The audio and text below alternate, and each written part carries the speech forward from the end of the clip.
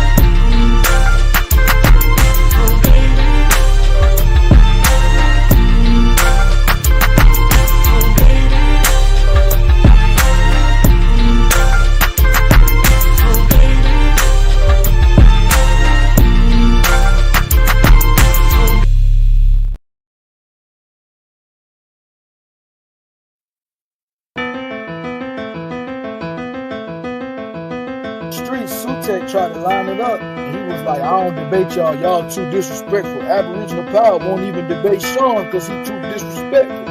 He is though. No, he really is though. I can't really like you, bro. You cool, not a coincidence. I actually chop it up, but niggas that come off too heated and disrespectful, like I said, I'll debate you, bro. But we gotta get in the ring first. If you want to be disrespectful like that, at least disrespect me in the ring, bro. Let's start now, bro. Can you disrespect me in a cage, bro? Like, I'd rather just do that. Then we go straight from the cage. I mean, put your ice on the way to the motherfucking computer, and we'll debate directly after that, nigga. Shit. That's why I don't even be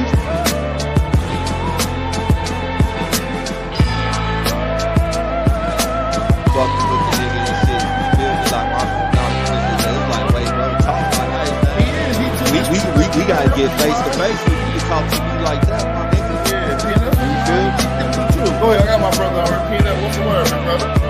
What's the champ?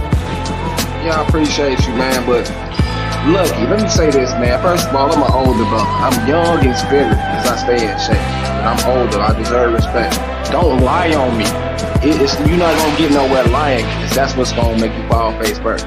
Second of all, I'm well known in the Pan-African community. I'm not nobody new. You're younger than me. You don't know this.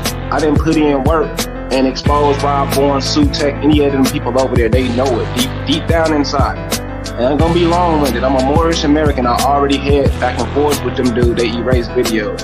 I'm not running from anybody. Don't ever say that stupid shit again. Third, and last but not least, I'm not losing no debate to no Pan-African. So don't ever say that shit again, famo. And that's it. Appreciate y'all, man. You heard that? If Sean P want to debate, tell him to debate the champ over here, right?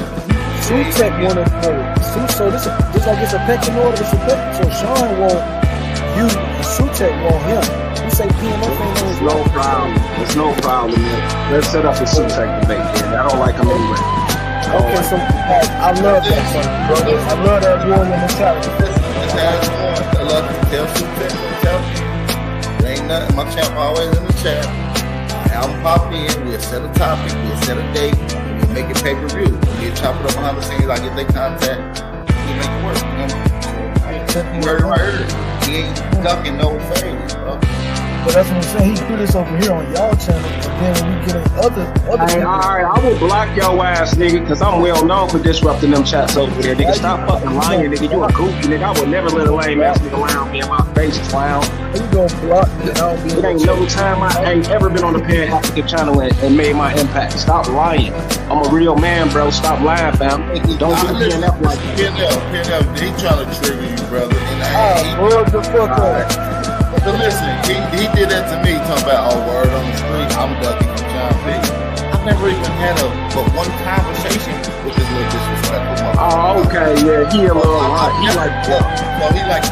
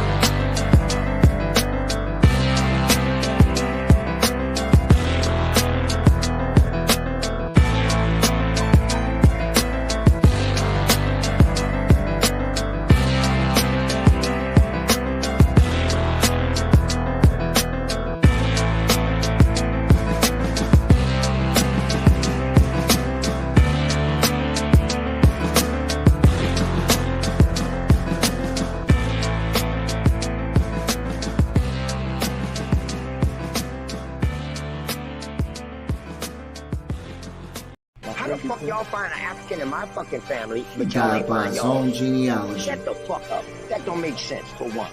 Listen, y'all don't know what y'all did. I don't feel like you standing on business. Y'all lied on me, because y'all don't even know if that's me. And if y'all can trace that shit back to it's me, it's only 2 people in YouTube that got my information. Yeah, he died by his own genealogy. You ain't an Indian, you ain't got a lot of meat. Half of this track, best believe you lose a lot of sleep. Probably because you made it up to us honestly. You ain't a Cherokee, you ain't a Chickasaw, you ain't a Blackfoot, nigga get lost. You just a fool with low comprehension. So I gotta come through with the henchmen. NAC, Sean P, Shy Son, Lucky. Don't forget Jay, got no time to play. Caught an apple slipping with his genealogy. Now he's a con and I ain't talking about a singer. I'm coming for the top apple leader. He ain't a teacher, he's a preacher. He can't keep up, so we leave him. Yeah, he died by his own genealogy. You ain't an Indian, you ain't got a lot of me.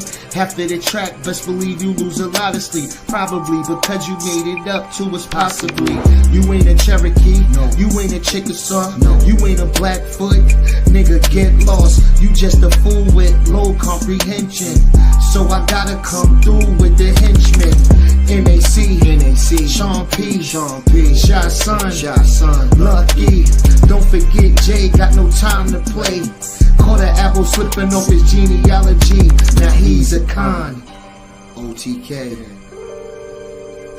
TKO. Now he's a con. OTK, you died. TKO, genealogy.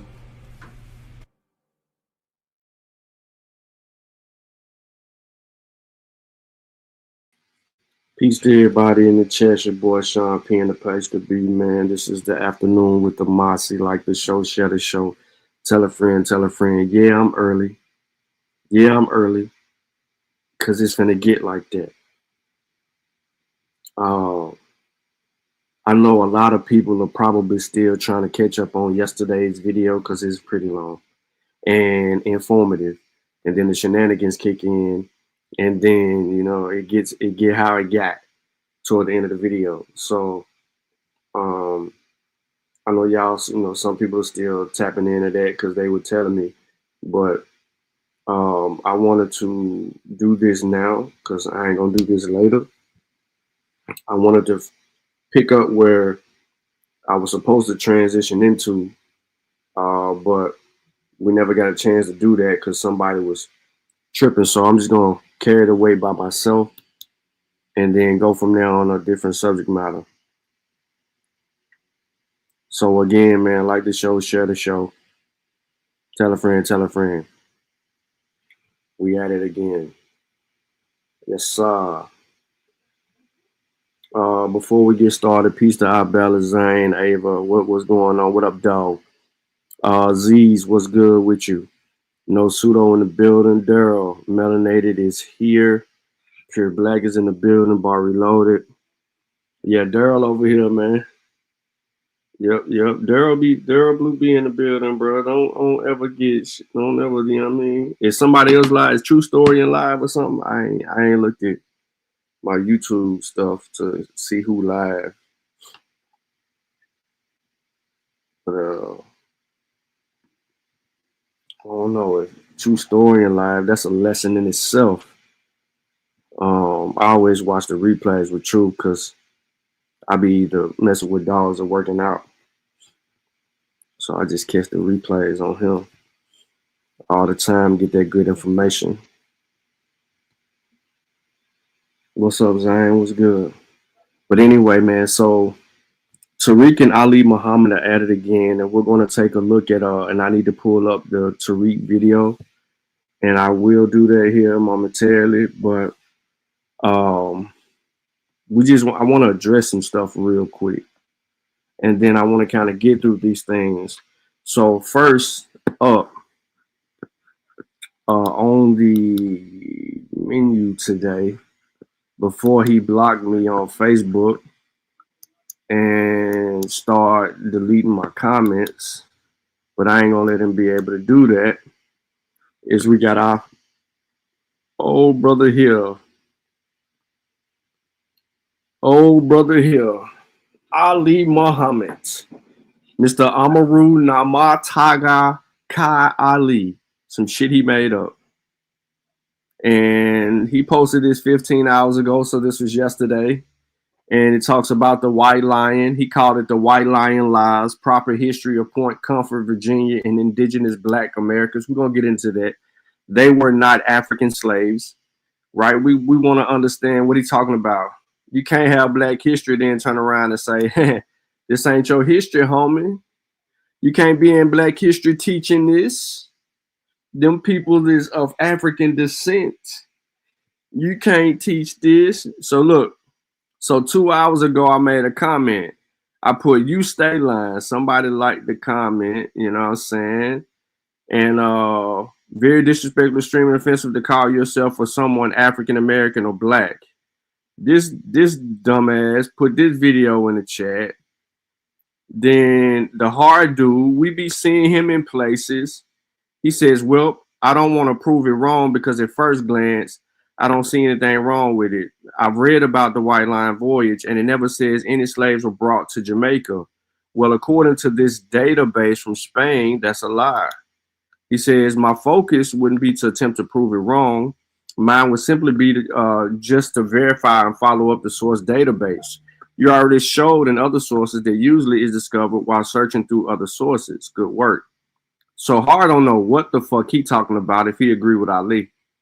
Then another person says, what I love to hear is how impossible it is for the ships to travel the sea and make it in such numbers, but it seems only to apply to this dude. This is dumb.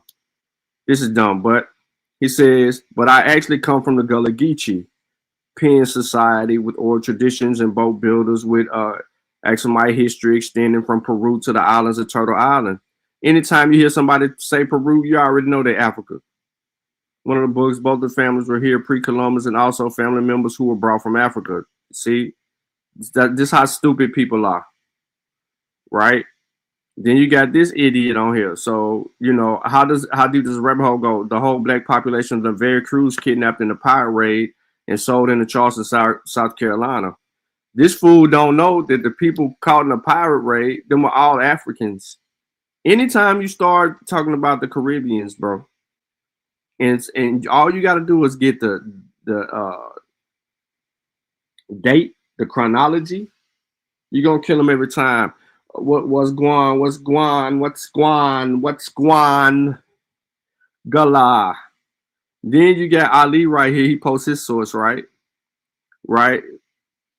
Derek posts his source by Ali, but Ali comments. It's 35 comments between Derek and Ali.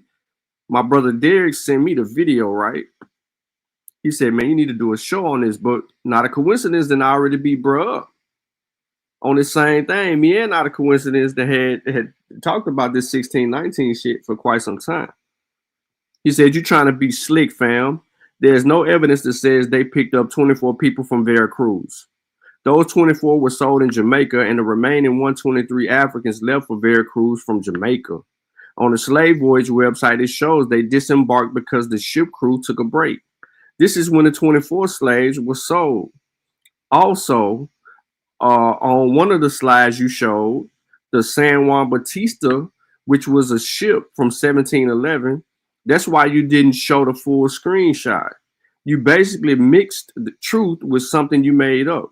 Let's see the evidence of 24 indigenous people from Veracruz being transported on the White Lion to Virginia.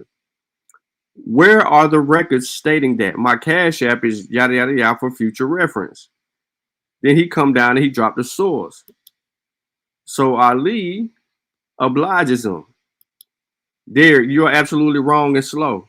The Slave Voyage website has it exactly as San Juan Bautista, which is an incorrect spelling in the connected voyage link. The real name of San Juan Bautista, 1619, and embark means to load.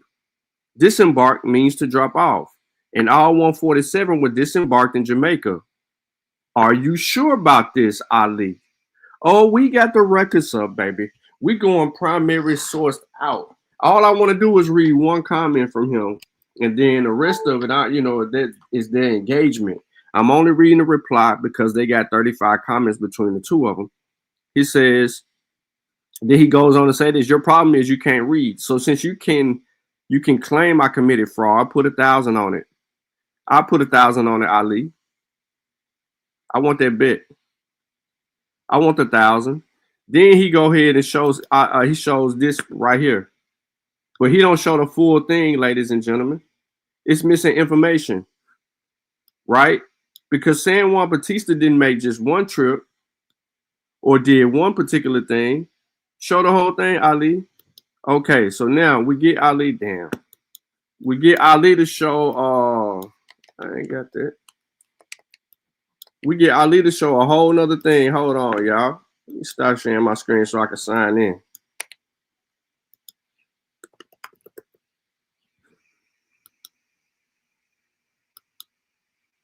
We get Ali to show, he shows a whole nother thing.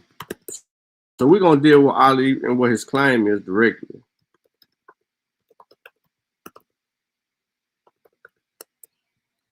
Let me sign in. Since Facebook tripping. Hold on, I gotta prove my sign in. I can't let y'all see that. You know what I'm saying? None of y'all business.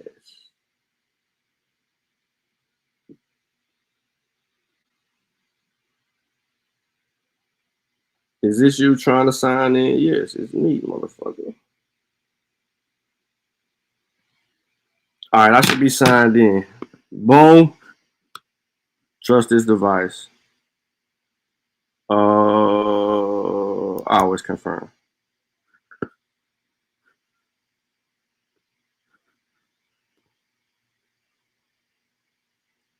All right, so I'm back to it. I'm gonna make him eventually I'm gonna make him either block me or whatever the case may be. Whatever the case may be, he either gonna make his page private or something along those lines.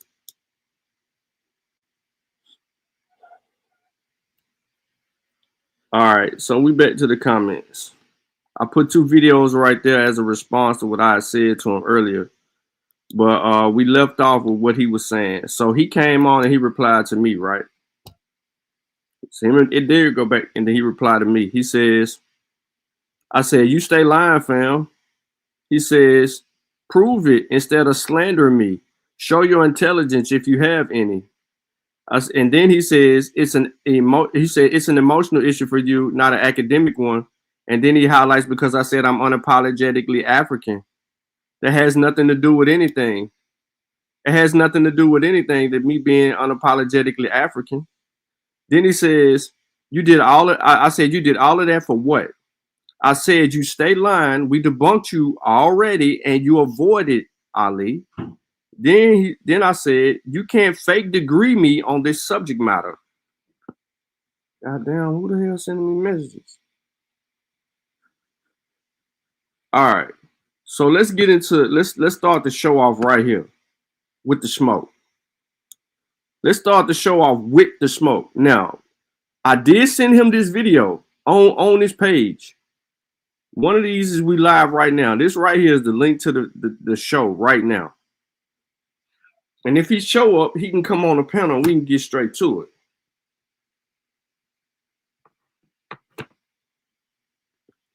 If he show up, as a matter of fact, let me do it like this. Damn, calm down. Calm down. Mika, I'm gonna play the motherfucking video. That's why I got the video up. I'm gonna play it. I'm going through the comments because I ain't gonna come back through the comments. Relax. Jeez Louise, play the video. Like I ain't gonna play the video. That's the whole purpose of me going live.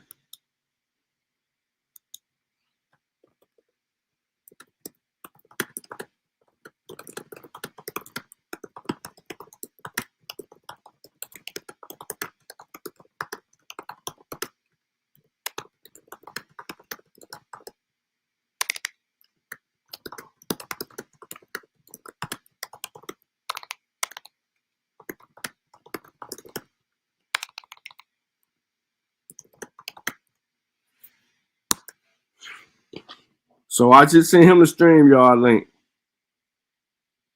Y'all just saw my comment. So he got that. So let's go.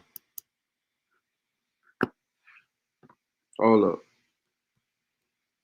Let me clear up these messages.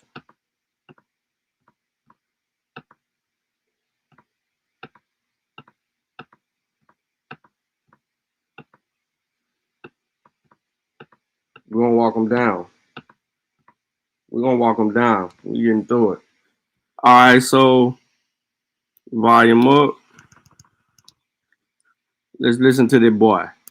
All right, peace, family. Doc is in the building, and I wanted to come and address something for Black History Month that has to do with something that's very common history that is misunderstood, and that is Point Comfort, Virginia, and the White Lion slave ship that brought 20 and some odd Negroes to that particular place. It's been stated repeatedly by scholars that the people brought there were African, and that is absolutely false. Hear this again. First claim. Hold on.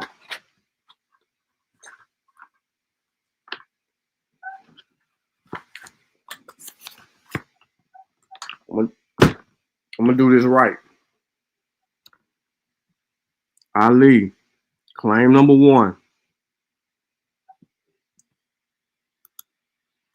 That has to do with something that's very common history that is misunderstood, and that is Point Comfort, Virginia, and the White Lion slave ship that brought 20 and some odd Negroes to that particular place.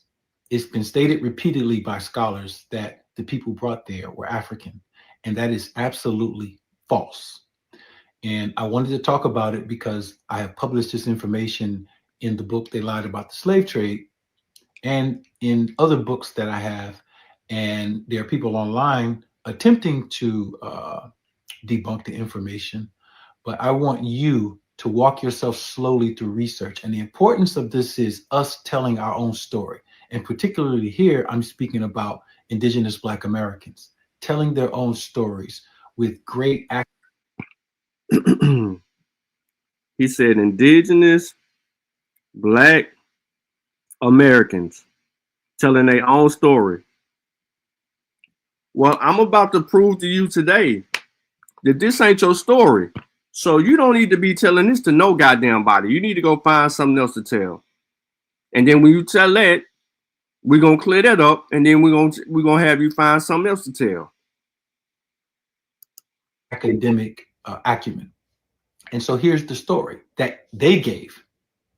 In 1619, the White Lion slave ship, as a pirate ship, attacked another ship from the Portuguese, the San Juan Batista.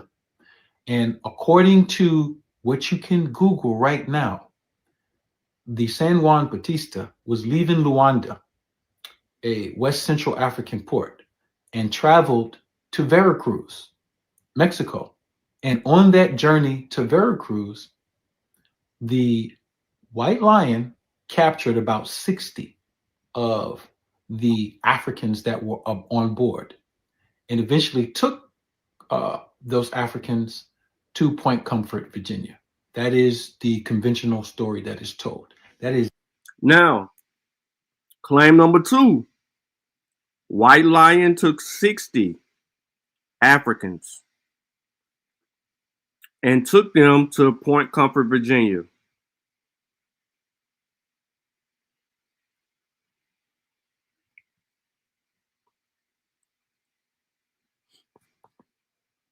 First claim,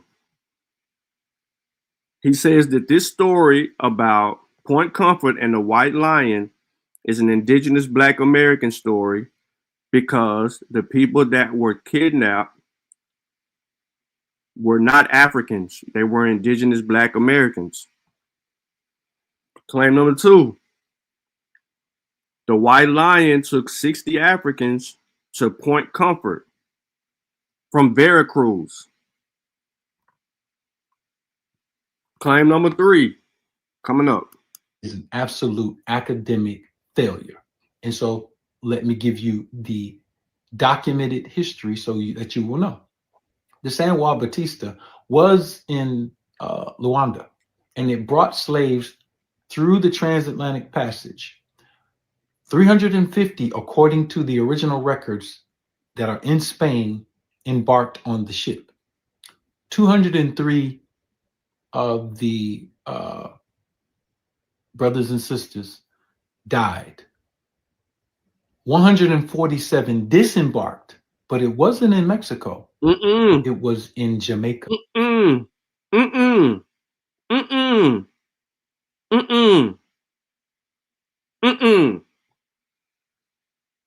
That's why Derek was arguing with you, because you would not show the whole source. He said it in the comments. What is that 147 number that you're ducking? What's that 147 number that you're ducking?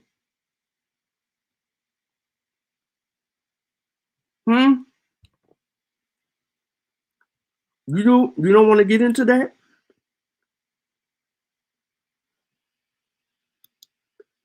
You don't want to get into that? Let me let him finish, y'all. Let me let him finish. Go ahead. You can go to the Slave Voyages website and verify everything that I'm saying. And so 350 people got onto the ship. 203 died. And out of those Africans, 147 landed in Jamaica. The San Juan Bautista then proceeded to Veracruz with no slaves because they all disembarked in Jamaica, according to the record that we have. At Veracruz, they picked up 24 Black people who were not African. They were indigenous Black Americans. And when you look at the history of the area and the original inhabitants and understand what the dynamic was at that particular time. Now, he claimed that they went to Veracruz and picked up Black people. Black people, ladies and gentlemen, the Spanish have been bringing Black people in the area that he is referring to since the 1500s. Remember the arguments that I keep having with V-Note? And then he put up this he really got pseudo with it right here. But he really went and got pseudo. So we're going to look at the San Juan Bautista and we're going to find out where the fuck the San Juan Bautista was going, intra and externally. We're going to find out transatlantic and intra. All the trips that San Juan Bautista made. But before we even get there, let me let him finish. You will understand that the Spanish were enslaving Black people in Mexico City, in Veracruz, in Campeche, in the Yucatan. And so they picked up indigenous Black Americans as the San Juan Bautista was leaving Veracruz. The White Lion captured the ship and took them, those Negroes, to Point Comfort, Virginia. And so the entire commencement of the celebration and remembrance of the slave trade has been taught to you academically incorrect. And if there is anybody online, any scholar, any university professor, any online hood scholar, anybody that can disprove this information, I will pay you for it. And I'm waiting for your rebuttal. Peace. You know what I'm saying? We ain't had no badass, cold-ass white boy like this in a long time. I'm just saying. That's okay. So you just heard him. He said that he would pay people. So what he said he would pay people, right? So let's, instead of me drawing this all the way out and making it long and slow, I'm really trying to see if he gonna hit that link. Cause we want our money. Derek, you need your money, bro. Derek need his money. I'm gonna have to replay his claim again for people that just now got in. Derek Cash App already on there, so he need to pay Derek. He gonna say that the San Juan Batista name is spelled wrong, and then he gonna try to play with that when you know that you got the Spanish rendition of the word and all these other things, right? And we're gonna talk about Veracruz. Definitely.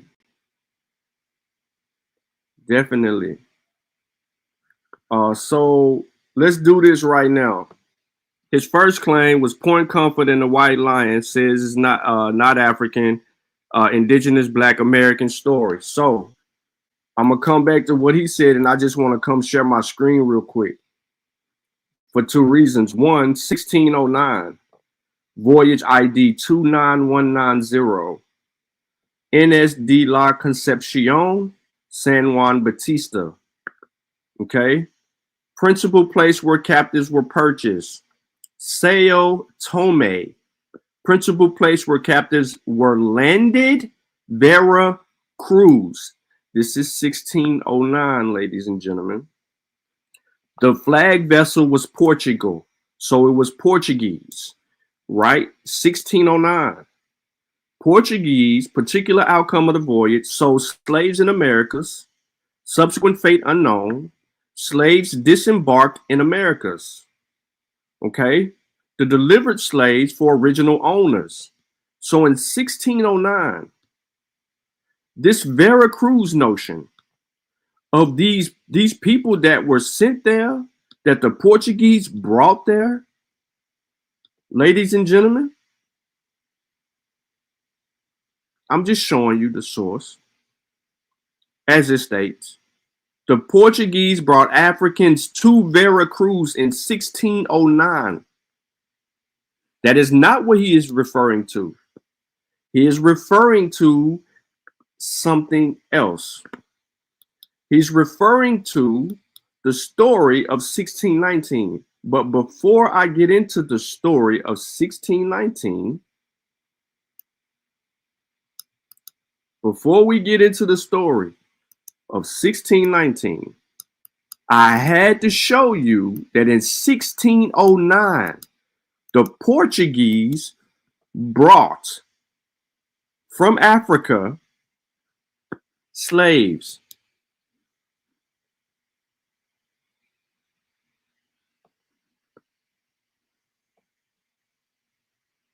Okay, let's go Intra-America database. Remember, he tried to debunk this database before. Not a coincidence, was paying attention. Tried to had a conversation with Ali, I guess, or did a show on it. Ali, of course, avoided the show. All right, so here's Intra. Ladies and gentlemen, show me where you see the White Lion situation. You don't. None of these dates say 1619. None of them do. Right? Okay. So what is the actual story of 1619 and the White Lion? First of all, I'm showing you this and then I'm going to get into the story. Here's the White Lion. Okay. First region of slave landing was in Virginia. Total slaves embarked 30.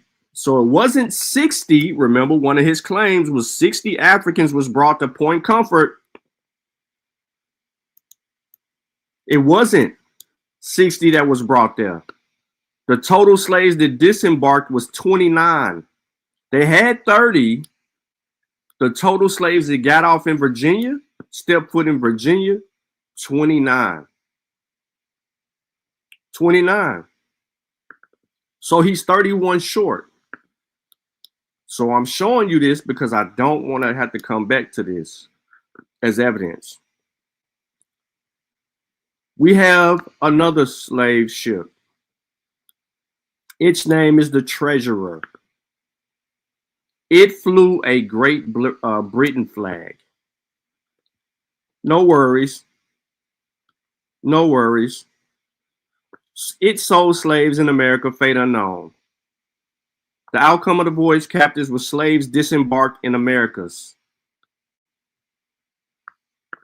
Principal place where captives were purchased, prize. They stole them. They took them from who? The Portuguese. Where? Bermuda, Virginia port, unspecified. The second place where captives landed was Virginia port. Why is the first place Bermuda? Oh boy, I'm glad that you asked.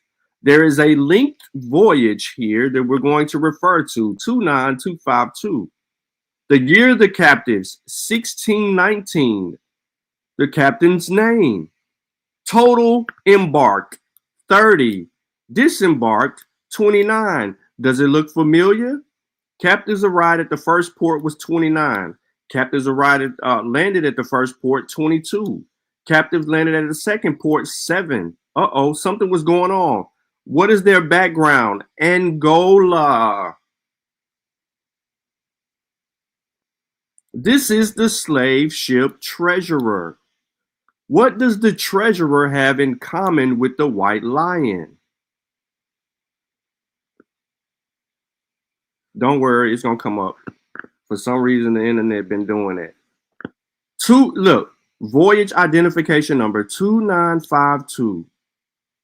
29252. The San Juan Batista. In its Spanish name. See, he's going to play that game again. Where did it first come from? The first place slaves were purchased was Luanda. Where did they land? You heard him say it. Jamaica. Didn't he say Jamaica in his story? Okay, just so we all on the same page. First region of the slaves purchased, West Central Africa, St. Helena. Where they land at? Jamaica. When? 1619. The date of the voyage? 1617. October 13th, 1617. The date the vessels arrived with slaves was 1619. The captain's name is there.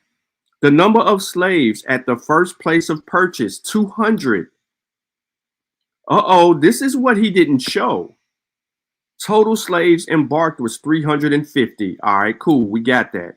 But what was the number of the arriving in the first place of landing? 147. So 147 Africans landed here. What was the total disembark number? 147. What was the number of deaths? 203. What was the mortality rate? 58%. So why am I showing you this? All right. I ain't even finna get into the women. I ain't even finna get into the letter to Thomas Dale from John Rolfe. I'm gonna save that conversation for a later date.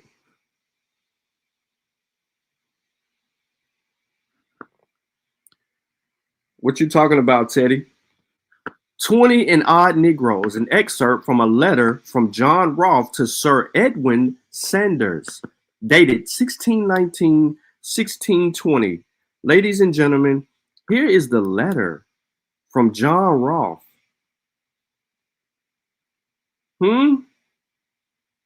They put it in a book. The actual letter is in a damn book, word for word.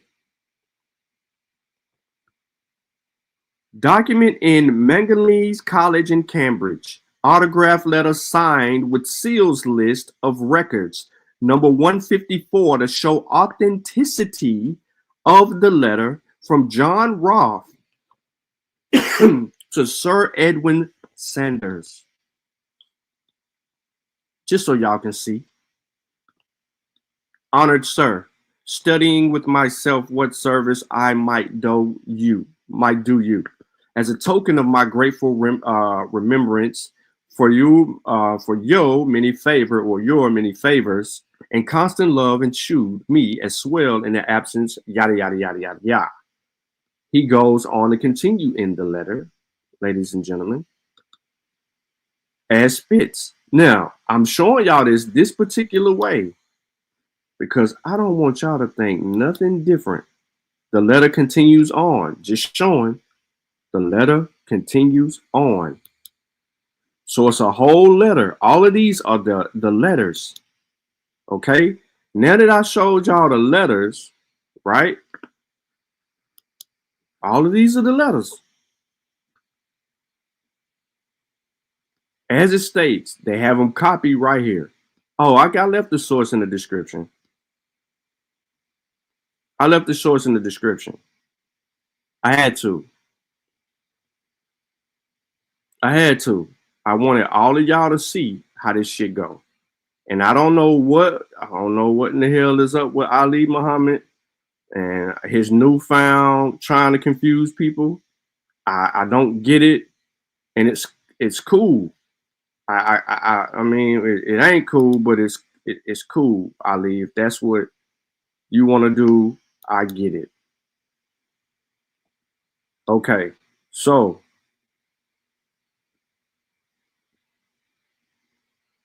as stated, all of the information is right here.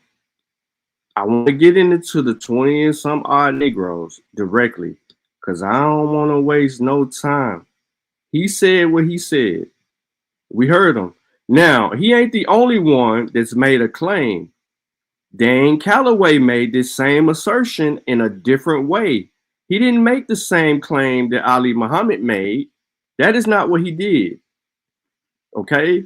That's not what Ali Muhammad did. Him and Dan Calloway got two different arguments, but they both challenged the 1619 story. So now that I showed y'all the letters, and I don't want to deal with broken English, I want to take you to the story. In the late 1619, around 30 enslaved Africans was brought to Virginia aboard the English privateer ship, the White Lion. At Point Comfort, they were sold to Virginia company officials in return for supplies. A few days later, 2 to 3 additional enslaved Africans were traded by the ship's treasurer. Remember, I showed you the White Lion. I showed you that they brought a certain amount of people there. And then I also showed you the treasurer. Ali Muhammad claimed that there was 60 Africans. That is not the case of how the story actually went. This is how the story went. The enslaved Africans brought to Virginia in 1619 were probably from the kingdom of Ndongo in West Central Africa. Now that we have the information to support, we know that they come from Luanda. They were the Kimbundu speaking people who shared common cultural identity and brought advanced agriculture and industrial knowledge. Between 1618 and 20, Portuguese colonizers allied with Mbangala mercenaries to conquer Ndongo and enslave thousands of kingdom's inhabitants. Let's pause real quick. Between 1618 and 1620, the Mbangala mercenaries. So if you're familiar with the book of Nzinga of Angola, Africa's Warrior Queen, written by Linda Haywood, we have primary information and research inside of that book that provides justification of this particular stories, how this came to be, but from the Congo perspective, not knowing. So it'll walk you straight through if you understand Queen Nzinga's story about how these slaves was getting into these particular areas, and that list of slaves will be a part of that whole movement in that area. But anyway, that's a whole other story. All right, that's the other side of it from an African perspective. Apologies. Now, at Luanda, Angola, the slave ship San Juan Batista departed with 350 enslaved captains from Ndongo. Does that not sound like what Ali said? Its destination was Veracruz. So let me run it back. Ladies and gentlemen, the slaves' destination was to Veracruz, not Jamaica. Veracruz. Did Ali say that? No. He said that the ship was on its way to you heard him. He said the ship, the San Juan Bautista, was on its way to Veracruz to pick up the slaves. That's what he said. I will play it again. But before it arrived, it was attacked by English privateer ships, the White Lion and the Treasurer. 2 ships jumped 1 ship. The English ship stole 60 of the surviving Africans and sailed for Virginia. This is where Ali Muhammad fucks up. In 1620, there were 32 Africans living in Virginia. However, by 1625, only around 25 Africans remained. Most had arrived in 1619, but at least 5 Africans arrived on the other ships, and 2 children were born to African mothers. Virginia's first Africans were probably enslaved for life, though a few eventually became free. The landing of the first Africans is one of the most significant events in the early history of Virginia, and its 400-year anniversary commemoration in 2019 has provided impetus for re-examination and new research, as well as an opportunity for interpretation to a wider public. Until recently, relatively little was known about the identities, origins, and experiences of Virginia's 20 and odd Negroes or Africans, right? In the late 90s, historians Ingle Sluter, John K. Thornton, if we go back to what we're talking about, these privateer ships, who had beef with the Portuguese? Who had beef with the Spanish? If I take you back to the whole shit about Panama, they tell you even in the Panama shit that people had issues with the Spanish. They were trying to rob, loot, and steal and get back on the Spanish. But that's neither here nor there. I want to stick to the 20 and some odd Negroes. Just simply real quick, in this first portion and part of this story that I've already told you, we have uncovered that Ali had made mistakes. He made mistakes immediately. So before I go further into this and tell the full story over again for the 14th time, we need to hear Ali.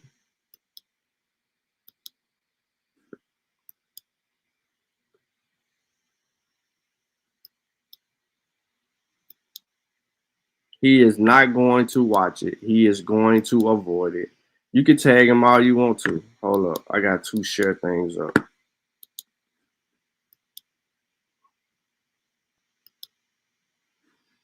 He's going to avoid it, just like Nahisi catching him with his misspelled diploma, where he tried to act like he had a degree in science and he didn't. Fucking fraud. Doc is in the building, and I wanted to come and address something for Black History Month that has to do with something that's very common history that is misunderstood. And that is Point Comfort, Virginia, and the White Lion slave ship that brought 20 and some odd Negroes to that particular place. It's been stated repeatedly by scholars that the people brought there were African, and that is absolutely false. And I wanted to talk about it because I have published this information in the book They Lied About the Slave Trade and in other books that I have. And there are people online attempting to debunk the information, but I want you to walk yourself slowly through research. And the importance of this is us telling our own story. And particularly here, I'm speaking about Indigenous Black Americans. telling their own stories with great academic acumen. And so here's the story that they gave.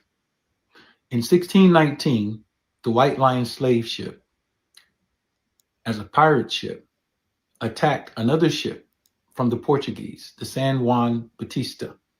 And according to what you can Google right now, the San Juan Batista was leaving Luanda, a West Central African port, and traveled to Veracruz, Mexico. And on that journey to Veracruz, the White Lion captured about 60 of the Africans that were on board, and eventually took those Africans to Point Comfort, Virginia. That is the conventional story that is told. That is an absolute academic failure. And so let me give you the documented history so that you will know. The San Juan Batista was in Luanda, and it brought slaves through the transatlantic passage. 350, according to the original records that are in Spain, embarked on the ship. In Spain? 203 of the brothers and sisters died. 147 disembarked, but it wasn't in Mexico. It was in Jamaica. You can go to the Slave Voyages website and verify everything that I'm saying. And so 350 people got onto the ship. 203 died. And out of those Africans, 147 landed in Jamaica. The San Juan Bautista then proceeded to Veracruz. No. With no slaves. No. Because they all... No. No. They didn't proceed to Veracruz. Let's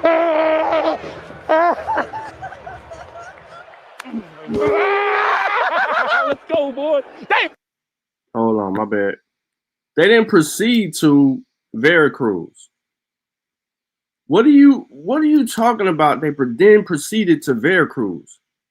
That's not that is not the case. Because when you look at when the San Juan Batista arrives in Veracruz, you didn't even show that.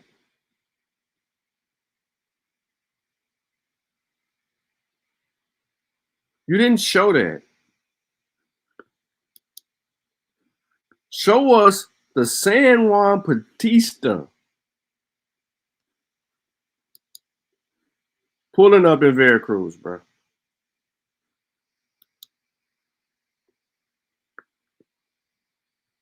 Show us. Show us. After that.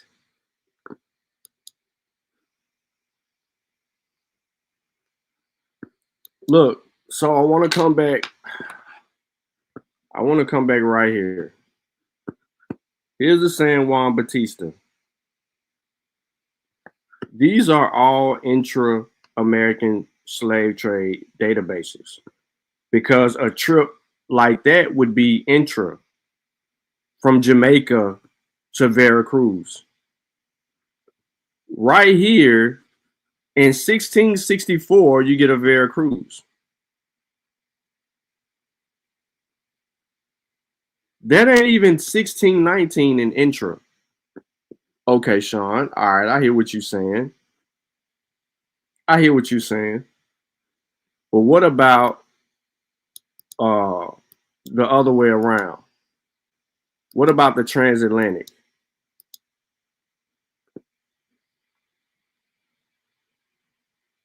Because see, initially he tried to play games, and I'm about to pull up Not a Coincidence video because it ain't gonna make no sense for me to keep doing that with this.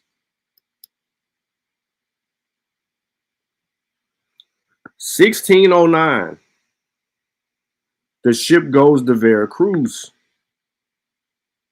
From 1609. Well, where's the whole 1619 story? Yeah. You know, he did that originally in the video.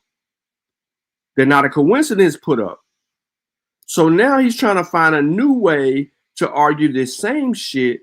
But the problem is you got a linked voyage.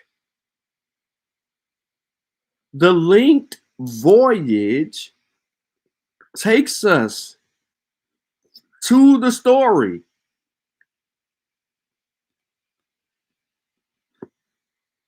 Can we get the picture to, oh, there we go.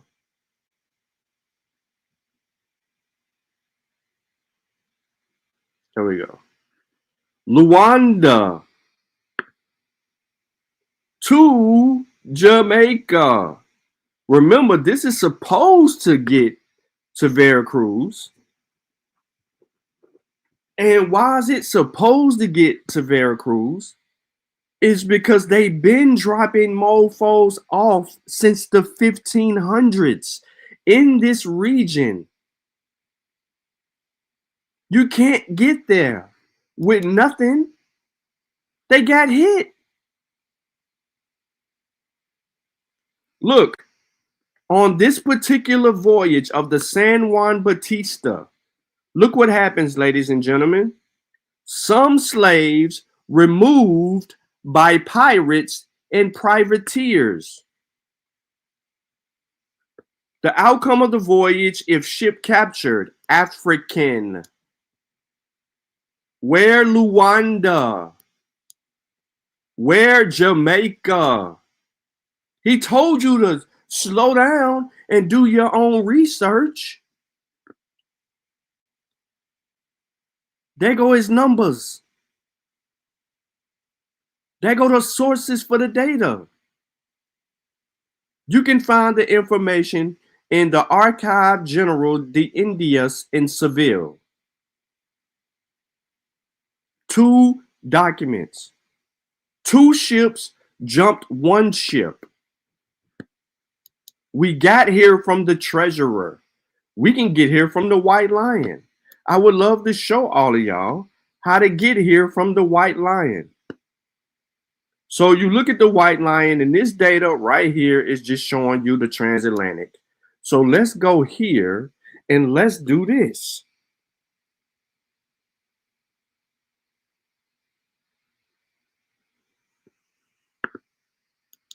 We ain't got to make up shit. White Lion. This man tried to remix and divert. Look, oh, here we go. Wait a minute. 1619. Watch. It's going to also have a linked voyage. 29252. What happened? Sold slaves in the Americas, disembarked in the Americas, not captured, delivered slaves for original owners. We ain't got to play no games. Where they called it Hampton, ladies and gentlemen. Point Comfort is Hampton, Virginia today.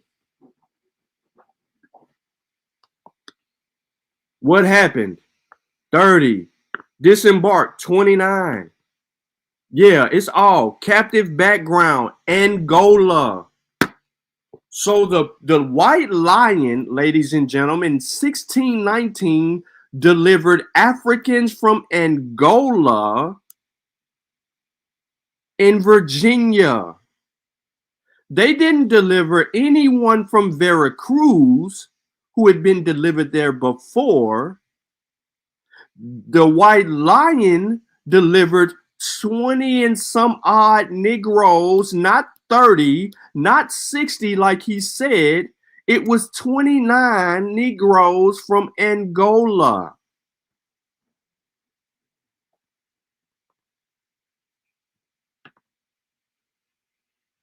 You heard Ali. You heard what he claimed. I ain't got to make this shit up. You heard what he claimed. He said 60. He said 60. The White Lion dropped off 60 Africans to Point Comfort. He said that was a lie. First of all, they didn't drop off 60. That's wrong. You said those Africans were indigenous Black Americans and you need to tell their own story. That's wrong. So the story of 1619 as it pertains to Virginia and them first Africans being dropped off in Virginia, that 1619 story is not an indigenous Black American story per the source, my nigga. You need to pay Derek his money and mine too, and not a coincidence. I need that bread, bruh. I need that bread. I need that thou wow. So I can split it with everybody in the chat. So again, we ain't got to make none of it up. It's right here. The whole voyage. The Jack move. Now go back to the story. The kingdom of Ndongo was the largest and most powerful rival of the Portuguese colony in Angola. Ndongo's contact with the Portuguese began around 1518 when King Ngola Kalanji sent ambassadors to Portugal and requested the Catholic missionaries to visit Ndongo. The tentative alliance was established, though rulers of Ndongo were skeptical of strong Portuguese power and limited the influence of missionaries. In 1575, Portugal established the colony of Angola at the mouth of the Kwanzaa River. Its purpose was to export enslaved captives and serve as a base for the Jesuit Catholic missionaries. From 1576 to 1605, the Portuguese fortified the city of Sao Paulo de Luanda, a large port through which thousands of captives were exported each year. In 1580s and 1590s, Portuguese leaders based in the Angola colony attempted to conquer Ndongo by recruiting support from local Sabos and by seizing and fortifying territory along the Kwanzaa River inland from Luanda. Combined armies in Ndongo and Matamba, the North defeated the Portuguese invasions from 1590. In 1599, Ndongo and Portugal agreed to a truce and formed a tentative alliance. European trade of enslaved Africans began in the 1400s, exploited an existing quite different system of slavery practiced by Africans. European enslavement of Africans was race-based and closely tied to individual land ownership in its ways that pre-colonial slavery in Africa was not, and some slaves in Africa had legal rights. Yada, yada, yada, yada, yada, yada, yada, yada. We understand all of that. Get to the point, Sean. Until 1618, Portuguese enslavers in Angola purchased captives through existing local networks of slave trades or exacted them as tribute from local Sobas who had allied with Portuguese. Some of these enslaved Africans may have come from the Kingdom of Congo or captured in the Congolese raids or military campaigns in the region in east and the north. Others may have come from the Kimbundu-speaking areas to the south of the Portuguese colony of Angola. However, by 1618, the Portuguese set to establish its own supply of enslaved captives for the export of initiating another offensive against Ndongo. Virginia's first Africans likely enslaved during this campaign were captured more directly under Europeans' authority than most enslaved Africans. So in 1618, Ndongo was a political crisis. The year Ndongo's king, Mjamba Ngola Kalanji, was overthrown in a co-op stage by a group of Sobos. His son, Ngola Mbandi, had not yet secured the succession to the throne. And Angola's Portuguese governor, Luís Mendes de Vasconcelos, determined to take advantage of the internal turmoil and allied with the three bands of warrior mercenaries called Mbangalas. Everybody know that Mbangalas was with the shit to invade Ndongo. Though the Portuguese government discouraged use of the African mercenaries, the practice of a commonplace. The combined Portuguese and Bangala forces swiftly progressed through Ndongo and toward the capital of Kabasa.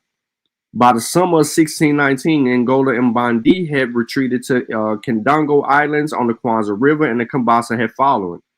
Manuel Batista Soares, Bishop of Congo, reported in 1619 in the place of leaving off the Jagas, the Mbangalas, the Vesalanas, Lalos, embraced them, and he was going to war with them for 2 years, killing and capturing innumerable innocent people.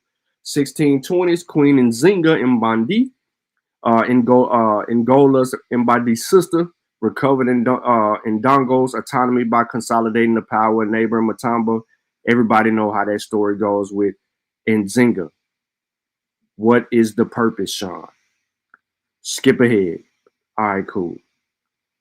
Captive. All right, so after they continued to fight and get captives and they reckon up people, captives were marched below the Cabasas Plateau of the Kwanzaa River, where they were shackled by the neck and loaded into boats to be taken to Luanda. Everybody has seen that slave picture or drawing of where they got these like logs, and at the end of the logs, they got these two little hooks.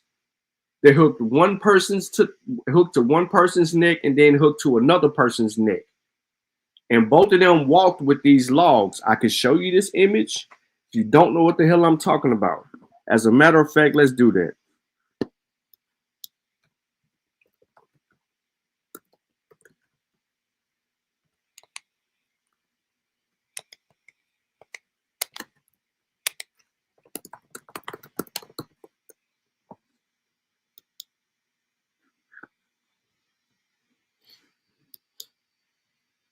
All right, you should be able to see my screen in 5, 4, 3, 2, and 1. Like these. Now y'all know what I'm talking about? That's what I'm talking about. Okay? That's how they walking them. Now, between 1618 and 20, the Portuguese captured and exported 50,000 people. Slave ships leaving Angola were packed far beyond their capacity. The San Juan Batista was one of the 36 transporting captives from Luanda to Spanish and Portuguese colonies in 1619 alone. And though the San Juan Batista was licensed to carry 200 slaves as its cargo, it left Luanda with at least 350 enslaved aboard. Because the Portuguese and Bangala invasions had targeted urban areas, Virginia's first Africans brought with them a combination of agricultural and industrial expertise that made their labor a significant, though involuntary, contribution to Virginia's output of tobacco and other agricultural goods. But this ain't how they got there. So what happened?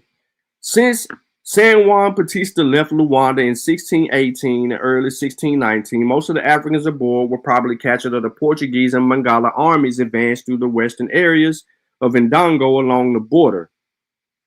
Okay, let's move on right ahead. We still in the same story.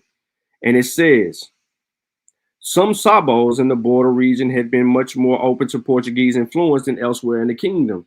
So some of the San Juan Batista captives may have had more experience with Portuguese language, religion, and customs than people captured at Cabasa or other parts of Ndongo. Some historians have theorized that a charter generation of Africans, including those brought to Virginia in 1619, were Atlantic Creoles, who combined African identity with familiarity with Christianity and European languages and culture.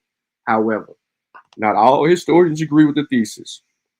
Africans with Atlantic Creole identities were not typically populations who were enslaved, and Africans captured and sold to European slavers tended to be more from the interior or other regions with far less regular contact with Portuguese colonial influence. Virginia's first endured capture and a forced journey of 200 miles from Ndongo to Portuguese port of Luanda. They were loaded onto the ship of the San Juan Batista. The San Juan Batista sailed for Veracruz with 350 enslaved Africans aboard. They endured extreme conditions. We ain't here for that. Before reaching Veracruz, the San Juan Batista was attacked by the English privateer ships, the White Lion and Treasurer. The two English ships stole around 60 of the surviving Africans and sailed for Virginia. The White Lion arrived at Point Comfort in August of 1619 and sold 29 or 30 Africans for food and supplies. The treasurer at Point Comfort arrived at Point Comfort a few days later and only sold 2 to 3 Africans. So, where did the treasurer go first? If you're unfamiliar with the story, the treasurer goes up toward Florida, where they sold some slaves illegally. But before they could get off all the people that they just dragged from the San Juan Bautista, they had to flee. So they fled where they from, come back around Florida up into the tip into Virginia, and got rid of the rest of the Africans that they had. The treasurer has a story of its own, different from the White Lion. So the ordeal on the San Juan Bautista. Virginia's first Africans were taken from Luanda aboard the slave ship San Juan Bautista. Listen, look at the names. San Juan Bautista, or Sao João Batista in Portuguese, or St. John the Baptist in English. All you Christians and Catholics should love the name St. John the Baptist.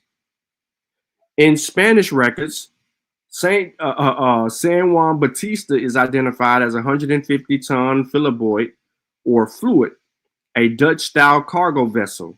It was designed to make voyages as profitable as possible by maximizing cargo space while operating with a minimum crew. In 1619, San Juan Bautista made preparations in southern Spain for its voyages and its captain. See, this is what Ali fucked up at again, because remember, he mentioned Spain and said that they were coming from Spain. No, the fuck they wasn't. Ships created up in that area, bro. Well, let's go. This tells the entirety of the story, ladies and gentlemen. This information is very documented. It is not the first of Africans being sent to North America specifically, but it is unique in the establishment of early Virginia. This also occurred at a time that the English were trying to ship women into the region and into the area because why? The men were becoming disinterested and they ain't had shit going on. So they figured if they bring some women, flaunt themselves in front of these dudes, they would do all of that. So this is how you get women in colonial Virginia. I ain't gonna touch on this because we ain't here for this, but this is part of that reason that you see women in early Virginia. So at the same time that they're doing all of this, you got that going on.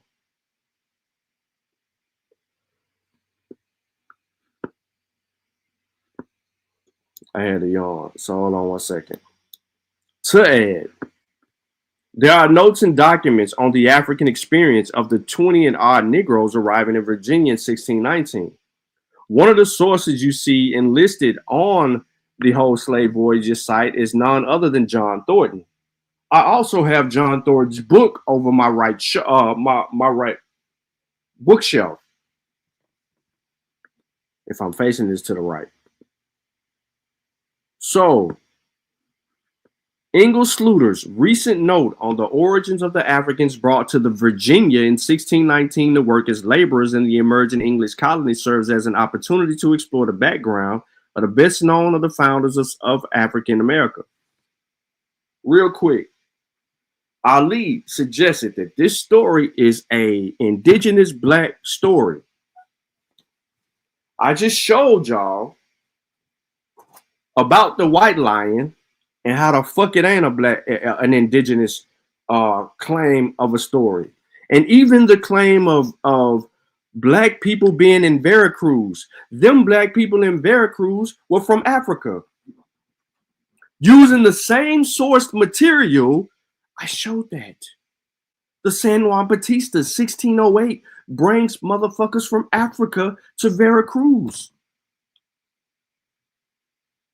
That ain't the only ship that's ending up in Veracruz dropping off black people from Africa. So this lets us know that there's no indigenous black people in the region. If there were, where is the evidence? We keep asking. And we keep seeing these black people show up on these ships that's coming from Africa and dropping them off in the areas. So let's move on. Thanks to the documentary records uncovered by Sluter, we now know that the 20 and odd Negroes that arrived at Point Comfort in August had been taken on a high seas from the San Juan Batista or the Sao Joao Batista. This ship was a Portuguese slaver captain Manuel Mendes da Cunha, bound by Luanda, Angola to Veracruz. Can we support that statement just made by John Thornton? Here we go. We got Luanda. Can we get the captain of the ship's name? Manuel Mendes da Cunha. There we go. So just lining up the sources, right? Cross-referencing, verification, qualifying the source. This ship was a Portuguese slaver by Mendes da Cunha, bound for Luanda, Angola to Veracruz, carrying slaves in conformity with an asiento, a contract. Asiento is a contract to deliver slaves to Spanish colonies. Sluter thus establishes that they were not seasoned slaves of many origins brought from the Caribbean, as was previously accepted by most historians, but probably a much more ethnically coherent group just recently enslaved in Africa. The information on the time and place of their enslavement in Africa allows us to present them in their own historic context and not simply that of the owners to be. Ali Muhammad, I know you listening. Where the fuck you at? Knowing that these Africans came from Luanda, the recently established capital of the Portuguese colony of Angola, allows us to estimate their ethnic background and their likely conditions of their enslavement. What I am doing right here is this. That's the nail in one part of the coffin. That's the nail in the other part of the coffin. That's the nail in the other part of the coffin. There go the other part. There go the other part. One more. You owe people money. Ali Muhammad. I ain't calling you by no fake ass name that you done created in the YouTube space in the last few years so you can steal clientele and sell them a sorry ass book that you're trying to make people spend $70 on to lie to them.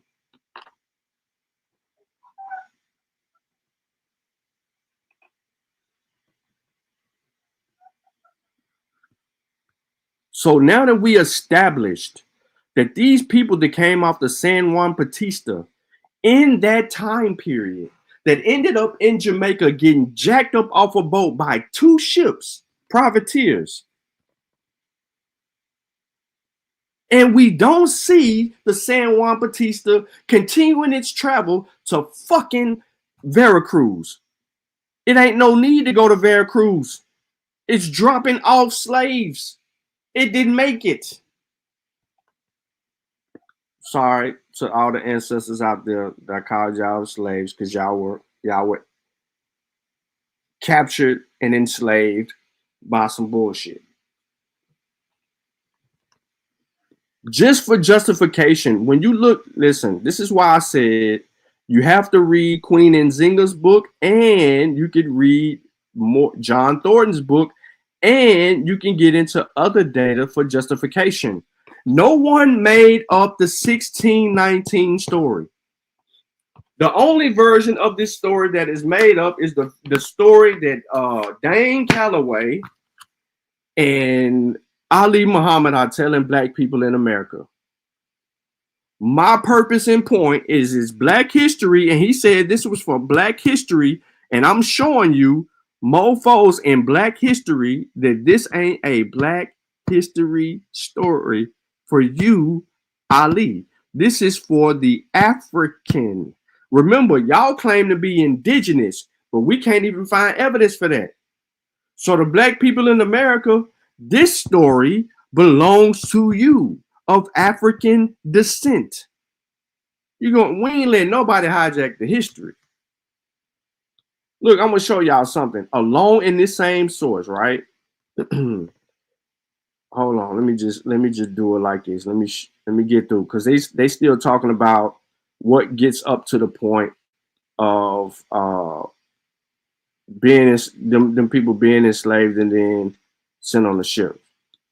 And they talk about that in full. But we're getting up into a period. There's some important names in here for some other research if people want to do it, and I'll make this available because I don't think I put this in there, but I will.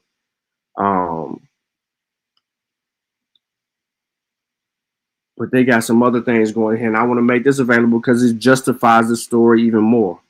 And it goes on to tell you about these key players and how it gets to the point of where it becomes a 20 and some odd Negro being told. Okay. In 1619, Jael returned to the field, defeated and killed the Soba Keita Kalabalangas. This is why I'm telling you. All of this goes into the specifics of what happens. More stuff happens in between there, and you got these methods of warfare that are being verified and going on. It is here. So many people were captured and designated for sale abroad during the brief time that they were overwhelmed in capacities of Luanda to manage them. During the confusion, thousands of slaves escaped to Kisama south and the city of the swampy Kazanga region to the north, forming runaway communities that required an entire military campaign to round up to 20 years later. Shipping was probably inadequate to transport all the slaves captured in 1618, who remained imprisoned in the city of makeshift and not always secure pens to be joined by the flood arriving from the more successful and devastating campaign of 1619. The Sao Joe Batista was one of 36 slave ships that left Luanda for Brazil or ports of the Spanish Indies in 1619. The people enslaved by Mendez de Gonzalez army and his Mbangala allies were from a more narrow corridor of the land about 30 miles broad and some 50 miles deep between Lukula and Lututu rivers and Cool Plateau region, mostly over 4,000 feet of elevation. Within this large region, most of the enslaved came from the royal district of Ndongo, the target of both the 1618 and 19 campaigns in the heartland of the area. As such, they were probably from urban backgrounds, Kabasa, the royal court, and nearby settlements from a dense complex of towns and thickly populated countrysides. So it's telling you about these people. It also says a line along streets inside of a stockade interwoven with grass where fit 5,000 to 6,000 thatched dwellings that probably housed 20,000 to 30,000 people. There were several such enclosed towns in close proximity. If you read Nzinga's story, right, Nzinga and them used to run up into these stockades and free people from there because that would be places where they would house slaves. So when the Portuguese and other traders came within the regions, they already had these little houses that were full of these slaves inside of there. And these thatches would look like little what we know as today as sheds, right? So in our backyard, we might put a shed in the backyard. You might have a real small shed, or you might have a large shed back there, or like a little mini house back there, which is what they turn sheds into these days. Inside of those sheds, they would pack in people, and then guards would rotate and watch over them as they were like goods and services until traders come along and then do business with the traders. Just trying to give you a visual. You can't tell the story and not get a visual. Okay? So now we know the implications of these particular people. This, again, story, beautifully written. If you know historical context and supported by other sources, you come to know by the end of this story, the end of this source that's being written, where the 20 and odd Negroes come from. This whole source tells you that. The whole source.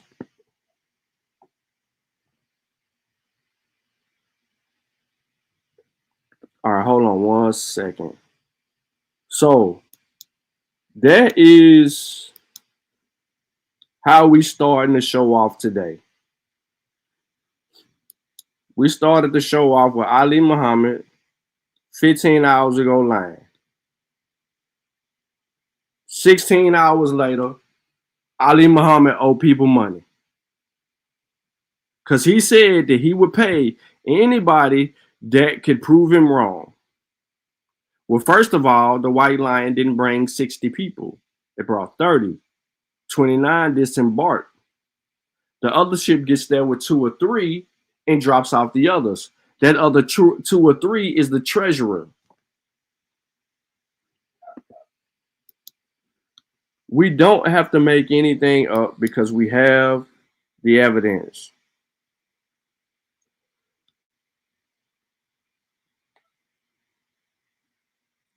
An engraving depicts 3 enslaved newly arrived on the shores of Virginia. The first African disembarked at Point Comfort on the James River in late August of 1619. This illustration was produced in S.G. Goodrich's Pictorial History of the United States textbook in Philadelphia in 1860.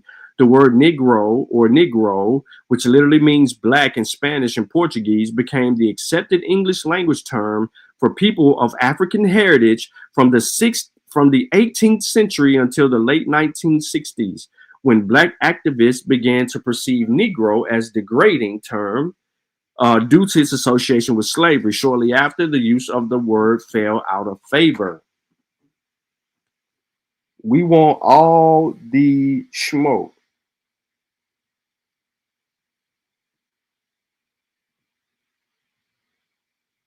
You think that's what he meant, Afro-Indigenous people by way of chattel slavery? Where is the indigenous black Americans in this story? They don't exist because those indigenous black Americans are all African. Ain't no indigenous Africans in America. These Africans were stolen and dropped off. And we know because John Rolfe gives descriptions and accounts, and he provides them to other people.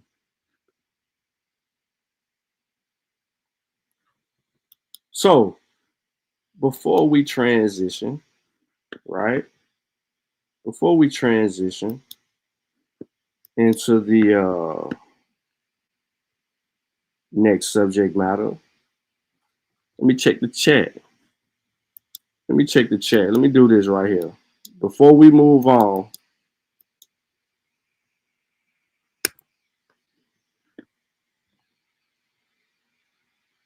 who got better information than that?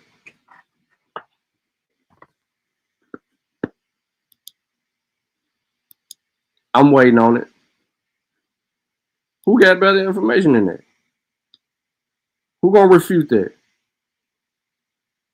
While we doing that, let's go to commercial break. How the fuck y'all find an African in my fucking family, but y'all ain't find your own genealogy? Shut the fuck up. That don't make sense, for one. Listen, y'all don't know what y'all did. Feel like you standing on business. Y'all lied on me, because y'all don't even know if that's me. And if y'all can trace that shit back to it's me, it's only 2 people in YouTube that got my information. Yeah, he died by his own genealogy. You ain't an Indian, you ain't got a lot of meat. Half of this track, best believe you lose a lot of sleep. Probably because you made it up to us honestly. You ain't a Cherokee, nope. You ain't a Chickasaw, nope. You ain't a Blackfoot, nope. Nigga, get lost. You just a fool with low comprehension. So I gotta come through with the henchmen. NAC, Sean P, Shy Son, Lucky. Don't forget Jay, got no time to play. Caught an apple slipping with his genealogy. Now he's a con and I ain't talking about a singer. I'm coming for the top apple leader. He ain't a teacher, he's a preacher. He can't keep up, so we leave him. Yeah, he died by his own genealogy. You ain't an Indian, you ain't got a lot of me. Half of the track, best believe you lose a lot of sleep. Probably because you made it up to us possibly. You ain't a Cherokee, no. You ain't a Chickasaw, no. You ain't a Blackfoot. Nigga, get lost. You just a fool with low comprehension. So I gotta come through with the henchmen. NAC, Sean P, Shy Son, Lucky. Don't forget Jay, got no time to play. Caught an apple slipping off his genealogy. Now he's a con. OTK. TKO. Now he's a con. OTK. You died. TKO. Genealogy.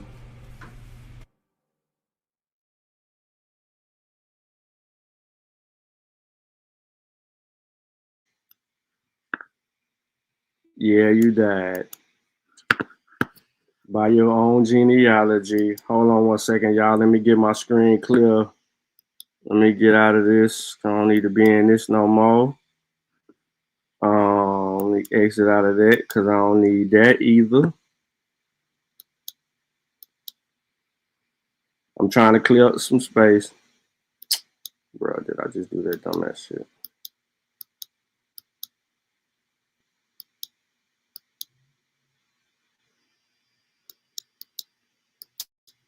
All right, so we got everything on out of the beginning of the show taken care of. We about to get into this next part. We're gonna deal with your boy Tariq Dashiki. Fraud number 2. So where the FBA members at in the chat? Where the FBA at? Represent FBA. Where you at? If you FBA all day, represent. Come on, man, represent. In 2000 Skrilla. Throw your setup. Throw your setup. You FBA.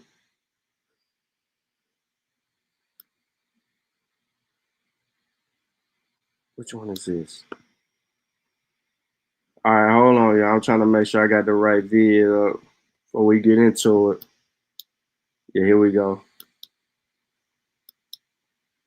All right, so y'all know I can't share the video, so we gonna do audio. What up, Chris?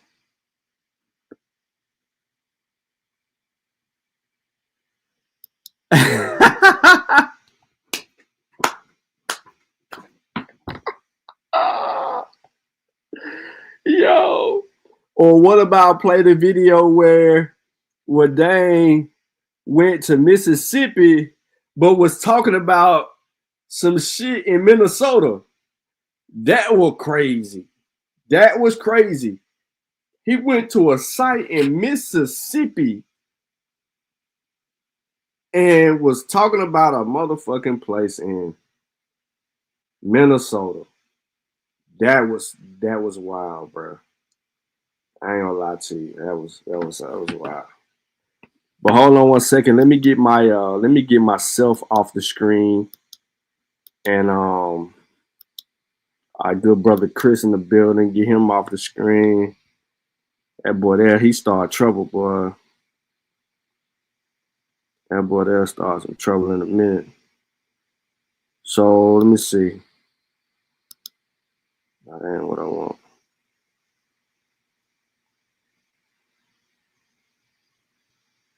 I gotta put an overlay up. So I'm gonna put this overlay up. and share my screen. And we're going to listen to not a lot of this because I don't know if I could tolerate it. But we're going to get into Tariq. Now, before we get into this, by the way, before we get into this, put a 1 in the chat if y'all remember all the black FBA people that was running around here telling us that Kamala wasn't black, that that Trump, vote for Trump, that the Democrats that messed up everything, Joe that messed up everything, that Trump gonna fix it all. Trump. What the fuck is these motherfuckers at? Where they at? We had people that was doing shows about Kamala, the Democrats, and the whole 9 yards. Pro-Trump supporters, even the motherfuckers following Tariq Nasheed. These FBA motherfuckers was all on, she ain't black, she ain't this, she ain't that. Trump gonna do this, Trump gonna do that. Where the hell are you at? Why y'all quiet?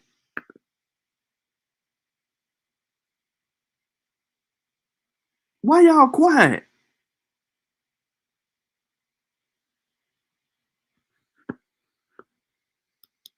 So apparently there was a conversation that Tariq did a show on 5 days ago, and 227 Kimmy in the chat, if he in the chat, sent me this video and was like, "Hey, have you seen the Tariq?" No, I have not. I'm not looking for it. So he sent the video over, and I'm trying to find his comment, and I want to read it to you. Let me go back. Where it's at?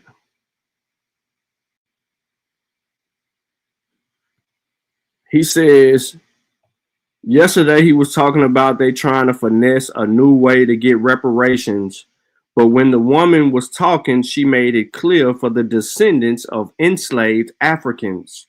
So let's listen to Tariq and let's see if he misrepresents this lady. More than ever, we must acknowledge and repair those harms. Reparations for descendants of enslaved Africans to eliminate the racial. Hold on.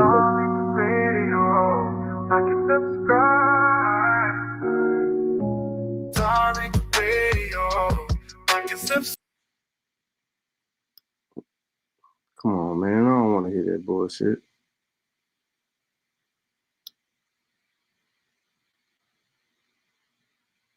No matter who is in power, has an obligation to right these wrongs, to provide reparations for descendants of enslaved Africans, to eliminate the racial wealth gap, to uplift the Black community. White supremacy is rampant in this country. Just look at the current administration and our own legislative body. They have contributed to the social and economic harms, to racial terror Black folks have experienced in this country. Now, more than ever, we must acknowledge and repair those harms. All right, we in the building. We are in the building. We're in the building, ladies and gentlemen. We are in the building. Glad to have you guys in here. How are y'all living, ladies and gentlemen? How you guys living? We are in here. If you guys can hear me, good. And I'm Tariq, by the way. For those who don't know, this is me, Tariq. I'm in the building. If you guys can hear me good, why don't y'all give me a thumbs up? Give me a thumbs up. That would be great, ladies and gentlemen, if you can hear me good. If you can hear me good, give me a thumbs up. Much love, respect. Man, listen, before I have Tariq play Ali Muhammad, because I don't follow him or anything, but people screenshot and show me shit that he may say. So, Ali Muhammad, literally, when was this? When did I get this message? Hold up. It was 1:38. So 26 minutes from 1:38. So about less than an hour ago, he types, all Pan-African scholars are absolutely garbage. The OGs and newbies, trash. Let me respond live to that.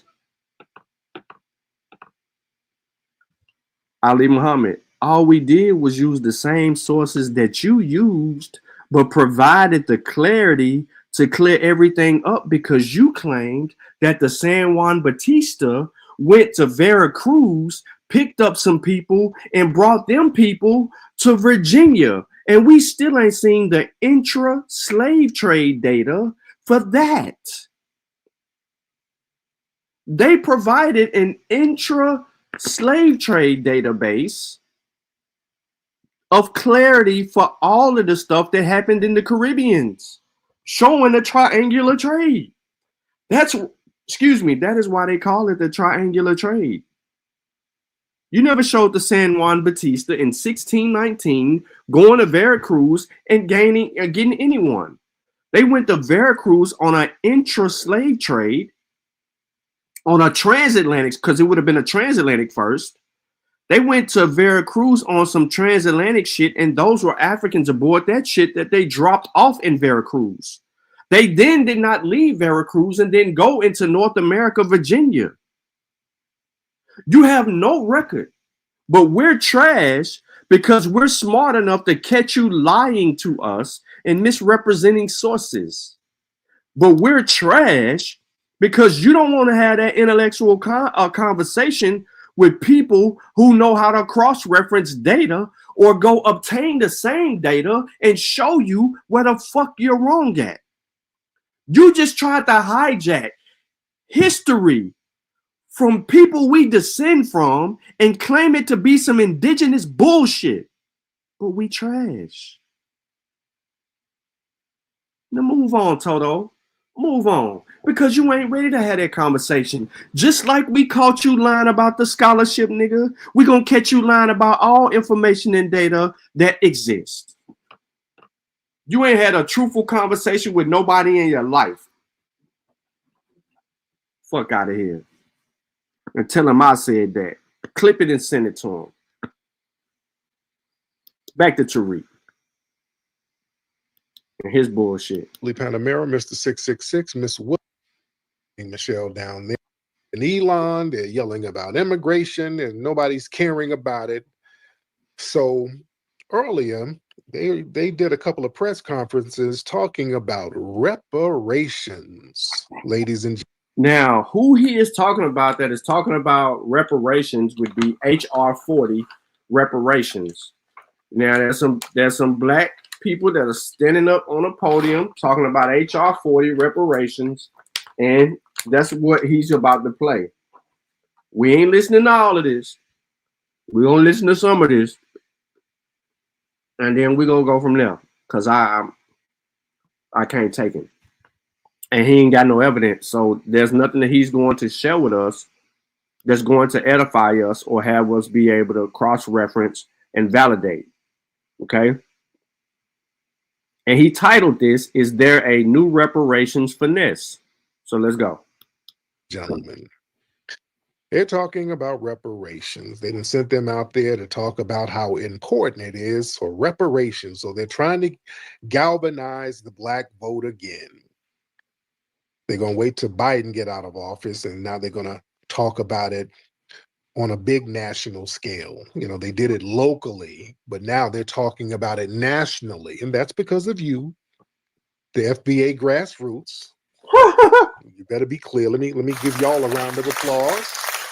That's the FBA grassroots making that conversation national. But here's the thing: they're trying to trick it up already. Number one, they're revamping HR 40. That was the Sheila Jackson Lee joint. That was a nothing burger. That was a study for reparations. So they're still talking that we're going to study and research stuff. So that's problematic. So we want reparations, but we don't want just empty talk. See, they're throwing in trick words already. They've thrown in trick words, and I want y'all to watch out for these trick words that we've always had a problem with whenever they talk about reparations. That study stuff. I don't want to study nothing. After seeing that U.S. aid, I don't want to hear a study about a damn thing. That U.S. aid money was being thrown everywhere. Y'all weren't studying nothing. that US aid money was just popping out, just buku money, just flying all over the world. I didn't see the word study nowhere. All I saw were dollar signs, 50 million here, 20 million there, 12 million there, 200 million there. What no damn study? I don't want to hear no study. I want some of them USA dollar amounts. I want some of that. Hey, man, this motherfucker know how to lay on the ketchup and the mustard. He sure know how to appeal to his people. He know how to appeal to his people, boy. He play on their emotions like it ain't nothing. Oh, they were throwing money here, throwing money there, throwing here a dollar, there a dollar, everywhere a dollar. Bro, can we get to the goddamn point, bro? Can we get to the point? But watch some of the language. They're saying that very deliberately. That is a problem. That's a problem. We can't let them roll with that. If we're talking about it on a national level, you need to be talking about freedmen. Use words that are already federally recognized. Freedmen. Federally recognized. You hear this shit? I told you. I told you.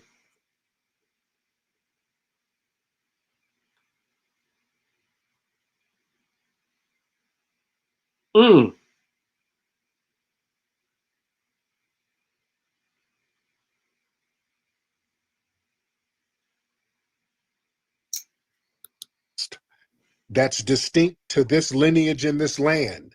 The descendants of enslaved Africans, that's very problematic, ladies and gentlemen. We got to watch out for that. See, that goes back into the whole African American thing. See, the word African American, what? Use words that are already federally recognized.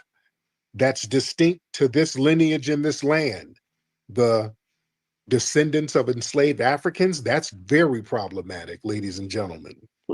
We got to watch out for that. See, that goes back into the whole African American thing. See, the word African American, we got to be very real how problematic that term is. The term African American has always been a problematic term. We just didn't catch on to it because we've had respect for Africa. So we're like, yeah, we these are our brothers, so we'll claim that. But it's been biting us in the ass, fam, because anybody can claim that. What? I want y'all to understand, anybody can claim African. And watch these words. They're coming out here saying, yes, we need reparations for descendants of enslaved Africans. That's not what she said. Let's go back to what she said. Y'all heard what he said. Now listen to what she said. As an obligation to right these wrongs, to provide reparations for descendants of enslaved Africans, to eliminate.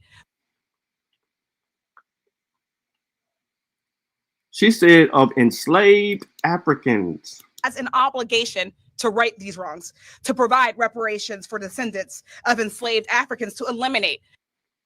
Enslaved Africans. What Tariq say? Scholarship called the African American been African American than us. Term is. The term African American has all in this land. The descendants of enslaved Africans, roll with that. If we're talking about it they're doing that very deliberately. We need reparations for descendants of enslaved Africans. Did y'all catch that? They keep saying descendants of enslaved Africans, and they're doing that very deliberately. That's not a typo. They didn't set up in their little think tanks, and they're saying that very deliberately. That is a problem. Why? That's a problem. We can't let them roll with that. If we're talking about it on a national level, you need to be talking about freedmen. Use words that are already federally recognized. That's distinct to this lineage in this land. The descendants of enslaved Africans, that's very problematic, ladies and gentlemen. We got to watch out for that. See, that goes back into the whole African American thing. See, the word African American, we got to be very real how problematic that term is. The term African American has always been a problematic term. We just didn't catch on to it because we've had respect for Africa. So we're like, yeah, we you know, these are our brothers, so we'll claim that. But it's been biting us in the ass, fam, because anybody can claim that. I want y'all to understand, anybody can claim African. Elon Musk is an African American. For real. Technically, Elon Musk is not an African American. Elon Musk cannot even claim to be an African American.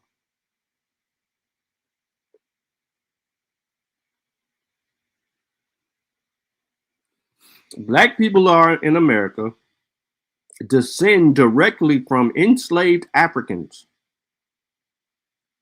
That's what makes us African American.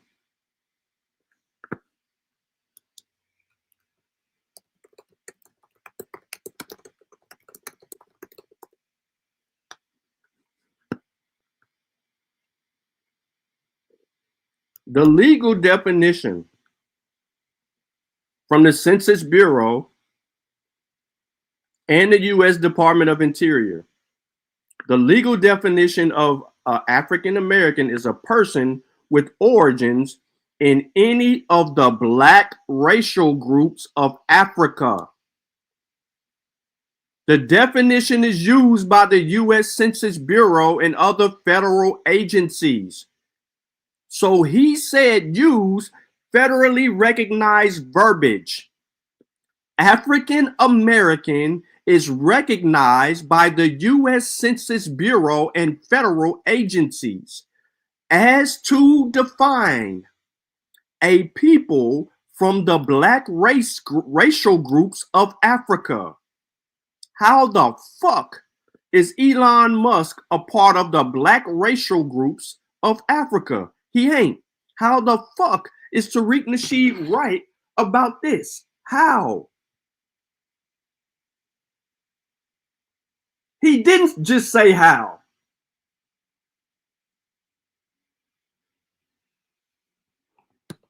He didn't just say how. You said he said how, 42. How? He didn't say how.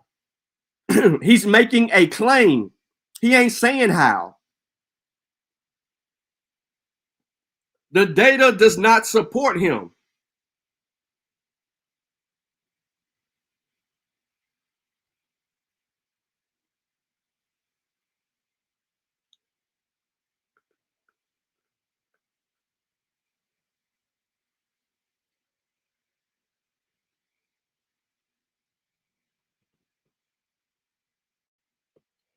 So how is he right?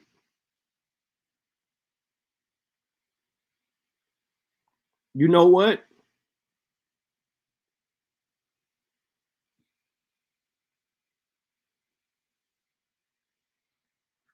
The term Black, not of Hispanic origin, is another legal definition for people with origins in Africa.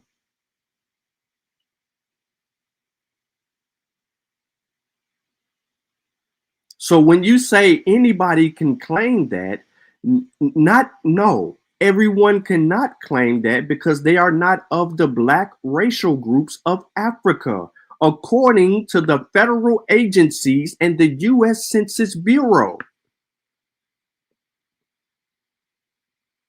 Biologically, we can provide the evidence to support the legal definition due to our enslavement.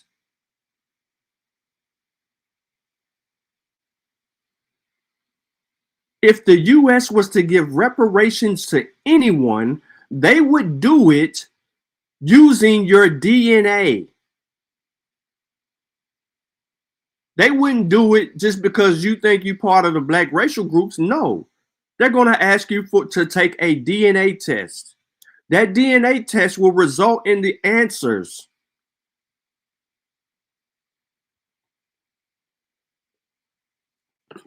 Once your biological makeup expresses that you fall within the Black racial groups of Africa and you were a part of the transatlantic due to the fact that African Americans are going to carry a certain percentage of European ancestry as well as a majority of African ancestry. That's how you come to a conclusion on who the fuck an African American is. Don't try to pseudo judo me with this late bullshit.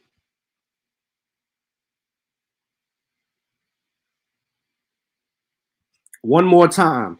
The legal definition of African American is a person with origins in any of the black racial groups of America. What are we talking about? What are we talking about? Watch this. Let me take it off the goddamn screen for my boy 42. I fuck with you, 42.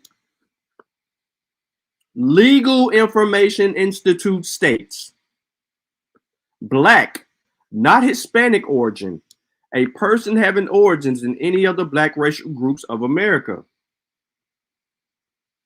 Right? Right? Now that we made that clear, right?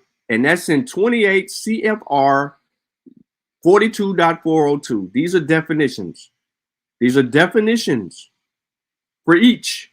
This is recognized federally. So we know if that means federally, if this is how they're recognizing motherfuckers, right? Then we also know that African American are people of black people that we're talking about in America are the descendants of the black racial groups. That's one term. There's a whole nother term. I'm just throwing it up real quick. You said he was right. If he was right, how he ain't got it right? If he was right, why he ain't got it right? When he's right about something, I'll give him credit. But when is he right? It is, you are of the opinion. No one said anything about race. I didn't say black. We said African American. We didn't say race.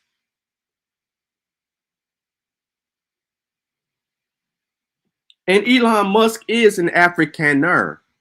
He is of European descent living in Africa. It's a big difference.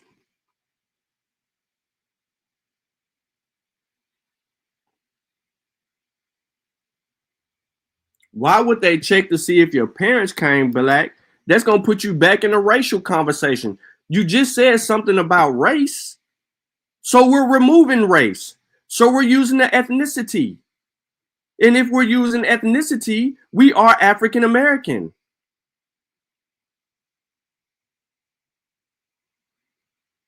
Just like motherfuckers from, right, Japanese Americans. No, DNA was not needed for that. It's not. I'm just throwing out there to just show people that we can actually get to the business.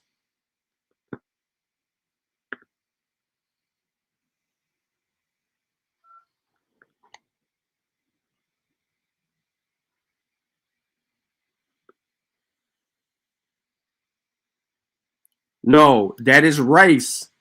That is race. That is race. That is race. As soon as you put black in front of Americans, that is race.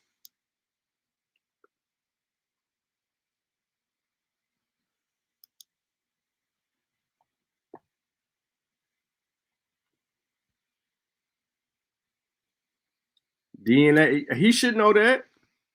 He be studying DNA. He should know about DNA and where it's contained. So, like I said before, how is he right?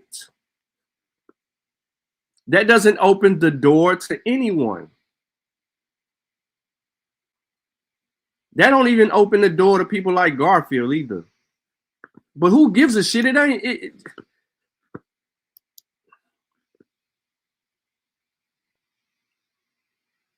So what? How? You look what you just said, bro. You just contradicted yourself. You just said a Somalian is an African American. No, he's not. He's from Somalia. He's African. He ain't an African American. He's from Somali. You just messed it up. The fact that you know where he is from in Africa denotes that he is not American. He's an immigrant from Somali. He's not African American.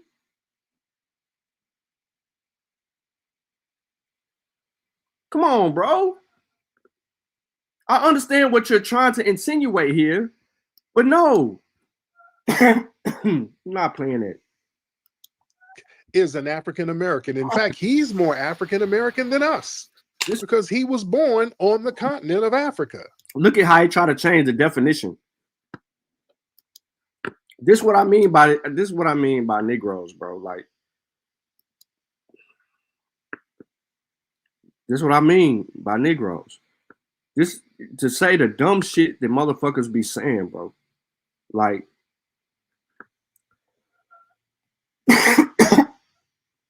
and no offense to anybody in the chat, I really don't even give a fuck how you think, because how you think don't move me. But it is very clear, according to the Census Bureau.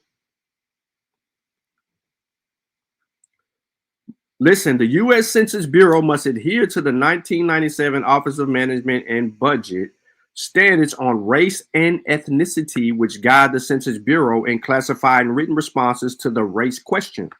White, black, American Indian, Asian, Native Hawaiian, or Pacific Islander, black or African American, a person having origins in any of the black racial groups of America, according to the census records. A Somalian is not going to put, when they do the census, that they are Somalian. Or according to what you're saying, they're going to put African American. They're not going to not check the boxes that says other and then fill it out. They're just going to say they African American? 42, according to what you're saying? Don't flip it around and say, according to X, Y, and Z, just like this dumbass nigga. I'm asking, is that what you're saying?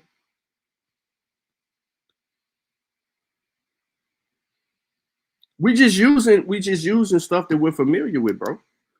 We ain't got to make nothing up. He's exactly that. Hyphenated. Egyptian American.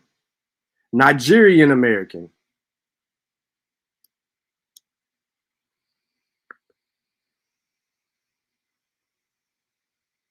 Even though they got Egyptians falling under the white category.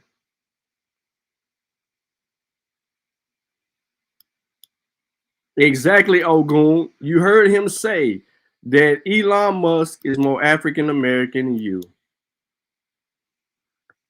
Let's hear some more. This is why I said we ain't gonna be able to listen to all of this. Dr. Claude Anderson talked about this in one of his books. In the 90s, there was, I think, which book, so I can go grab it. Which book did he talk about this?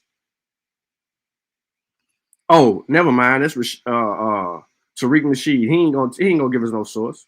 This was in Baltimore, D.C. somewhere, but they had a scholarship called the African American Benjamin Banneker Scholarship. And in this, let's research Baltimore, D.C. somewhere, but they had Baltimore or D.C. The Benjamin Banneker Scholarship. See, I ain't letting this nigga just talk me to death. A Benjamin Banneker Scholarship typically refers to a scholarship specifically designed for African American students, named after the renowned African American mathematician, astronomer, and surveyor Benjamin Banneker, who is often recognized for his self-taught achievements despite the limitations of his time as a free black man in the United States. Most notably, the Banneker Key Scholarship at the University of Maryland is a prominent example of this type of scholarship.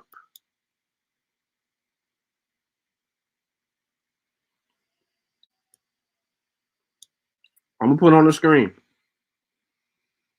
Why I keep saying the proxy can't be reached and then it reloads? Bro, what the fuck is going on with the search engine today?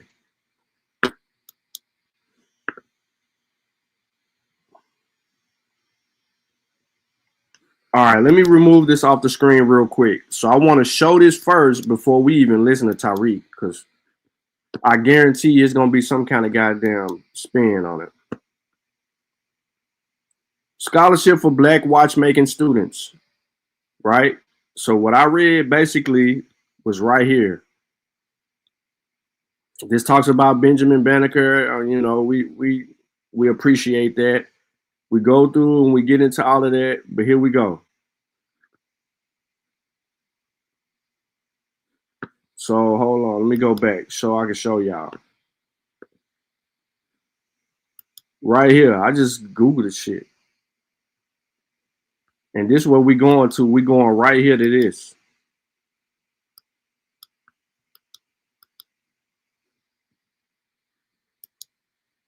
I clicked on the wrong one, my bad.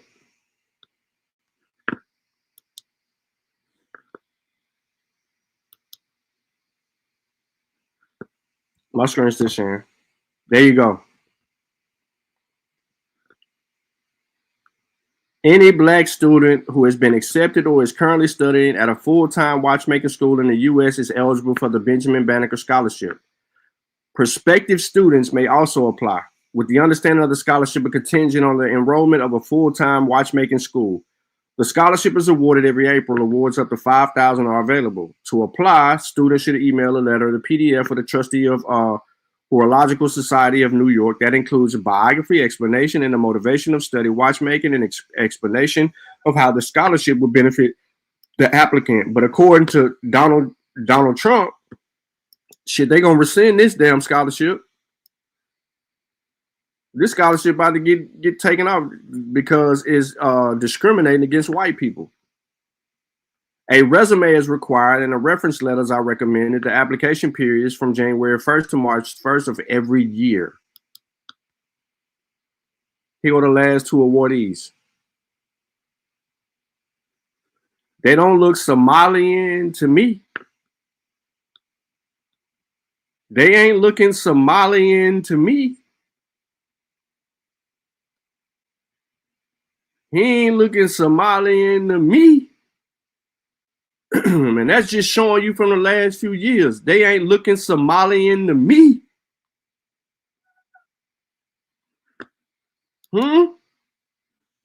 You said they looking No, sir. No, sir. I fuck with you 42, but on this subject matter, nah, bro. Sit this one out. A scholarship called the African American Benjamin Banneker Scholarship.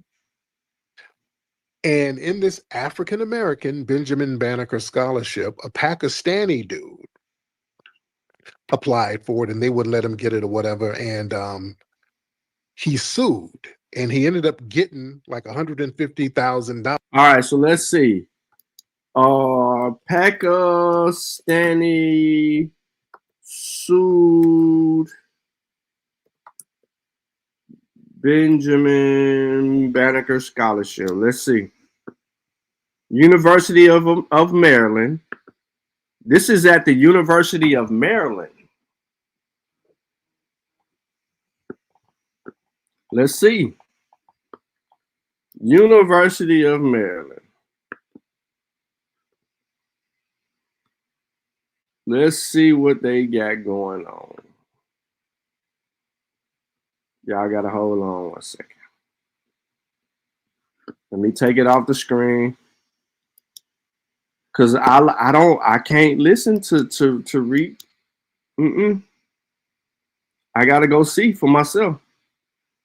The University of Maryland and College Park Wednesday will appeal to the U.S. Supreme Court in a final attempt to save scholarship program for African American students.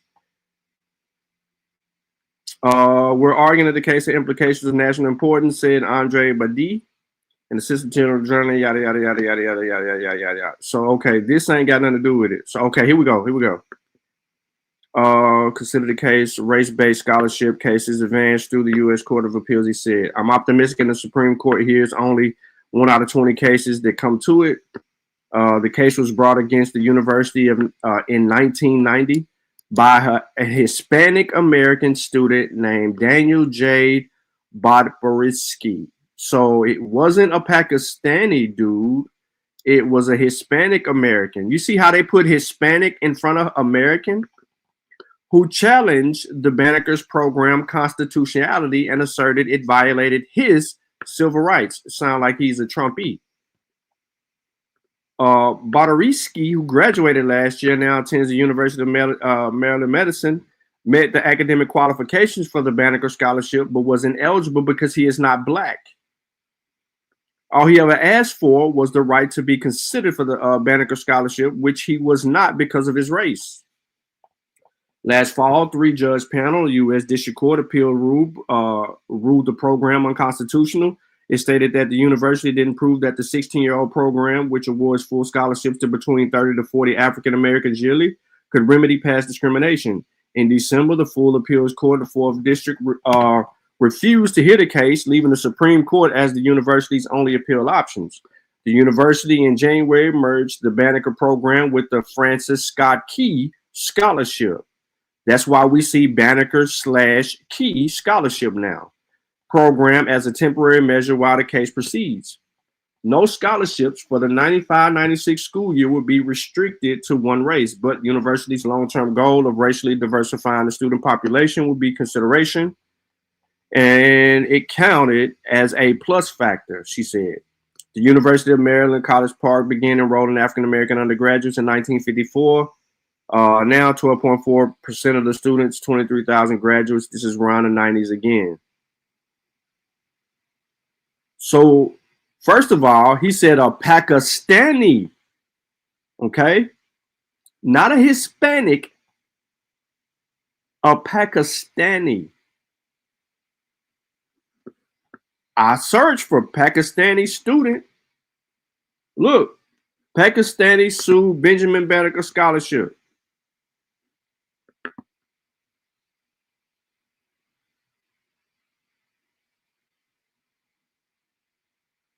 I looked for it.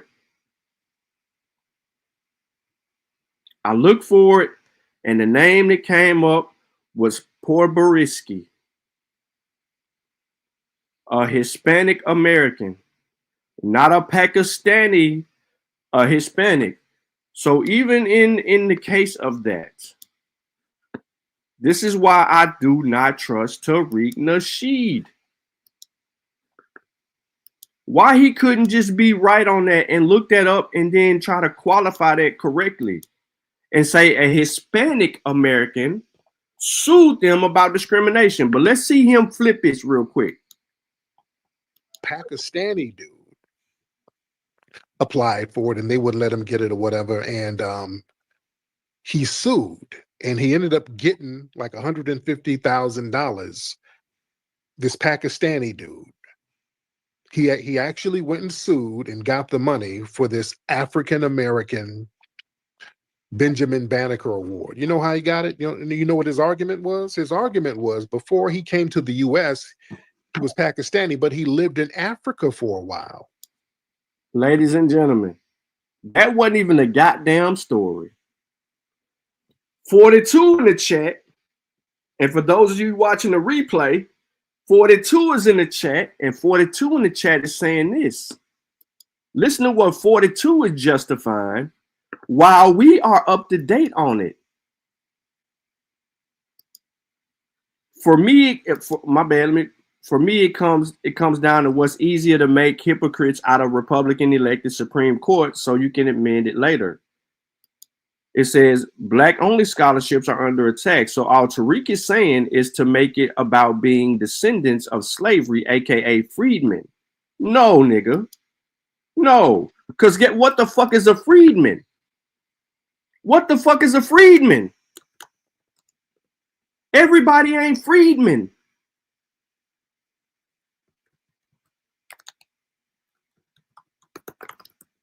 Everybody ain't freedmen, bro. How the fuck are we gonna claim freedmen? Because freedmen is also dealing with descent. And I'm going to pull it up. I'm going to pull up the freedmen's definition of it. Not the Freedmen's Bureau. I don't want that. Freedmen. I'm just going to go to fucking simple ass wiki, bro. And let me show you how they don't carry no weight. This is why everybody ain't a goddamn freedman. Freed woman or man or freedman is a person who has been released from slavery, usually by legal means. Historically, slaves were freed by manumissions, granted freedom by their owners. Emancipation or self-purchase. A fugitive slave is a person who escaped enslavement by fleeing. Now, what is the reason why I said everybody ain't a goddamn freedman? Because what about the free blacks who were already free?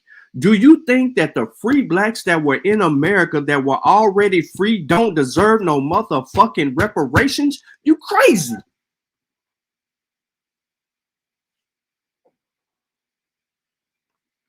What happens to the free black?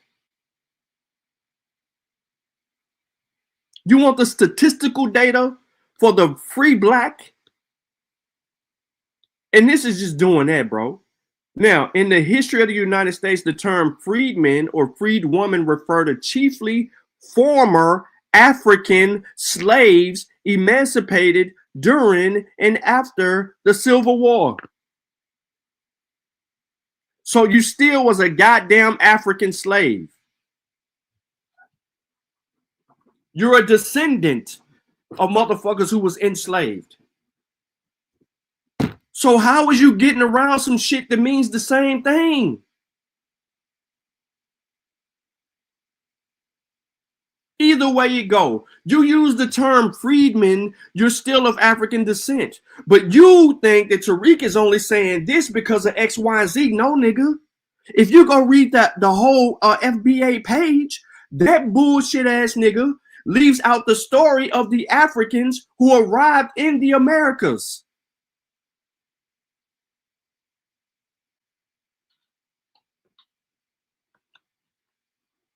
I'm not listening to her. I ain't listening to Tariq. I ain't listening to none of them. Because I know that you descend and I descend from enslaved Africans. And the reason that European DNA shows up in our test is due to our experiences in the Americas. Forcibly.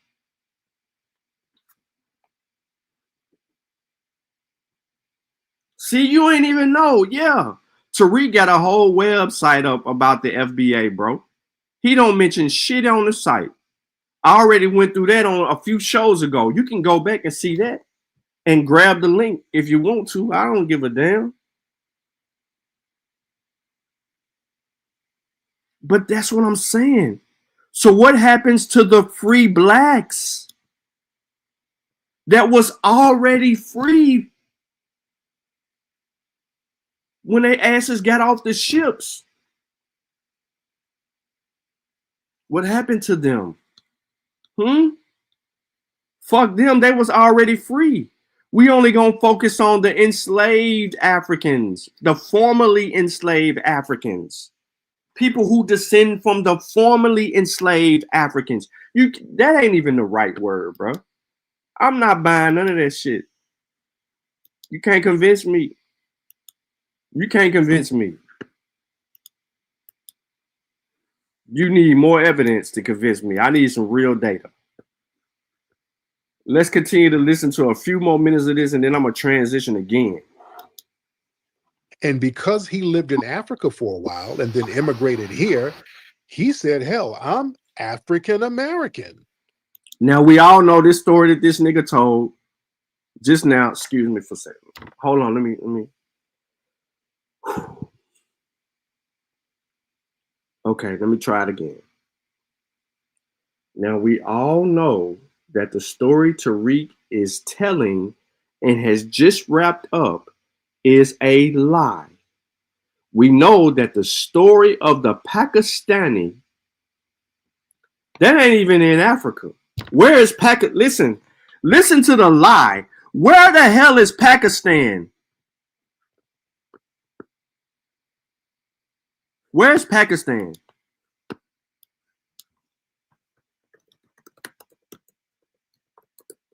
Where's Pakistan? Anybody know what Pakistan is? Where's Pakistan? He said that a Pakistani came to the Americas, went to Maryland, University of Maryland, applied for the Banneker Scholarship, said that he is an African American because he's been living in Africa all his life. Where the fuck is we getting this shit at? We're gonna run the story back so we can clear it up because I'm glad you're in the chat trying to justify your partner. So Pakistan is next to India. It's over in this. Okay, so we know what Pakistan is, ladies and gentlemen. I got it on the screen. Even if he moved to Africa, he still ain't African. He's a Pakistani. He ain't never African.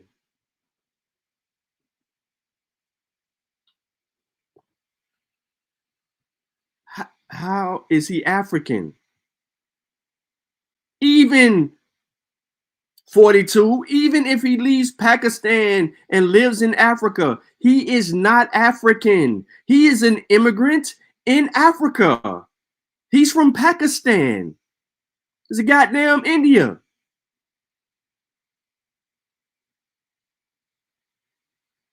He leaves Africa, come to the United States, and goes to the University of Maryland, trying to apply based on Tariq's story.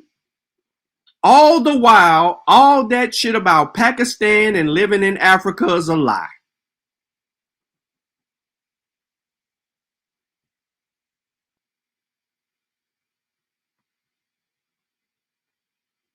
Nah, he your partner, bro. You justifying him, bro.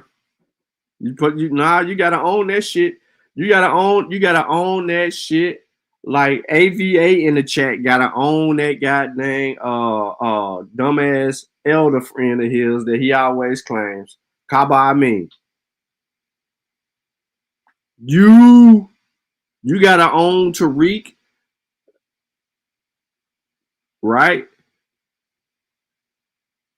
Like our dear brother gotta own Kaba Amin, bro. Willie got Kaba and you got Tariq. This shit's getting crazy. Y'all can't even see the map.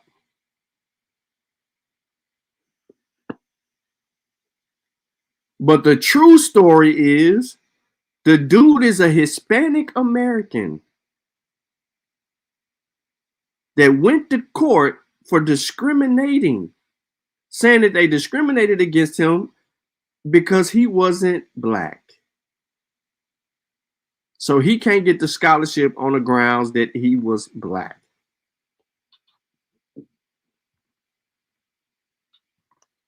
So the whole story Tariq just told us is a fucking lie. Anybody in the chat disagree with it? Oh, hold on, let's go.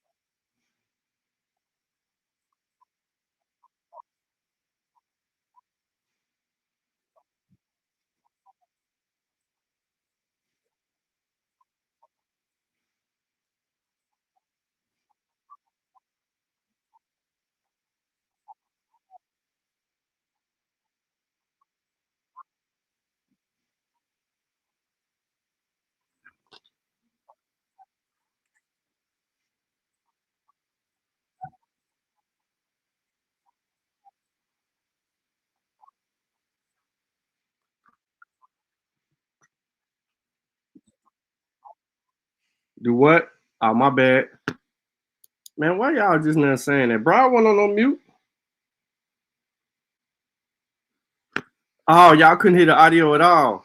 Damn. Hold on. I went on mute, though.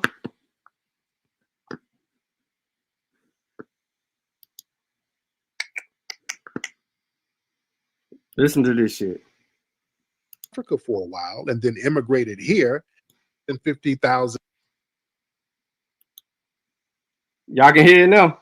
Pakistani dude applied for it, and they wouldn't let him get it or whatever, and he sued. And can y'all see? Y'all can hear it? Put a 1 in the chat if you can hear it now.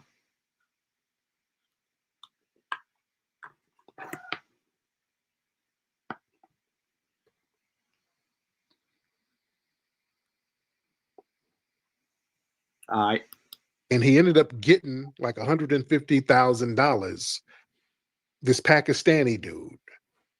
He actually went and sued and got the money for this African American Benjamin Banneker Award. You know how he got it? You know what his argument was? His argument was before he came to the U.S., he was Pakistani, but he lived in Africa for a while. And because he lived in Africa for a while and then immigrated here, he said, hell, I'm African American. And they let his ass get that money. See, we don't leave no doors open, ladies and gentlemen. That is not what happened. That is not what happened. It's not what happened. You see what I'm saying? Why would he lie like that? $150,000?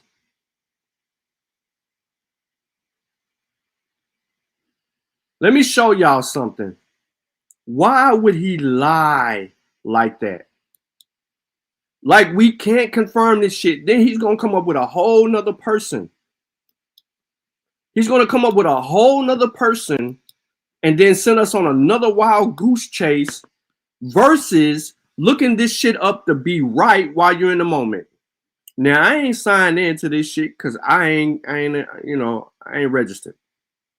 But it says, January 12th, 1996, U of A, Maryland settles with student who sued over scholarship. A check for $32,863 has ended a student's 5-year court battle with the University of Maryland at College Park. Daniel J. Podborisky got the check equal to the cost of a 4-year education at Maryland to close out a lawsuit he filed in 1990 after being denied a blacks-only scholarship at the University of Maryland. At the university, you can see that. So how the fuck did he get $150,000? Once again, what up, Chauncey? Once again, I don't believe nothing. Zero. I don't believe nothing that he says. Nothing. I don't agree with nothing that he says at all. He just sit here and made up a whole story. This kid is a Hispanic American. He's Hispanic. He didn't put the kid in Pakistan. Said he came from Pakistan and stayed and immigrated to Africa. Said he immigrated from Africa to the Americas and claimed that he was an African American. He never claimed any of that. He never claimed to be of African descent at all. He said that the scholarship discriminated against him because he was not black.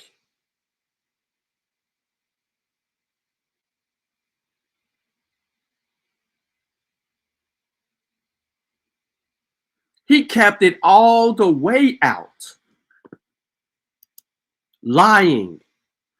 Deceiving the people. Once again, and this is a continual pattern of the type of person that Tariq Nasheed is.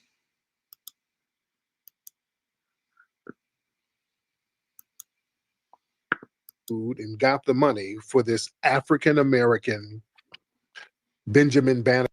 To understand, anybody can claim African. Elon Musk is an African American. For real. Technically, Elon Musk is an African American. In fact, he's more African American than us because he was born on the continent of Africa. Dr. Claude Anderson talked about this in one of his books. In the 90s, there was, I think this was in Baltimore, D.C. somewhere, but they had a scholarship called the African American Benjamin Banneker Scholarship. And in this African American Benjamin Banneker Scholarship, a Pakistani dude applied for it and they wouldn't let him get it or whatever. And he sued and he ended up getting like $150,000. This Pakistani dude. He actually went and sued and got the money for this African American Benjamin Banneker Award. You know how he got it? You know what his argument was? His argument was before he came to the U.S., he was Pakistani, but he lived in Africa for a while. And because he lived in Africa for a while and then immigrated here, he said, hell, I'm African American. And they let his ass get that money. See, we don't leave no doors open, ladies and gentlemen. We don't leave no doors open. We do not leave these doors open at all. See, the word African, that's a problematic term. That's an extremely problematic term. Y'all, excuse me, my dogs are barking in the back. See, the term descendants of African slaves, see, the reparations, that's a national debt here. It's not a continental debt. See, the term descendants of African slaves, that implies that the U.S. owes a debt to people with general African ancestry rather than a specific lineage group whose ancestors built the United States. See, that waters down the legal and the political claim for reparations. See, that makes it a global issue. It was a global issue as well. It was a global issue. Africans were taken from the continent. They were sent to the Middle East, European countries, and to the Americas. It's a global issue, my nigga. And to be even more specific, people with ancestry from Senegal all the way down to the Congolese regions in the Americas, more specifically the United States of America. Since you're talking about built on the backs of blacks.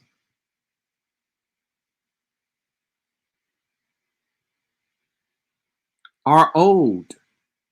Does that mean the people in the Caribbeans are not old? Does that mean the South Americans are not old? That's not the conversation at this juncture. At this juncture, this Negro is lying and making up shit to superimpose a belief onto people because he's trying to spin a narrative. If he was that much more of a political genius as it pertains to the verbiage on how to identify in the Americas, this motherfucker would have already had legislation passed even in California.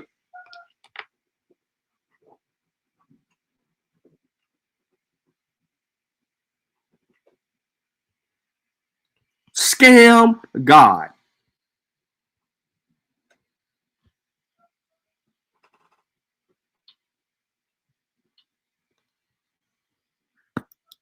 Instead, I'm going to do a little bit more of this and then I'm getting off this because he pissed me off. Of a debt that's owed exclusively to the people whose ancestors were enslaved and exploited right here on this soil. You see? We got to be very, very meticulous about the words. You see? Reparations, that's lineage based. It's lineage based. See, the term African, that in reparations, that invites the Pan-African and the race-based interpolations to it. What? See that? What? Motherfucker. What? Bro, people who are descendants of the people who built the United States are the motherfuckers who come from Africa. You're sitting here and then you insinuate something about Pan-Africanism out of ignorance to trigger your audience base because you have indoctrinated them to the use of the word Pan-African as a negative connotation that you don't understand. It just means all Africans. You know that it means all Africans, and the struggle and liberation for all Africans and the upright movement and building of all Africans across this globe, yet your ignorance will allow you to segregate yourself from the true descendants of people who built this fucking country, because now you don't even think that those motherfuckers come from Africa. You're eliminating the word of Africa as a demarcation.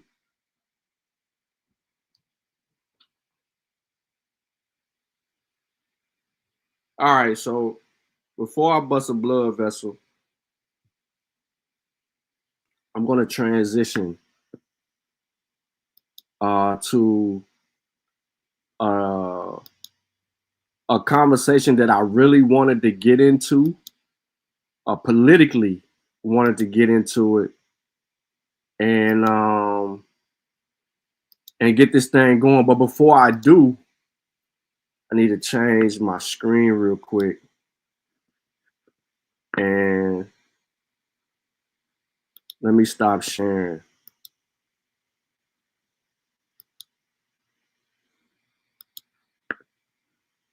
I thought I had this sucker dude up here too. Let's see. Hold on 1 second, y'all.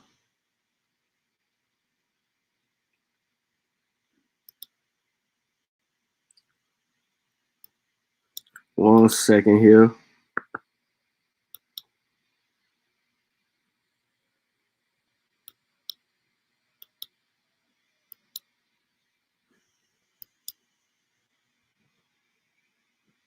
All right, so everybody should have some general idea of who this lady is on the screen. We're going to hear about her a few times, but we are definitely not playing any videos. So although I probably could play this video because this is on her YouTube page, she is dominating social media.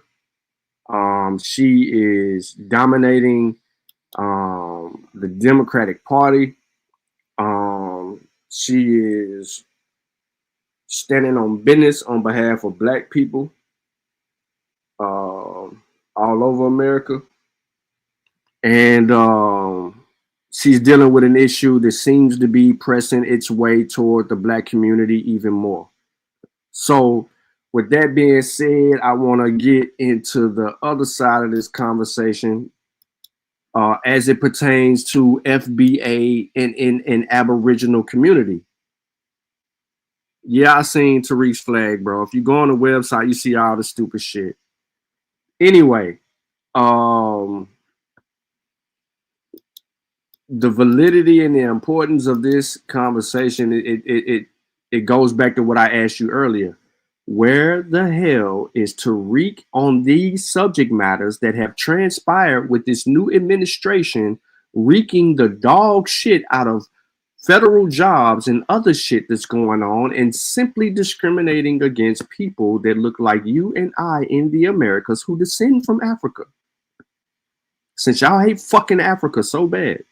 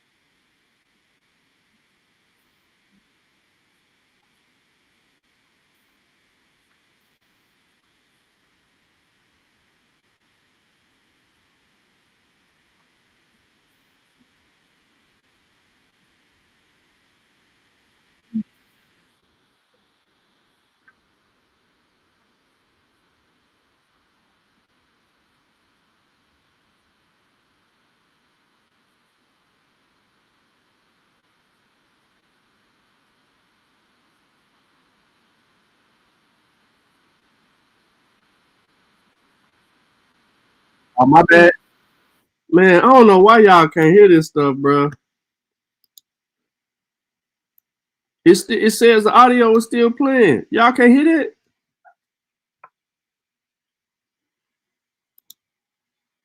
What about now, bro? Put a 1 in the chat when you can hear it, bro.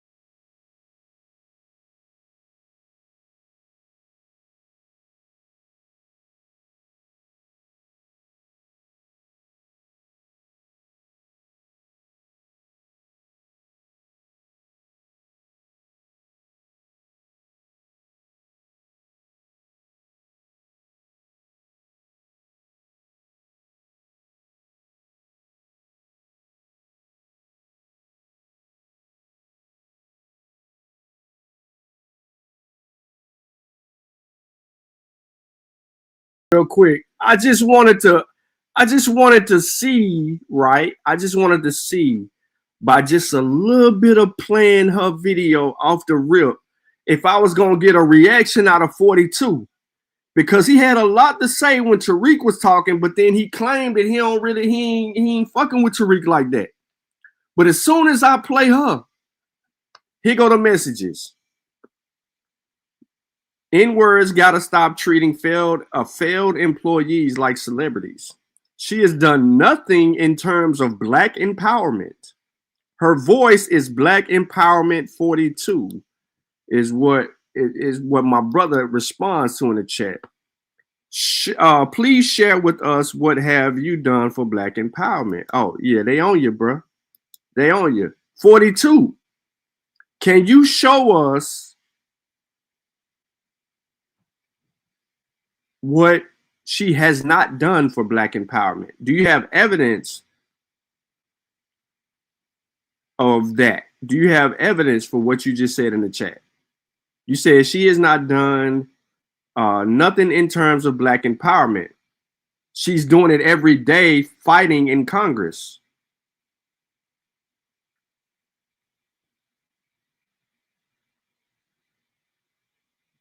No, we ain't even talking about reparations at this point. You said that she's done nothing for black empowerment. Yes, she is a representation of black empowerment. She's in Congress as a black woman handling business. She's taken on a fight that other people have not.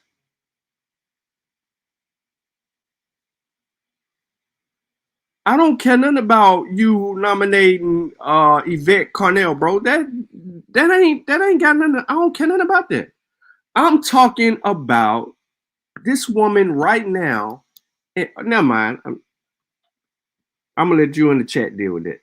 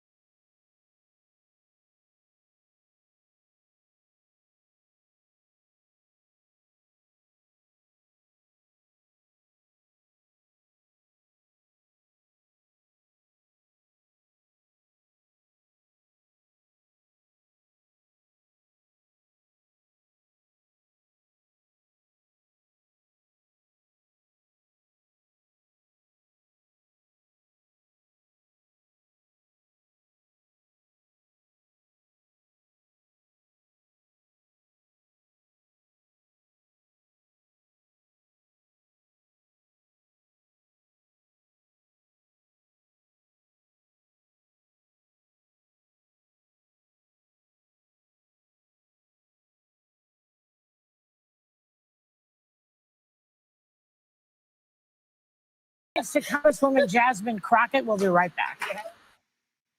All right, so that's part one. I want to play them all, and then I'm gonna come back to it. They all kind of married to each other.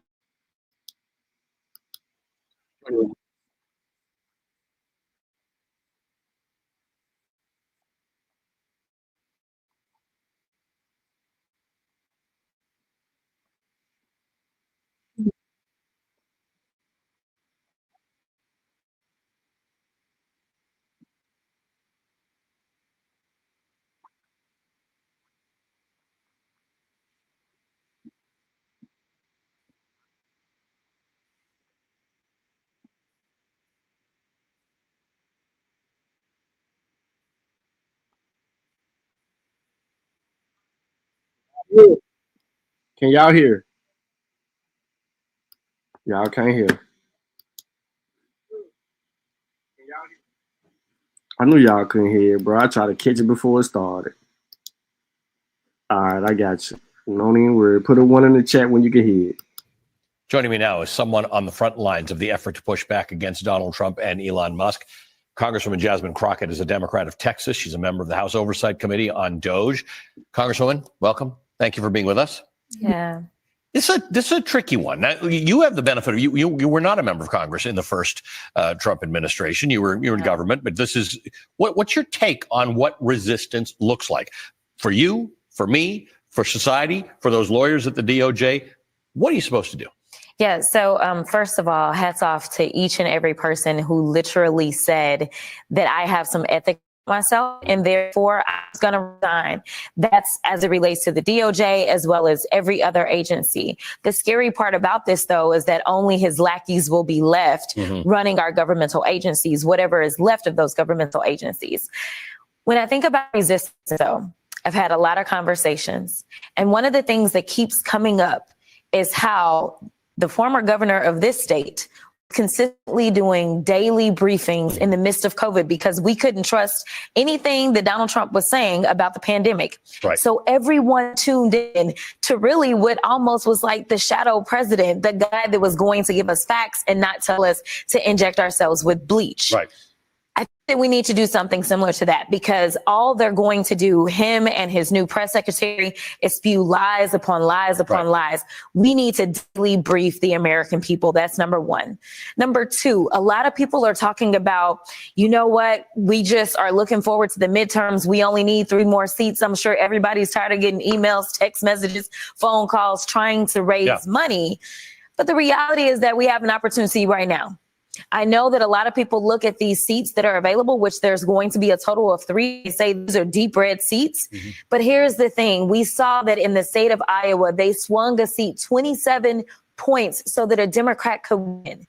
I say we have nothing to lose. We need to go out. We need to talk to those people that finally understand that the only mission that Donald Trump has is making sure that he can line his pockets, line Elon's pockets, and any other billionaire all at our expense. It's not just going to be people you dislike that are going to miss out on their Medicare, Medicaid, or their Social Security. Or down in the state of Florida, where 2 of these seats are, they are talking about getting rid of FEMA.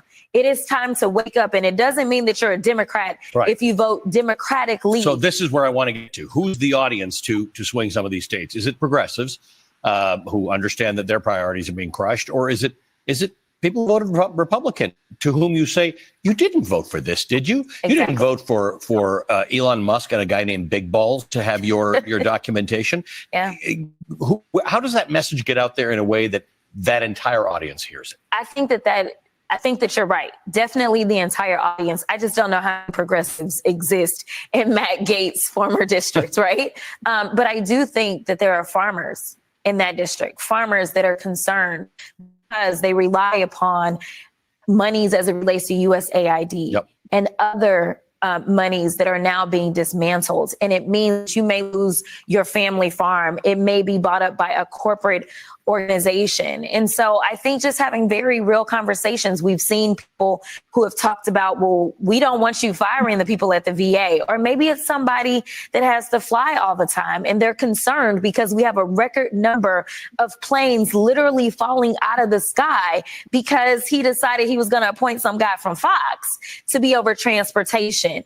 But at the end of the day, there were those that never believed that we could end up with 2 senators in the state of Georgia, and we did. There were those that never believed we could have a Democrat representing Alabama, and in that special election, we did. So I think if there's any point in time that people should rise up and figure out where should I focus my attention, it's on these special elections, and it's having real conversations on the real people talking about what's really happening and not the lies that they're putting out there. I want to go back to this idea. There are a lot of people frustrated about where a lot of Democrats are in this mix. Yeah. You're out there a lot. We've talked several times. You've got a take on everything that happens. This concept about a daily briefing. It's we've talked about whether we should act more like a parliamentary system here, where the opposition's got a job to do every day, and you see them as often as you see the prime minister. What does that look like? Have you had this conversation with a lot of your colleagues about how this looks? I've been trying to work through it because I think when we compare it to what was happening in COVID, it was just one subject. Right. And for us as Democrats, we like to have experts. We don't just want to talk in mouth, right? And so the matter of how do we know what's coming to make sure that we've got the right expert on hand. But I think that it would be great if at least maybe every Friday we have a different attorney general or the same one that talks about the status of the cases, right? I think that there's things that we can do. We can maybe decide on what days we're going to have transportation, and maybe we can pull on Secretary Buttigieg to come through and say, this is the day that we'll pick up and I will talk about what's happening at FAA. I think we also have to start having some field hearings. We've got to go into their territory. We've got to explain to people in rural America, the reason that you don't have hospitals is because of their policies. The reasons you're not going to have schools is because of their policies. The reason that you had access to more jobs, more health care, as well as the next level of farming was because Democrats were the ones that wanted to make sure that you could have broadband access. We've got to start having the conversations instead of just ceding the territory, because the reality is that right now they're trying to cut SNAP benefits. You know who uses more SNAP benefits than anybody else? It's rural America. It's not urban America. We have a story for every single person who's not a billionaire in this country, and it's time for us to tell it. So you had an interesting story, which I wasn't going to bring up because my parents watched this show, but you were involved in a hearing with Elon Musk about condoms. Right? Do you remember this whole? It wasn't with Elon. Elon, if you're watching, come through, boo, because you haven't shown up to the Doge subcommittee yet. Right. And you called him out at that subcommittee. Yes. But this became weird because Buddy Carter, your colleague from Georgia, started talking about how we were giving condoms to the Taliban. And then Donald Trump himself, then it became about Gaza, but it would have to have been about 7,000 condoms per person. And then he said it was just Hamas, which none of it made sense. But it caused a lot of people to have to run around and follow the story and find out that we give condoms as part of USAID to prevent the spread of HIV to a place in Mozambique called Gaza province. Correct. This is the nonsense we have to deal with here. It's not even just nonsense. It's just that they're idiots. I mean, these are the same guys, remember, as it relates to our nuclear stockpile, right? They're like, oh, wait a minute, we needed those guys? Yeah. Oh, can we get them back? Oh, we don't know how to. Like, I don't know how anyone in this country can look at this administration and feel some semblance of any type of confidence, right? And this is all at the same time. Like, Elon doesn't want us talking about the fact that he has received almost $1 billion worth of new contract money from the U.S. government in just 2 weeks. Yep. $400 million for Tesla and over $300 million for SpaceX. This is nothing more than a money grab. He's not out there trying to save money for the American people. That's not what he's doing. He's lining his pocket. And at the same time, he's outraging people who don't know exactly how we spend our money and how it benefits us to make sure that things like HIV and AIDS doesn't become the worldwide pandemic that it used to be. Yeah. Exactly. Same thing with everything else that we're dealing with, because now we know Ebola was found where? Here in New York. I mean, we need people that are experts, not idiots that play on Fox News or play on the internet.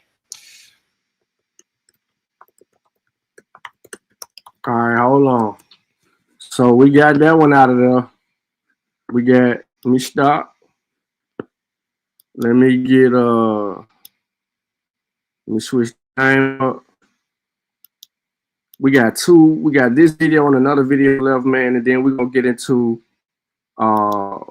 this other conversation. Now, I'm playing this for a reason.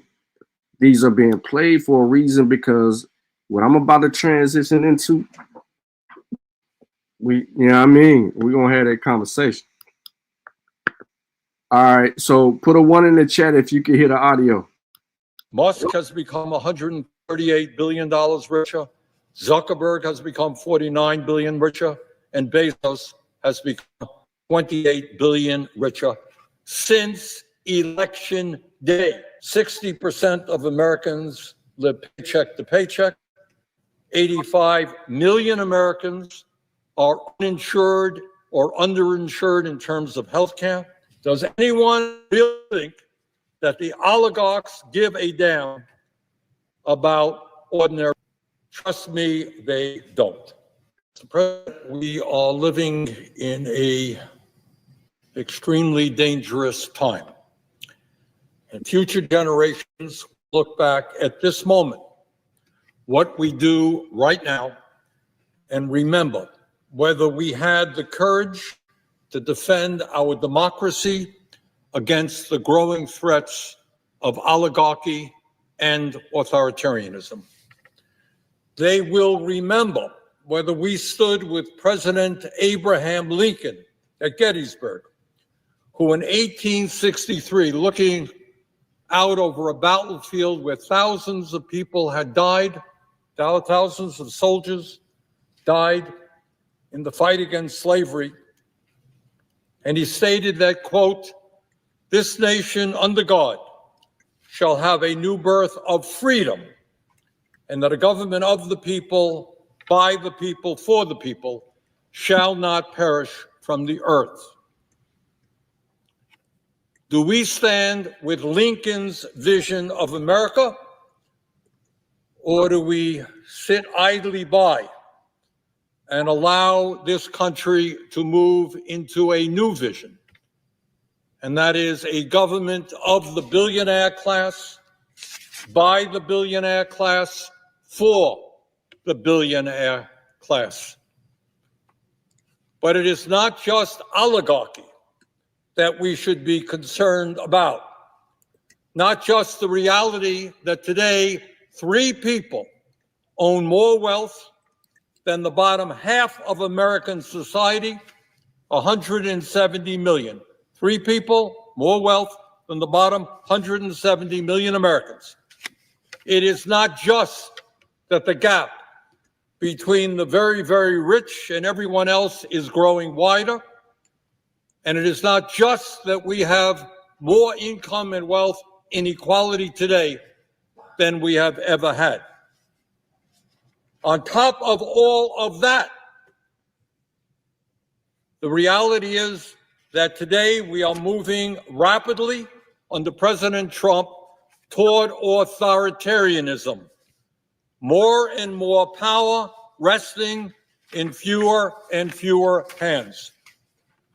Mr. President, as we speak right now, Elon Musk, the wealthiest man on the planet, is attempting to dismantle major agencies of the federal government which are designed to protect the needs of working families and the disadvantaged. These agencies were created by the U.S. Congress, and it is Congress's responsibility to maintain them, to reform them, or to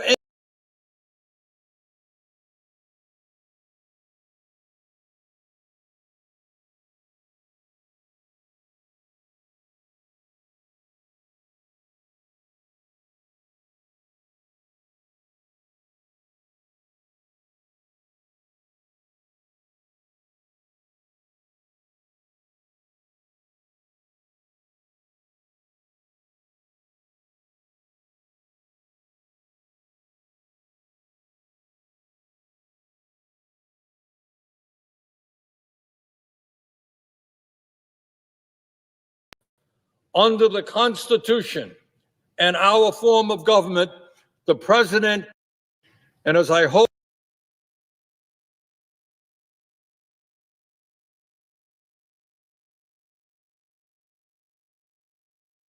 an outrageous and clearly unconstitutional act.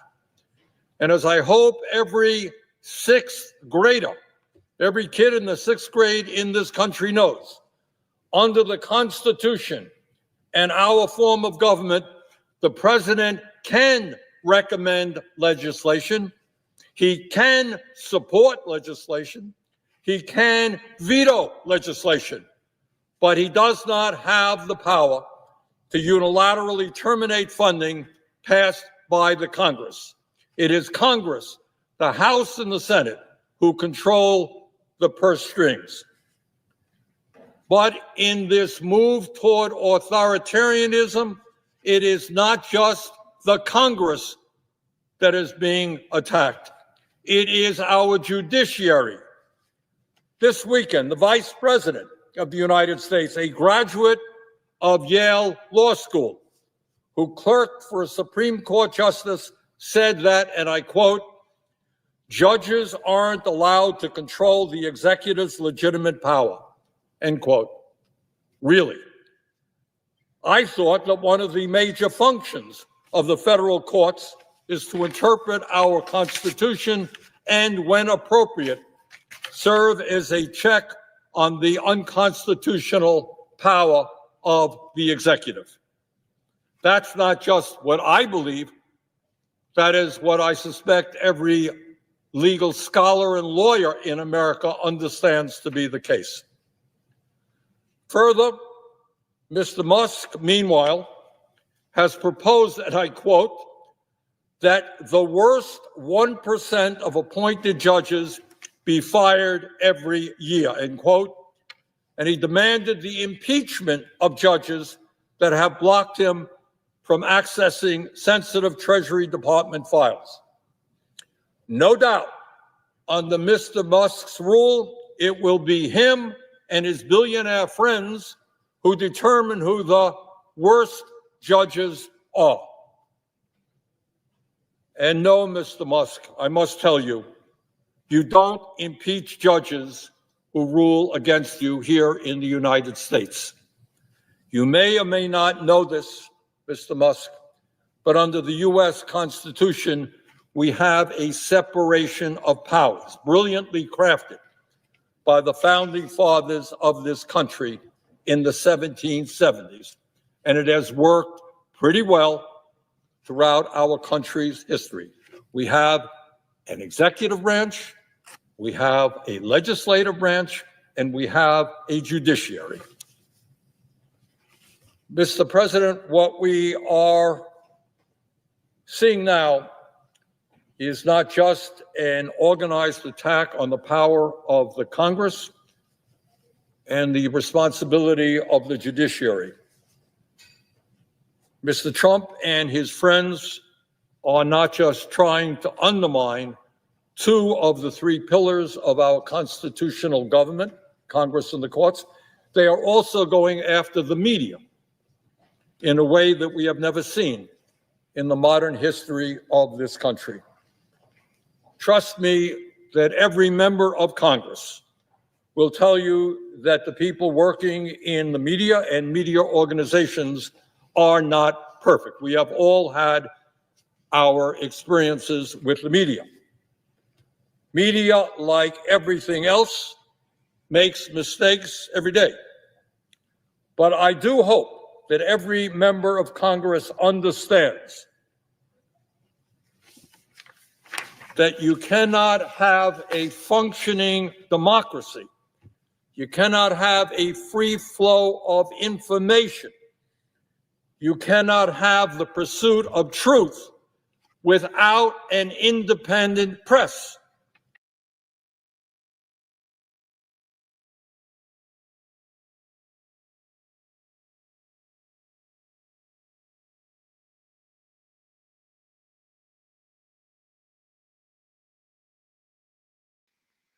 All right, so that was Bernie. Y'all probably couldn't even hear it, bro.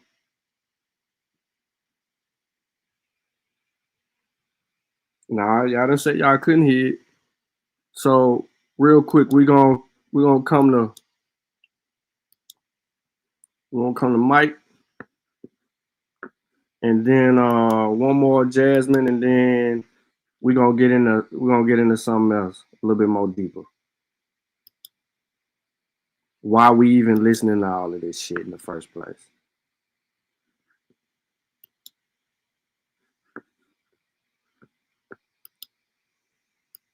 And now, for a moment of clarity.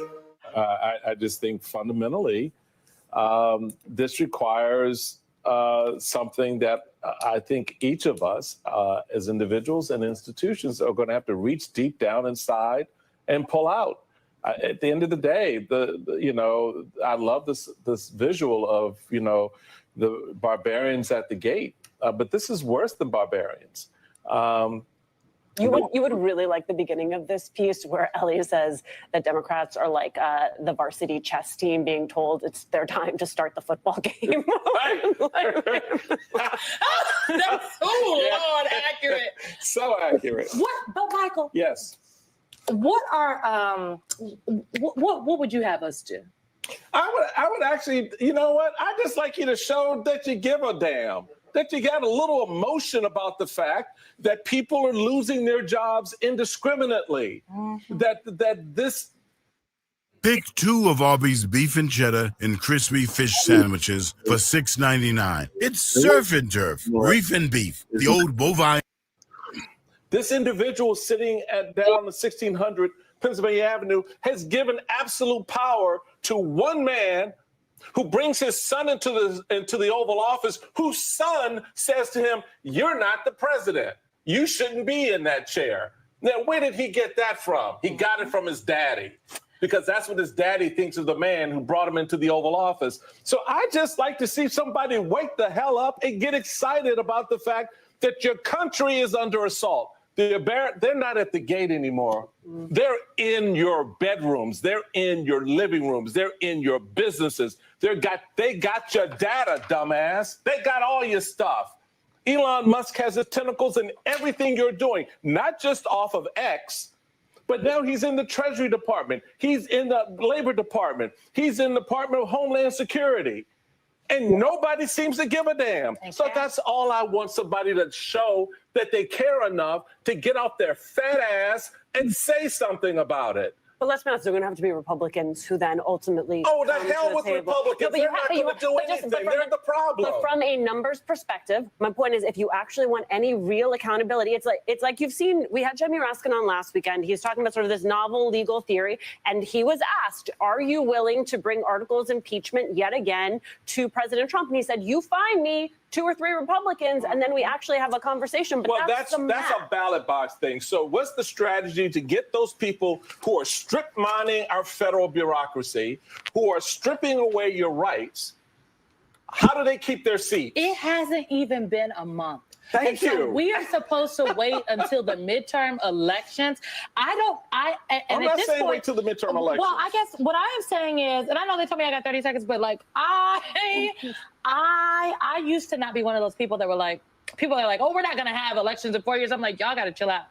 I am thoroughly concerned about how we survive. And it just makes me think about this movie that I saw on the plane a couple months ago, Civil War. It wasn't necessarily great, but I know we got to go, but in the movie Civil War, like all hell was breaking loose in Washington, D.C. and in places all across the country. And there were people in the middle of the country that were just living their lives like nothing was happening. I think that is actually where we are. And there are going to be a lot of people that are going to continue to just go on about their daily lives as though Rome is not burning. Well. And then Tulsi Gabbard, I know Tulsi Gabbard, okay? All right. I've traveled with Tulsi Gabbard. She's not the one y'all want. I think we just leave that right there, because that says it all. Well, look, none of them are the ones we want, but they are the ones Donald Trump wants, and he's now got them. And the Republicans abdicated their advise and consent role because they figured capitulation was safer. than actually doing the constitutionally mandated. Safer to themselves. Safer to themselves, because that's at the end game. Because they don't want the heat from Donald Trump. You know, the heat from the American people, the heat the Constitution puts on, the pressure the Constitution puts on them to do the right thing. You know, I got some folks who, you know, blew back on me yesterday when I said the hell was Republicans, and I said it for a reason. And this is an example of the reason. Because when you abdicate the things that the party once stood for and held up as a standard to all others and held them to that standard that they then now tear up because one man with orange skin and fake hair is sitting downtown telling them what to do, how high to jump, what hoops to jump through. They value that more than the words written on parchment 248 years ago. You know, it's so crazy because I think people hear Michael Steele and they're like, well, of course, he's with the Democrats now. But I want y'all to know, because I listen to Michael Steele every weekend. He is a real Republican. Here we go. He is a real Republican. And frankly, he's still a Republican, Alicia. He's just not a Trumper. Okay, but he's a Republican, okay, who understands that he's a black man in America, but very much so a Republican. Very much so. And so you stand for those conservative values and the things. I would love for us to sit around this table and for you guys to come after me on big policy differences that we may have in the approach to solving problems. Yeah, it's so quaint. Because, right? How cute. That's right, exactly. I can't wait for that day. But that's not the discussion we're engaged in right now. And this is where everyone has to recognize that the labels don't mean jack. They're using the labels against your interest, your self-interest in the country. And they're making you feel that if you're part of their tribe, that's better than being with the country, than being with the democracy and the Constitution that they're trying to tear up. Because Donald Trump wants it rewritten, and he's rewriting it live every day, through the actions of this fake agency called Doge, through the implementations of that by one man known as Elon Musk, whose son, just go back and listen to what his son had to say about Donald Trump. Not about him, but to him. And that should tell you, and the fact, next time you're in the Oval Office, Elon Musk, take your damn hat off. Show some respect. Check this out. I'm going to show you how I afforded this car. Okay, you ready? All right, $118 for car insurance. If you're going after waste, fraud, and abuse, and we've been doing those, putting those three words together for over 50 years, right? Every administration, Republican, Democrat, every Congress, Republican or Democrat, from Nancy Pelosi as majority leader to John Boehner, Newt Gingrich, everybody's going to tackle waste, fraud, and abuse. There is a way to do this in which you are systematically looking at programs and you're looking at departments and you're saying, we got these EFTs that we don't need. They're not filled. There's nobody in this job right now, hasn't been in this job for. That is waste. That's waste. So let's either eliminate that position or consolidate it. That's what Doge is supposed to be doing. But oh no, folks, what they're starting with DEI, a very specific criteria. You either touch it directly or even indirectly. But it gets even better in the Washington Post story. The veterans? Yes. Yes. Go there. The groups targeted are Veterans Affairs Office that works to ensure all veterans receive equal access to care, and an office within Health and Human Services that provides information about the health of minority populations. So veterans of DEI. What authority are these coders and these young people, these aides that work for Elon Musk, do they have to fire people? Like, this is, I would like the noodle-spined Republicans that serve in the United States Senate and the Congress to do something, to speak up, to say something. This is a purge of dedicated public service from our federal government. The thing, but the ultimate takeaway here, folks, to understand is that, do you really think the purge stops with federal employees? Come on. You really think that's where this ends? That this stops at federal employees? When you've got the media apparatus sitting there. You've already seen the assault now on the sort of cultural nonprofit. Oh, Donald Trump is down the head of the Kennedy Center, right? As president of the United States, purging the culture through the arts. So if y'all just get comfortable thinking, well, that's just a federal employee and I'm not a federal employee, think again. Catch Michael Steele on The Weekend, Saturdays and Sundays, 8 a.m. to 10 a.m. on MSNBC. Okay, so that was Steele. And then we got one more, bro. We can get back to it. Y'all cooked 42 in the chat. 42 in the chat trying to hold on. 42 in the chat trying to hold on, bro. He ain't about that action, boss. 42 ain't about that action.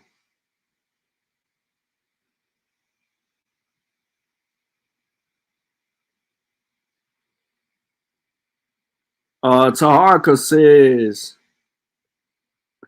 says, one good thing about it is that Trump will give Putin whatever he wants, and Putin is helping Africa. What is Putin doing in Africa? Taharka, what is Putin doing in Africa? He doing the same shit the Chinese doing, bro. Trying to position himself to steal gold. Y'all see me put up a post the other day talking about how much more gold has been generated in Africa. It's a reason for that. He's looking for a position. All right, so I might do a little bit of this, and then we're gonna transition into affirmative action. Jasmine Crockett, she is the vice-ranking member on the House Y'all let me know if y'all can hear this shit. Oversight Committee, and now a newly minted. Hold up, can y'all hear this shit? Put a 1 in the chat if y'all can hear. Joining me now, Democratic Congressman from Texas, Jasmine Crockett. She is the vice-ranking member on the House Oversight Committee and now a newly minted member of the DOJ Subcommittee. Welcome, my friend. It's good to see you. Let's get to what you'll be doing serving on this committee. It's led by Congressman Marjorie Taylor Greene to provide oversight to DOJ's efforts. Do you know why they went after access to the federal government's payment system? I have no idea, but I don't have any positive thoughts when it comes down to it. I appreciate that you played the clip of Jamie Raskin, and as you know, Congressman Raskin asked, why do you need access? I mean, here it is. I'm a wholly, fully elected member of Congress. I don't have that kind of access. So when you start talking about who should have access to literally the system that controls approximately $6 trillion of our dollars, I don't really understand, because the people that worked in those positions could only distribute money per the law. So why is it that the DOJ committee would have to have access? And that's not the place that you go to look for cuts. You look at our budget, which it is Congress that has the power of the purse. You look at our budget, you help the president come up with his proposed budget, and then the House and the Senate will decide what we send to his desk, and he gets to decide whether or not he signs it into law. He should not have access to this. And with people already having angst about Elon Musk and the things that he does as it relates to technology, this is not instilling anything more than another layer of fear, especially since normally when you are going to be in a position like that, you have to go through security clearances. And let me tell you, some people think security clearances are all about whether or not you have a warrant or not. No, they look at whether or not you have some sort of divided interest. They look at whether or not you have good credit. They look at so many other things. And we're talking about someone who's unelected, unvetted, and definitely unconfirmed, that is now literally sitting atop our $6 trillion, and we don't know what it is that he's doing, and we honestly don't know what role he has. Look, you have well articulated some of the bad thoughts as you described them at the top here. The question is, does Musk's team now have the power to actually disrupt federal payments? In my opinion, they do, but I honestly don't know. We still don't know really what DOJ is in the first place. I mean, listen, think about it like this, Alex.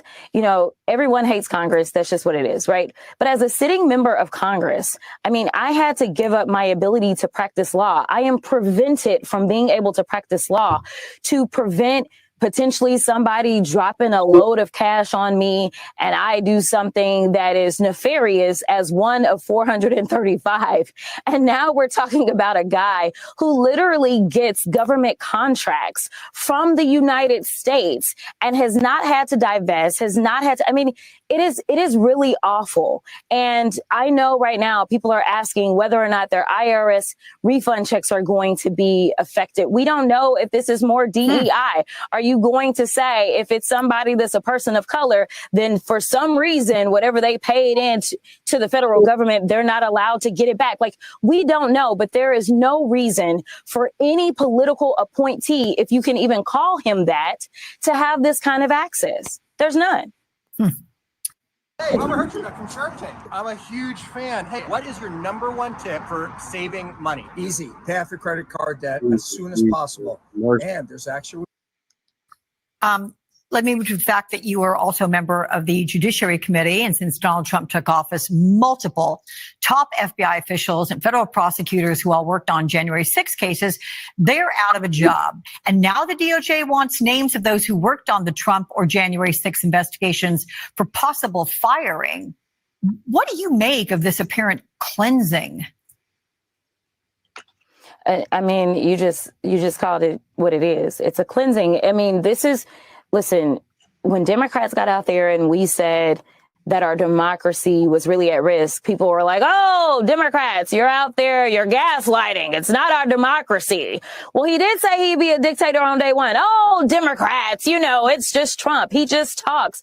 Well, let me tell you something. He is doing more than talking. We talked about Project 2025. We talked about the consolidation of power. We talked about how he wanted to be a king. We talked about in a democratic republic, that is not what it is. We have some sort of checks and balances, and he is doing everything that he can to get rid of those checks and balances. The DOJ and the people that he's going after were simply doing their jobs. The problem is that Americans thought that it was okay to take a full-fledged criminal and make him the president of the United States, and then they want to act aghast when he does criminal things. Let me tell you, we have a thug in charge of the United States, and if we don't wake up, we may not have a United States, because right now he has only been successful in being a divider in chief.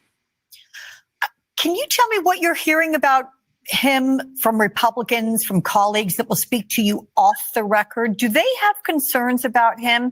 No names, but are you hearing concerns? I do hear concerns. And let me make sure that I get this timeline together for the American people. Number one, he was sworn in on January 20th. That was on a Monday. We were supposed to be in session from Tuesday to Friday of that week. They canceled our Friday votes. So we have only been in session Tuesday, Wednesday, and Thursday of the week that he was sworn in. No other days. They decided to take advantage of the fact that Congress was not in and started to unravel and break as many things in our democracy as they could without us being here. But I can tell you that even when we went through the CR vote, there were Republicans that silently or in the background were cheering us on and saying this is wrong.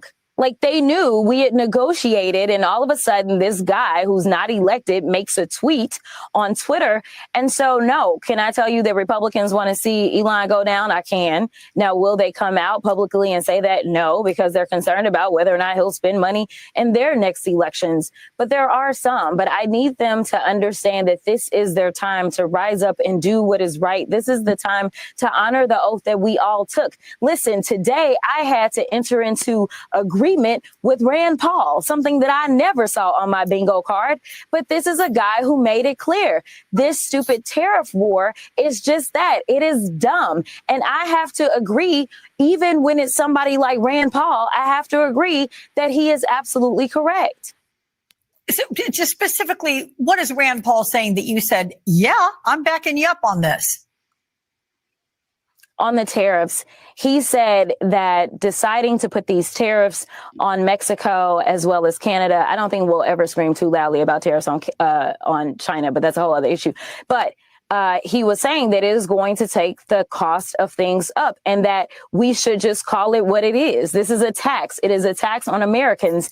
And his attitude about it was, allegedly, the Republicans don't like to do taxes. So why are we raising taxes on the American people? But that's exactly what it is. It's a tax on us. We are the ones that are going to pay. Can I just ask you, didn't you hear Donald Trump say many times during the campaign he was going to lower prices for the American people? Won't this have the opposite effect? Now, you know, I tried to ignore a lot of the things that he said. But yes, he did say that. He did tell that lie. And we know we've got historic prices right now on eggs. For everybody that said they voted because of the price of eggs, they have only gone up. And just saying that you're going to lower something with only offering concepts of a plan was really the giveaway that he did not have a plan to help you lower the cost of food. Instead, as we are seeing these raids that are taking place, we know that we've heard from farmers that people aren't showing up to work. And the reality is that every single city that I've campaigned in, I would ask people, tell me how many of you plan on going into farming or sending your kids into farming. So you explain to me how that food is going to make it to the grocery store if there's no one that is actually willing to go out and work the fields. And now let's talk about the foods that we get out of Mexico, whether it's our avocados, whether it's our strawberries, the things that we import. Let's talk about what that's going to look like when Mexico says, oh, okay, well, they put a tariff on it. All that's being passed on to us. And then when it comes to people, especially in my state of Texas, where we are one of the largest traders in the world, not just the United States, but in the world, Texas is our own economy. And now our biggest trade partner, Mexico, is saying, you know what, we're going to slap these tariffs on. What does that mean? Those businesses that are doing trade are now going to be hit because people in Mexico may not be buying those items because now they are going to be too expensive. It's always sobering to talk with you, I have to say, but you also managed to bring a smile to my face with your. Okay, listen. That's the end of that. Now I got 42 hype in the chat. He been getting beat up by what's new. Tariq even threw some shots. Keisha threw some shots. You know what I'm saying? He took on about 4 or 5 people in the chat. But I really don't, I really don't want to get into that. The end game and the reason why I wanted to play those videos, let me delete the overlay, was because it has very good significance on the FBA Trump supporters. They are absolutely quiet. They ain't even doing shows about Trump. Like they ain't even doing them shows. They ain't even told y'all yada yada yada. They ain't doing them shows. People losing jobs. We ain't got the money. They ain't even got their tax. They ain't got no income tax. It's gonna be March. Them things usually roll late February into March. Some people should be gone before March. They ain't got them income taxes. They ain't saying shit about Trump. But up into the election and after the election, all we got was this whole thing about FBA and Trump and anti-Kamala and all this other bullshit. Where the fuck are the Negroes for Trump? Y'all created a group called Negroes for Trump. Y'all ain't said nothing. Nothing. We're hearing more from urban, Dwight and them, farmers complaining about losing their jobs to Trump, and they were supporters. Then we are hearing from y'all and y'all supporters. You told Black America that we needed to be for Trump. And I go look at y'all YouTube channels and y'all talking about everything other than what y'all was talking about up until the election. Flat Earth, red pill, blue pill, talking whole nother shit. Like, all the pseudo channels, y'all ain't even on the whole Trump shit. Y'all just faded to the black. Like how I did that, faded to the black. Don't steal my shit. So that's that on that. Now I want to kind of get into this last thing, man, and I want to see how this go. Really, I want to see how this go. So let me pull this shit up. And I just want to touch on one other intricate part. All of that policy talking, hearing from Jasmine Crockett, Bernie Sanders, and Michael Steele, the Republican, right? If y'all can't peep what I just did, we heard primarily from a black woman, a Democratic black woman, a Republican black man, and then an independent white man.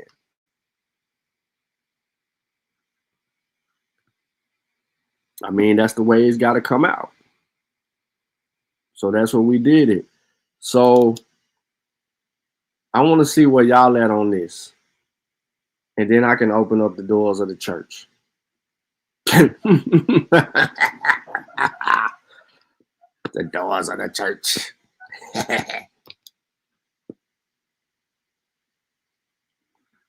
Doors of the church.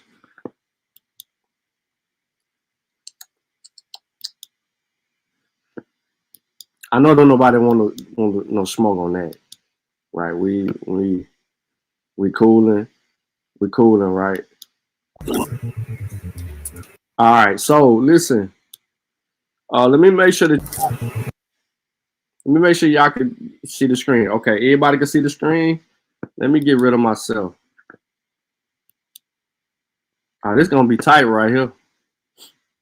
This gonna be tight right here. Yeah, buddy. Gullah. Hey, Ali, damn sure right.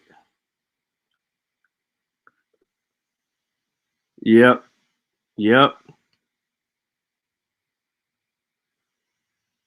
they thought Trump was gonna give them stimulus checks for sure. I don't know where them Negroes at. They sure was like thought they was gonna get stimulus. But let's go.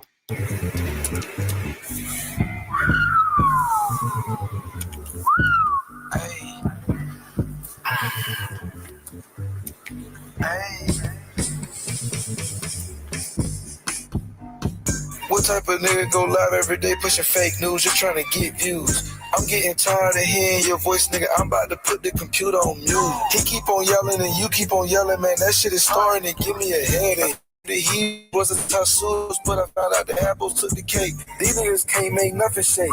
I'ma be real, I can't even relate. Even up 3 days, he need an e-break. You're supposed to agree with me, this ain't a debate. That's why apples always die at their source. No, you land your plane, nigga, you off course. What the fuck I'm talking about that for? That nigga said Rosa Parks was fake.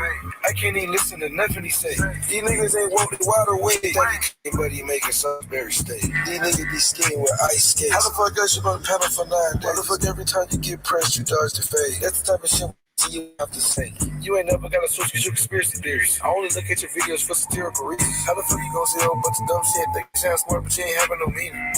Nigga, how you say a whole bunch of dumb shit that you sound smart nigga, you ain't having no meaning. Like 42 years old online and you doing all that yelling, you can't handle your breathing. I don't know why you keep going live at this point. Bad marketing.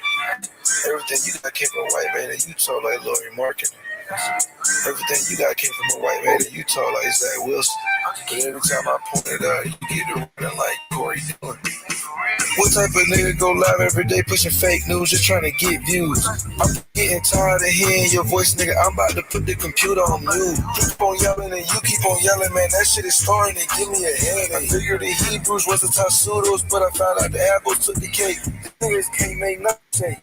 I'ma be real, I can't even relate. Even up 3 days, he need an e-break. You're supposed to agree with me, this ain't a debate. That's why apples always die at their source. You can't play, nigga, you off course. What the fuck you keep on talking about that for?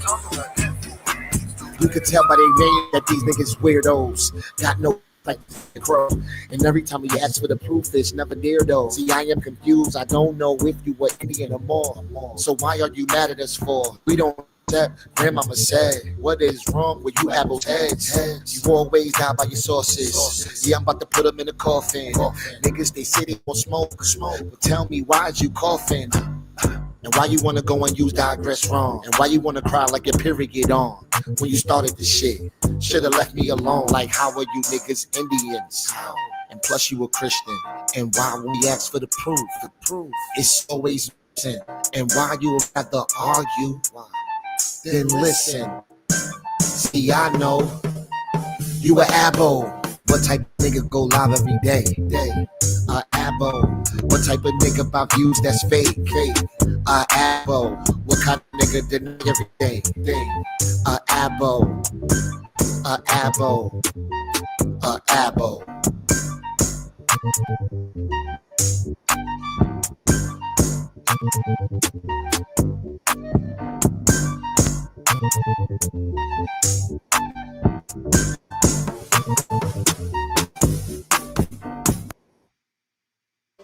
We were discussing the distinction that Rawls draws between two different types of claims.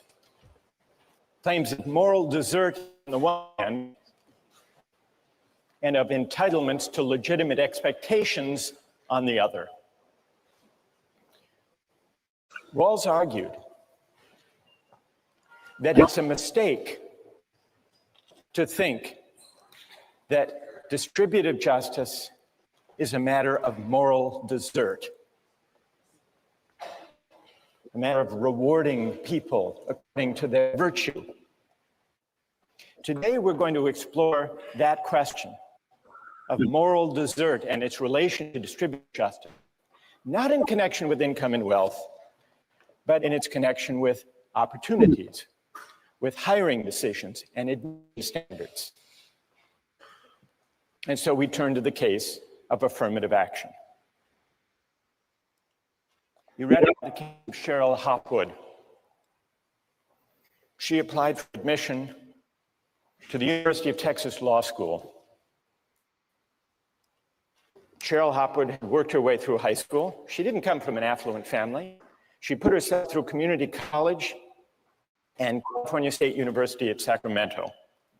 She achieved a 3.8 grade point average there. Later moved to Texas, became a resident, took the law school admissions test, did pretty well on that, and she applied to the University of Texas Law School. She was turned down. She was turned down at a time when the University of Texas was using an affirmative action admissions policy. A policy that took into account race and ethnic background.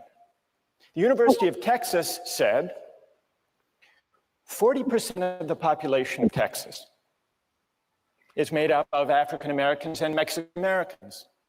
It's important that we, as a law school, have a diverse student body. And so we are going to take into account not only grades and test scores, but also the demographic makeup of our class, including its race and ethnic profile. The result, and this is what Hopwood complained about, the result of that policy is that some applicants to the University of Texas Law School with a lower academic index, which includes grades and test scores, than hers, were admitted, and she was turned down. She said, she argued, I'm just being turned down because I'm white. If I were a member of a minority group with my grades and test scores, I would have been admitted. And the statistics, the admissions statistics that came out in the trial confirmed that African American and Mexican American applicants that year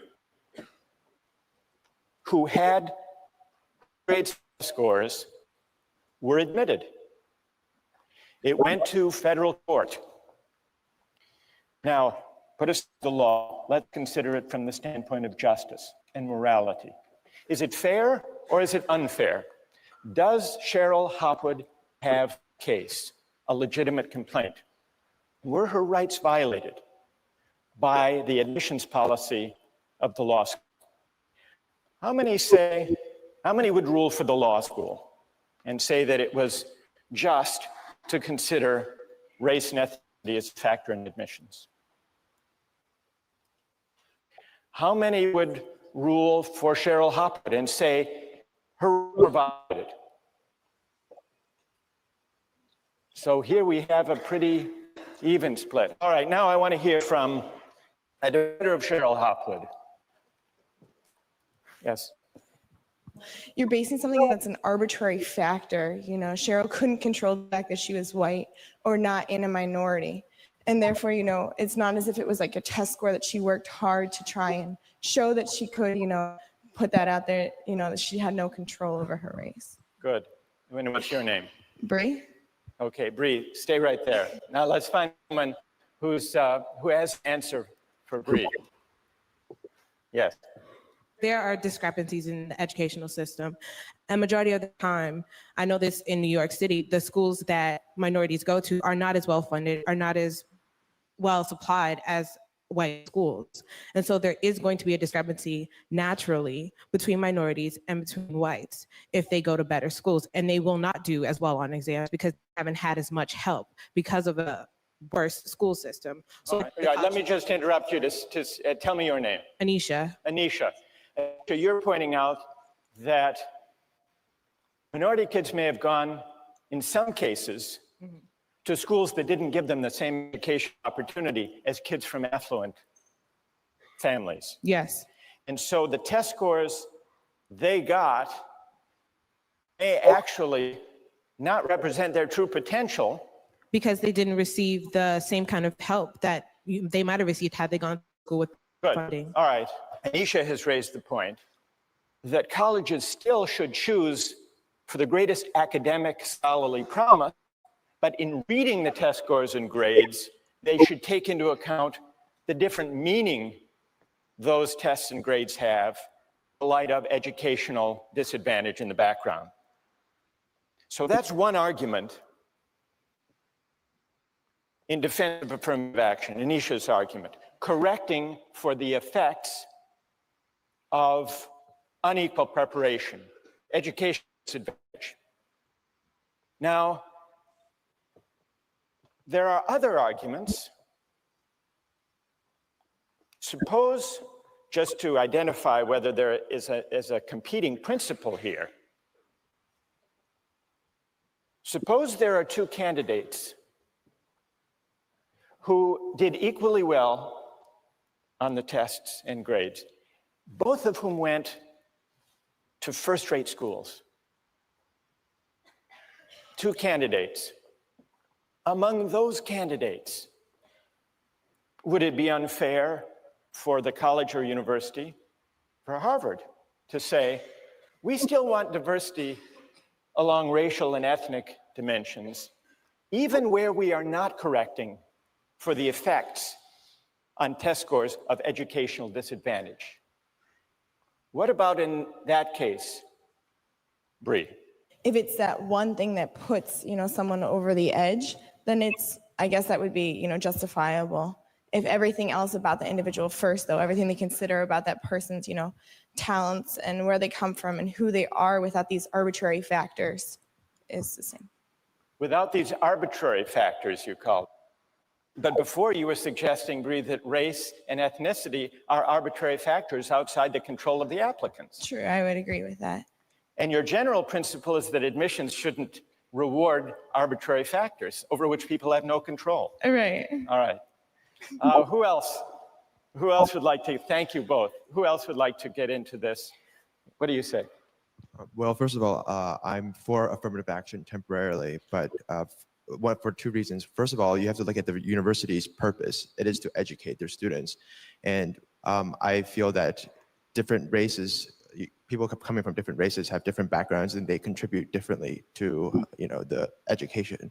And second of all, when you say they have equal backgrounds, that's not true when you look at the broader picture and you look at slavery. And this is kind of a reparation. I think affirmative action is a temporary solution to alleviate history and the wrongs done to African Americans in particular. And what's your name?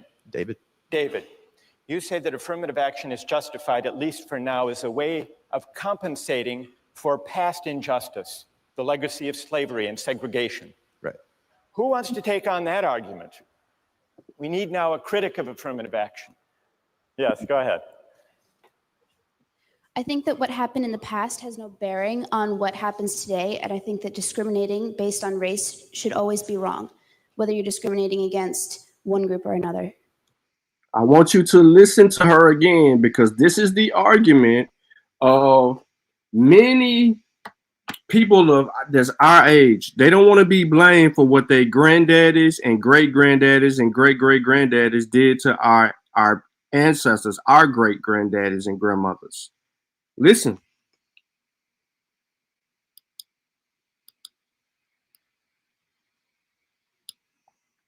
Solution to alleviate history and the wrongs done to African Americans in particular. And what's your name? David.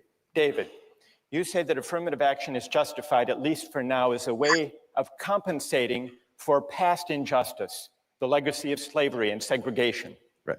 Who wants to take on that argument? We need now a critic of affirmative action. Yes, go ahead. I think that what happened in the past has no bearing on what happens today, and I think that discriminating based on race should always be wrong, whether you're discriminating against one group or another. Just because our ancestors did something doesn't mean that that should have any effect on what happens with us today. Is she correct? Before y'all hear the responses, is she correct? One more time. It's this serious. These are your children having this conversation. I think that what happened in the past has no bearing on what happens today, and I think that She says she thinks that nothing that happened in the past has no bearings on what's happening today.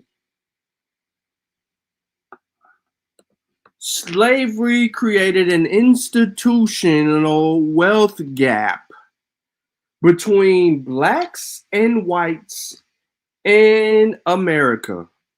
A wealth gap so widespread that you can't even make up ground.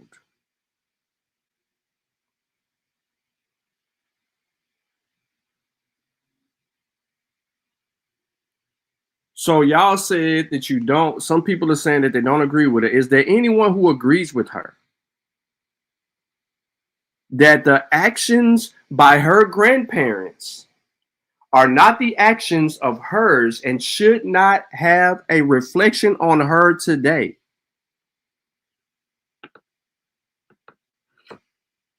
What happened, happened.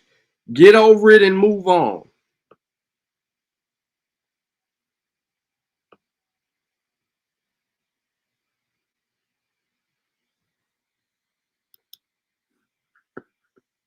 discriminating based on race should always be wrong, whether you're discriminating against one group or another. Just because our ancestors did something doesn't mean that that should have any effect on what happens with us today. All right, good. I'm sorry, your name is? Kate. Kate. All right, who has an answer for Kate? Yes. I just wanted to comment and say that. Tell us your name. My name is Mansour.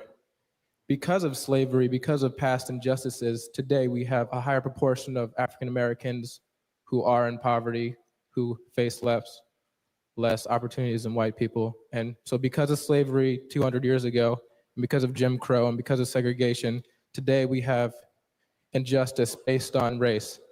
Kate? I think that there are differences, obviously, but the way to fix those differences is not by some artificial fixing of the result. You need to fix the problem. So we need to address differences in education and differences in upbringing with programs like Head Start and giving more funding to lower income schools rather than trying to just fix the result so it makes it look like it's equal when really it isn't. Trump says that is discriminating against white people. So why would he want to put money into more school systems? He just took the money away. So what's your how do you resolve the issue now? You said If this is your solution, young lady, your president just took all of that away from you. So what is the solution now? You just can't keep throwing money at an effed up situation. You can't keep using the same Band-Aid to cover up an old wound. It will lead to an infection. And once it becomes infectious, it will spread. And once it's spread, you ruin an opportunity of potentially harming yourself more, losing your life, or losing the area in which it is infected. We are infected because your grandparents, great grandparents, just kept putting a Band-Aid over an issue with blacks in America. Our school system's jacked. My niece is a prime example of that. She grew up in East Nashville. She was going to public school with all the hood kids all her life. But some kind of weird way, her freshman to her senior year till she graduated, she went to school in Brentwood, Tennessee. Brentwood, Tennessee, which is, if anyone is familiar with Brentwood is like you got to have some paper. It's not the suburbs, it's beyond the suburbs. Like, it's mansions and all kind of shit. You gotta have, it's old money there. Old slave dollars is there. My point is, the school system was just that much more pertinent to her. And she credits going to that school, which is outside of Davidson County, that benefits her today because it taught her things that she couldn't have learned in Davidson County.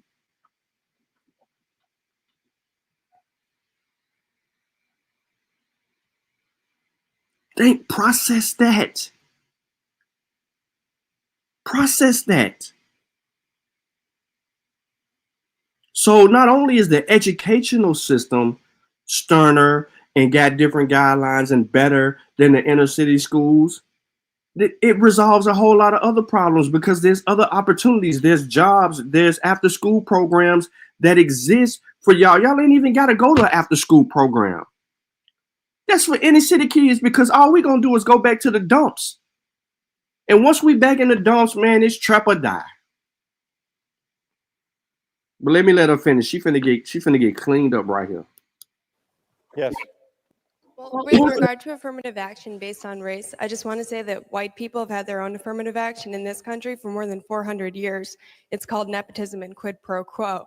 Oh, whoa. You came in hot, young lady. You came in hot. You said white people have had affirmative action in this country for 400 years, and it's called nepotism and quid pro quo. She came in hot. Nepotism, you know what they try to blame LeBron James for, like the Mannings didn't do it, right?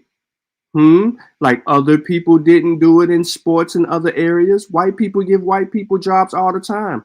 The institution that we're watching today that is arguing this particular point about affirmative action has a whole thing about lineage. Kids who are of parents that enrolled and graduated from this institution can go there regardless. Just watch. Like it's equal when really it isn't. Yes. Well, with regard to affirmative action based on race, I just want to say that white people have had their own affirmative action in this country for more than 400 years. It's called nepotism and quid pro quo. So there's nothing wrong with correcting the injustice and discrimination that's been done to black people for 400 years. Good. Tell us your name. Hannah? Hannah. All right, who has an answer for Hannah? And just to add to Hannah's point, because we need now someone to respond. Hannah, you could have also mentioned legacy admission. Exactly. I was going to say, if you disagree with affirmative action, you should disagree with legacy admission, because it's obvious from looking around here that there are more white legacies than black legacies in the history of Harvard University. and explain what legacy admissions are. Well, legacy admissions is giving an advantage to someone who has an arbitrary privilege of their parent having attended the university to which they're applying. All right, so a reply for Hannah. Yes, in the balcony, go ahead. First of all, if affirmative action is making up for past injustice, how do you explain minorities that were not historically discriminated against in the United States who get these advantages? In addition, you could argue that affirmative action perpetuates divisions between the races rather than achieve the ultimate goal of race being an irrelevant factor in our society. And tell us your name. Danielle? Hannah?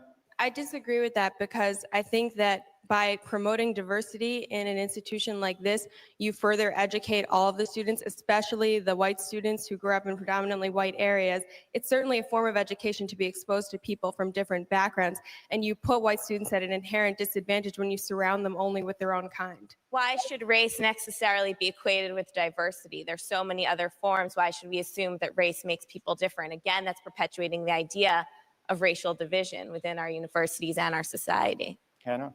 With regard to African American people being given a special advantage, it's obvious that they bring something special to the table because they have a unique perspective, just as someone from a different religion or socioeconomic background would as well. As you say, there are many different types of diversity. There's no reason that racial diversity should be eliminated from that criteria. Yes, go ahead. Racial discrimination is illegal in this country. And I believe that it was African-American leaders themselves when Martin Luther King said he wanted to be judged not on the color of his skin, but by the content of his character, his merit, his achievements. And I just think that to decide solely based on someone's race is just inherently unfair. I mean, if you want to correct based on disadvantaged backgrounds, that's fine, but there are also disadvantaged white people as well. It shouldn't matter if you're white. Tell us your name. Ted. Ted? Yes. Think of Hopwood. It's unfair to count race, or I assume you would also say ethnicity or religion? Yes. Do you think she has a right to be considered according to her grades and test scores alone? There is more to it than that. Universities need to promote diversity. And So you agree with the goal of promoting diversity? There's ways to promote diversity besides discriminating against people solely based on a factor that they cannot control. All right, so what makes it wrong is that she can't control her race. She can't control the fact that she's white. That's the heart of the unfairness to her. Bree made a similar point, that basing admissions on factors that people can't control is fundamentally unfair. What do you say? There's a lot of things you can't control, and if you're going to go through it based on merit, like just based on your test scores, a lot of what you can achieve has to do with like the family background that you raised in. If both your parents were scholarly, then you have more of a chances of actually being more scholarly yourself and getting those grades. And you can't control what kind of family you were born into. So All I right, mean, good. That's a great rejoinder. What's your name? Da. Da. Ted, are you against advantages that come from the family you were born into? What about legacy admission? I mean, I do believe that in terms of like a legacy admission, you shouldn't have a special preference. I mean, there is a legacy admission you could argue is another part of diversity. You could say it's important to have a small percentage of people that have just several generation family attendance at a place like Harvard. However, that should not be an advantaged factor like race. That should just be another part of promoting diversity. Should it count at all? I think that alumni status, should it count at all, Ted? Yes, it should count. All right, I want to step back for a moment from these arguments. Thank you all for these contributions. We're going to come back to you. If you've listened carefully, I think you will have noticed 3 different arguments emerge from this discussion in defense of considering race and ethnicity as a factor in admissions. One argument has to do with correcting for the effects of educational disadvantage. That was Anisha's argument. this is what we might call the corrective argument. Correcting for differences in educational background, the kind of school people went to, the opportunities they had, and so on.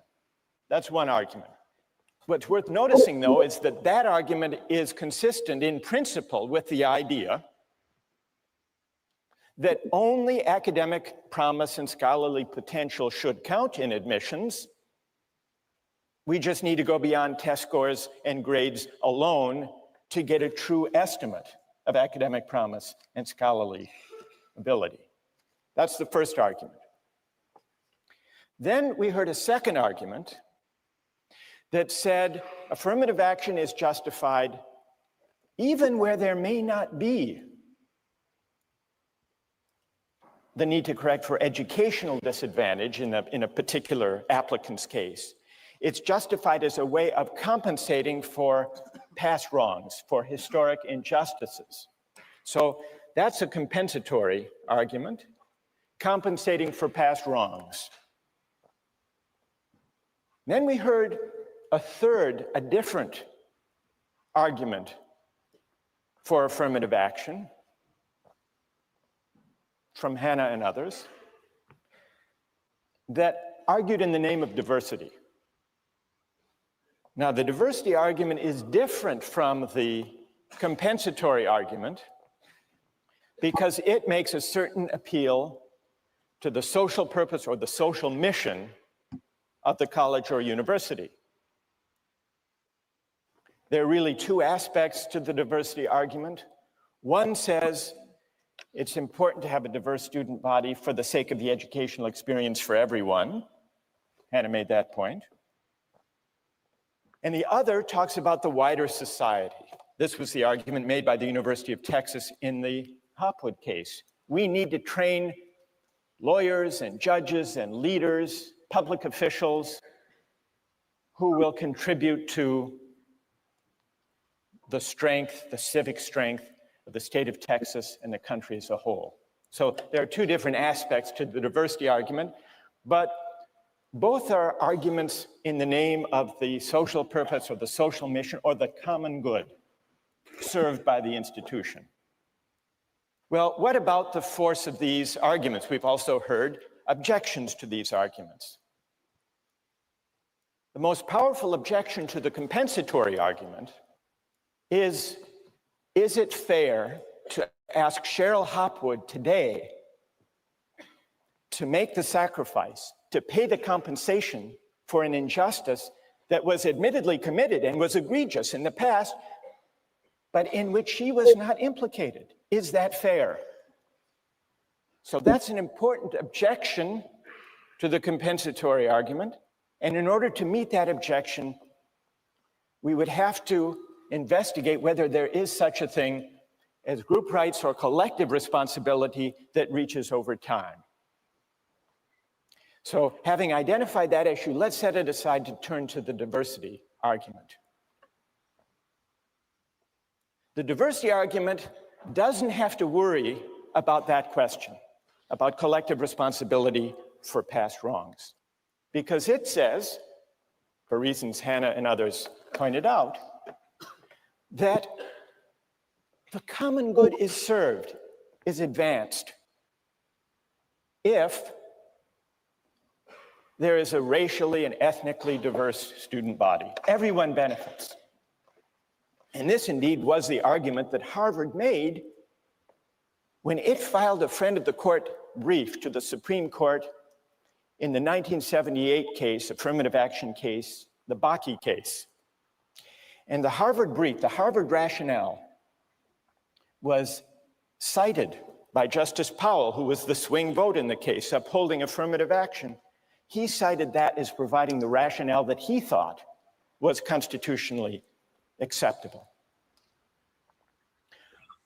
Harvard's argument in its brief was this: we care about diversity. Scholarly excellence alone has never been the criterion of admission, the sole criterion of admission to Harvard College. 15 years ago, diversity meant students from California and New York and Massachusetts, city dwellers and farm boys. violinists, painters, and football players, biologists, historians, and classicists. The only difference now, Harvard argued, is that we're adding racial and ethnic status to this long list of diversity considerations. When reviewing the large number of candidates able to do well in our classes, Harvard wrote, race may count as a plus just as coming from Iowa may count, or being a good middle linebacker, or pianist. A farm boy from Idaho can bring something to Harvard College that a Bostonian cannot offer. Similarly, a Black student can usually bring something a white student cannot offer. The quality of the educational experience of all students depends in part on these differences in the background and outlook that students bring with them. That was Harvard's argument. Now, what about the diversity argument? Is it persuasive? If it's to be persuasive, it has to meet one very powerful objection that we've heard voiced here by Ted, by Bree. Unless you're a utilitarian, you believe that individual rights can't be violated. And so the question is there an individual right that is violated? Is Cheryl Hopwood's right violated if she is used, so to speak, denied admission for the sake of the common good and the social mission that the University of Texas Law School has defined for itself? Does she have a right? Don't we deserve to be considered according to our excellences, our achievements, our accomplishments, our hard work? Isn't that the right at stake? Now, we've already heard an answer to that argument. No, she doesn't have a right. Nobody deserves to be admitted. Notice how this gets us back to the issue of desert versus entitlement. They're arguing there is no individual right that Hopwood has. She doesn't deserve to be admitted according to any particular set of criteria that she believes to be important, including criteria that have only to do with her efforts and achievements. Why not? I think implicit in this argument is something like Rawls's rejection of moral desert as the basis of distributive justice. Yes, once Harvard defines its mission and designs its admission policy in the light of its mission, people are entitled, who fit those criteria, they are entitled to be admitted.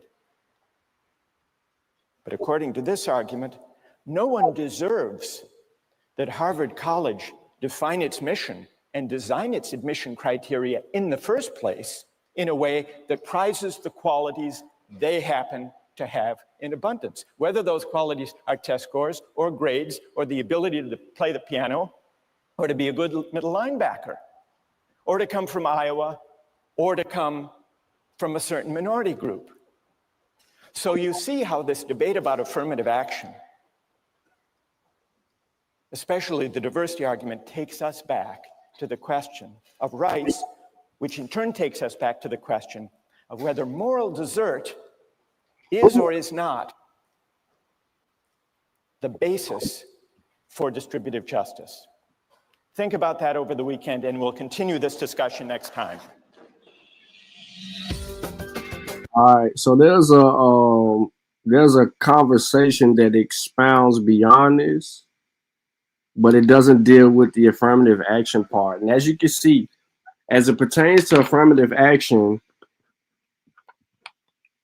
it proves that ABOs and FBA members alike are not a part of society. Everyone in this conversation, when it comes to diversity, when it comes to all these topics, affirmative action, when it comes to all of these things, ABOs and FBAs are excluded from all of this. We don't know who they are in society. Earlier, we heard Tariq try to claim the story of 1619 regarding Virginia to be Ali to be an indigenous Black history moment. That story had nothing to do with no indigenous, none of that. It had something to do with a black descendant it had something to do with Africa. People taken out of Africa.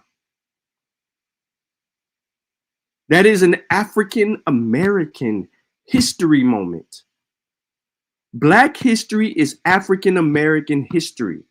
Black in North America means people who descend from Africa, according to the definitions used by these people who created the concept and notion of America.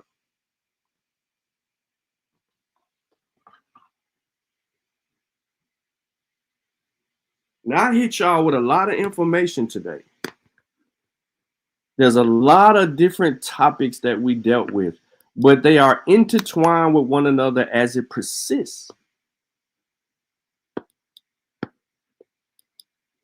Because, hey, they want diversity. Remember, the ABOs and the FBAs, they want diversity. They want to determine that they're a different type of black, that they ain't the same black as we black. Everybody over here didn't come from Africa. Remember, that's the lie that they told you. Everybody didn't, because at this point of where we are, we ain't coming directly over here from Africa no more. That was in the early 19th century. That was the illegal slave trade era. We outside of the illegal slave trade era. So now we got to do genetic testing for confirming who is and who was and who wasn't. So I would like to see Ali Muhammad, Tariq Nasheed, and others take DNA tests. Dane Calloway, AP1, take a DNA test. Let's see just how much genetically different you are than us.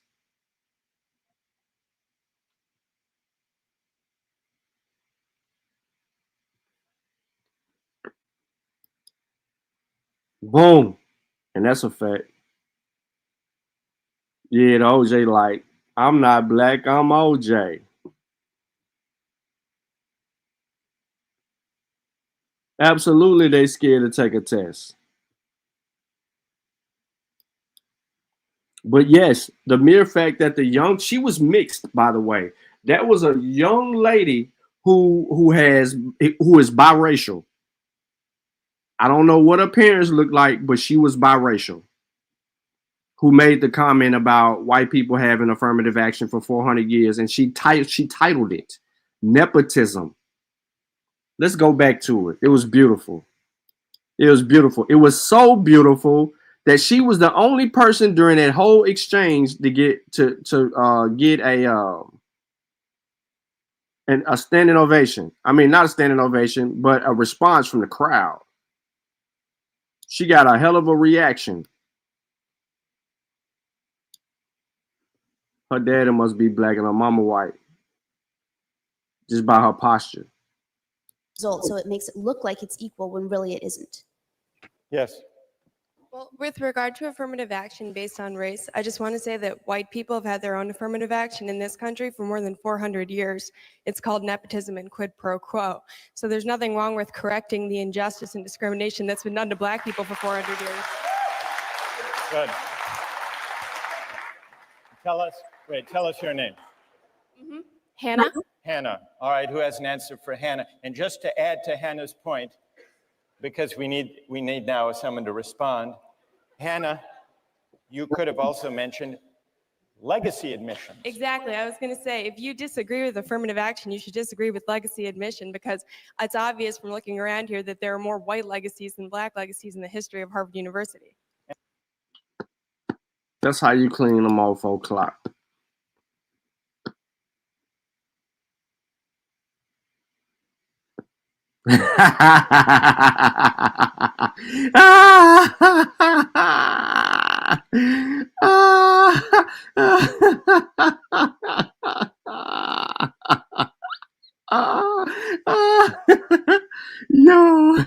Yo, cause cause I'm that dad. I'm that, you know what I'm saying? Nah, I'm just playing, bro.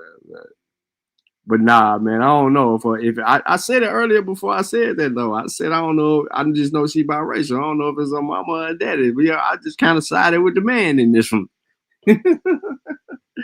That's all. I just kind of sided with the man. It could be the woman, but you know, I kind of sided with the man in this one. You know, a little sexism going on. But she cleaned her up right there, bro. Like, come on, man.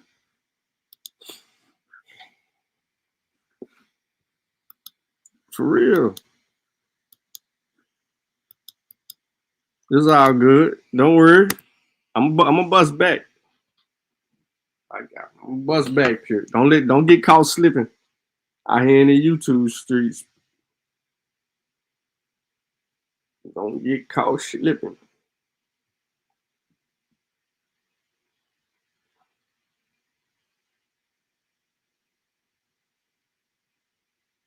Yes, sir.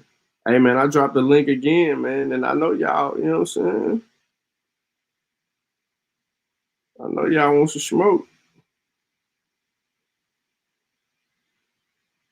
Oh, I forgot. You on this channel over here that they don't show up to have a conversation with intelligent people. You gotta be unintelligent. It's gotta be a panel full of unintelligent people, and then they will allow an intelligent person on a panel with a panel full of unintelligent people so that they can argue with the intelligent person or people that they let up to make it look like that they are unintelligent.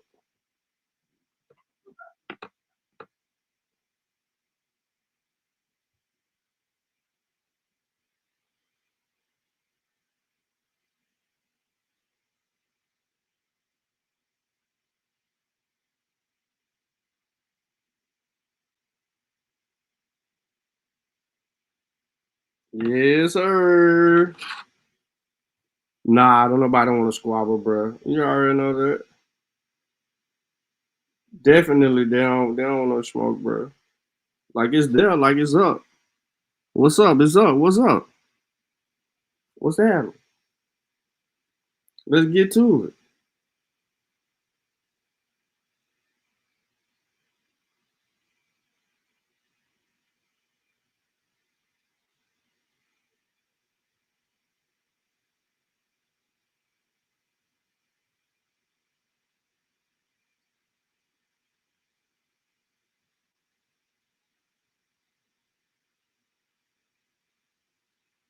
That's all I'm saying. Like, come on with the come on.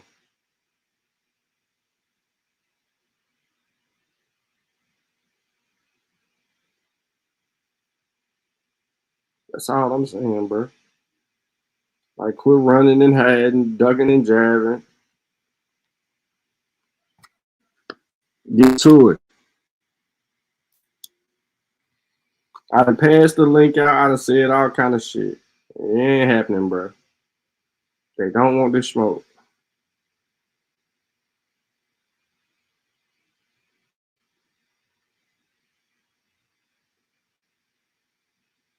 They don't want it. I mean, we really had some information this show, though. Like, for real.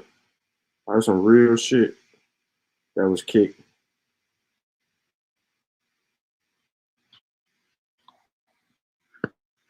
Let me see.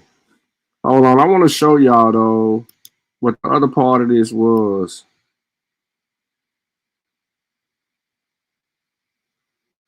Because they picked up from a conversation that they had before.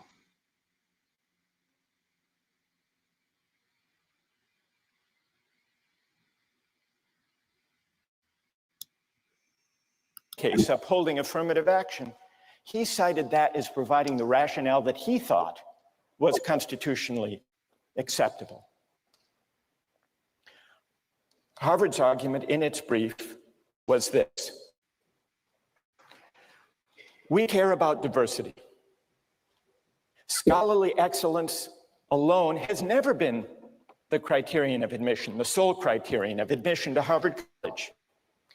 15 years ago, diversity meant students from California and New York and Massachusetts, city dwellers and farm boys, violinists, painters, and football players, biologists, historians, and classicists.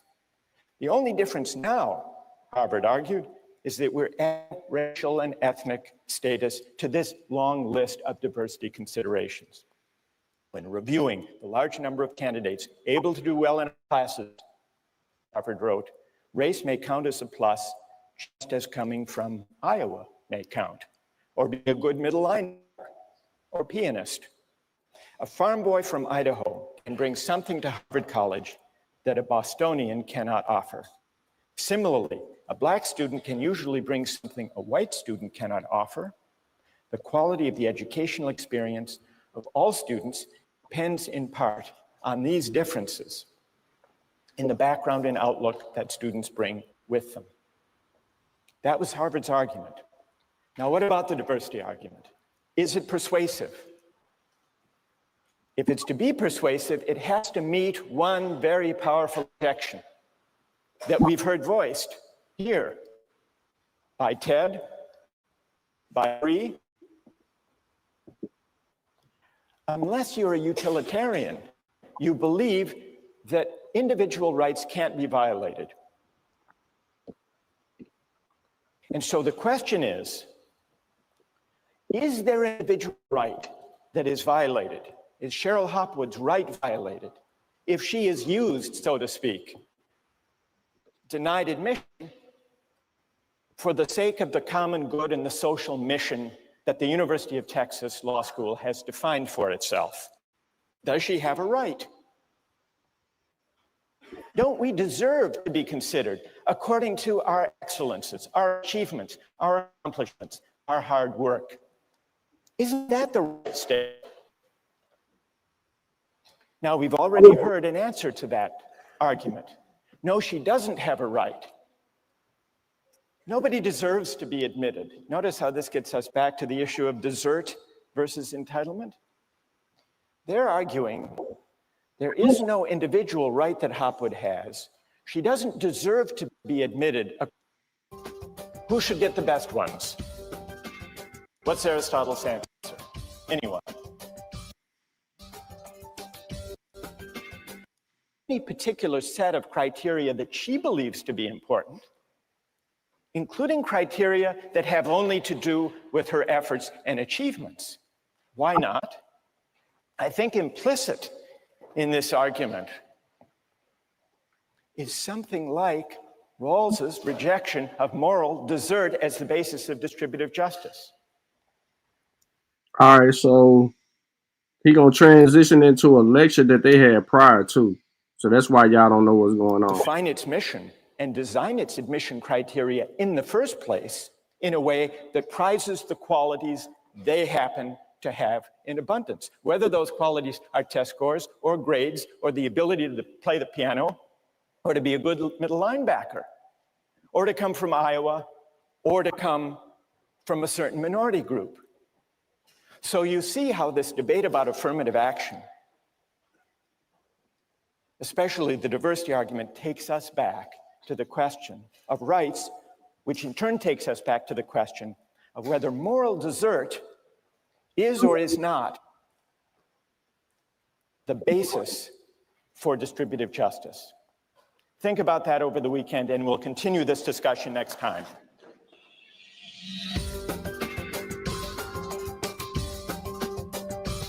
Suppose we're distributing flutes. Who should get the best ones? What's Aristotle's answer? Anyone?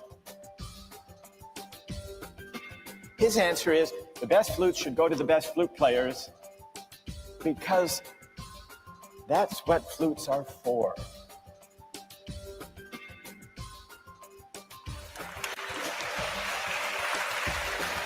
When we ended last time, we were considering arguments for and against affirmative action, counting race as a factor in admissions. And in the course of the discussion, three arguments emerged, three arguments for affirmative action. One of them was the idea that race and ethnic background should count as a way of correcting for the true meaning of test scores and grades. getting a more accurate measure of the academic potential those scores, those numbers represent. Second was what we called the compensatory argument, the idea of righting past wrongs, past injustice. And the third was the diversity argument.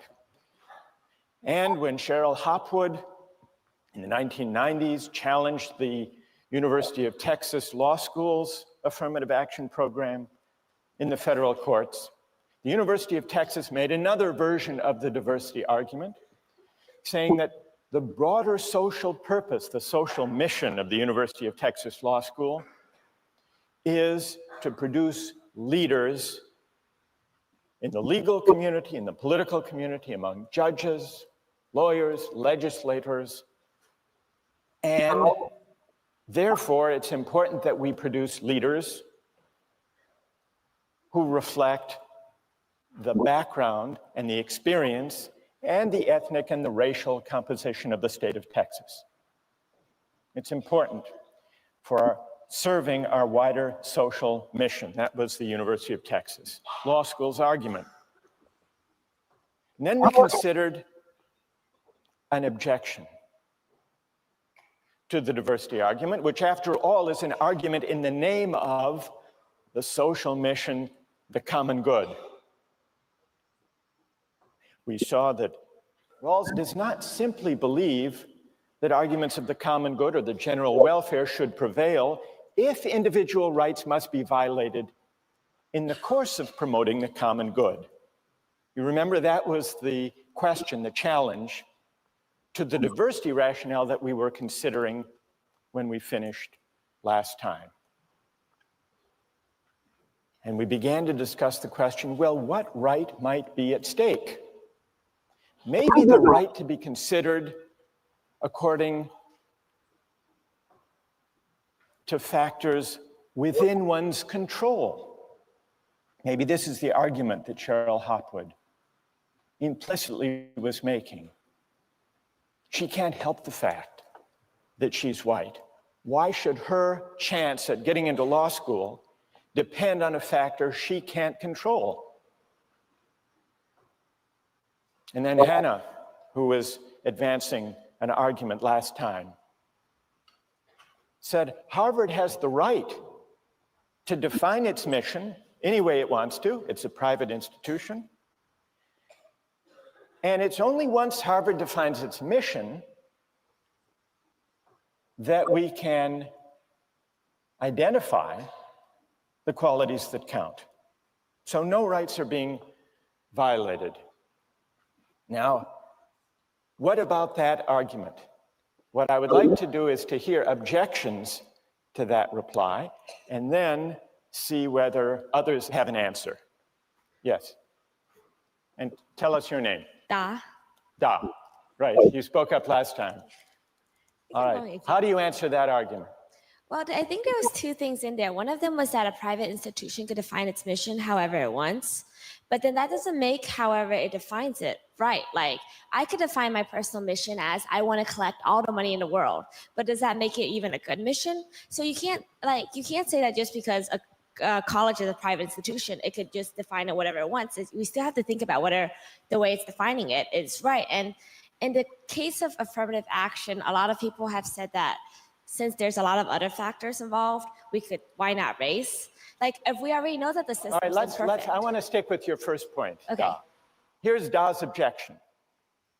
Can a college or university define its social purpose any way it wants to, and then define admissions criteria accordingly?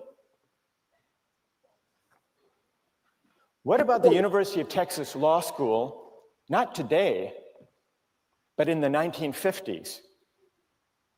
Then there was another Supreme Court case against the admissions policy of the University of Texas Law School because it was segregated. It only admitted whites. And when the case went to court back in the 50s, the University of Texas Law School also invoked its mission. Our mission as a law school is to educate lawyers for the Texas bar, for Texas law firms. And no Texas law firm hires African Americans. So to fulfill our mission, we only admit whites. Or consider Harvard in the 1930s, when it had anti-Jewish quotas. President Lowell, president of Harvard in the 1930s, said that he had nothing personally against Jews, but he invoked the mission, the social purpose of Harvard, he said, which is not only to train intellectuals. Part of the mission of Harvard, he said, is to train stockbrokers for Wall Street, presidents and senators. And there are very few Jews who go into those professions. Now, here's the challenge.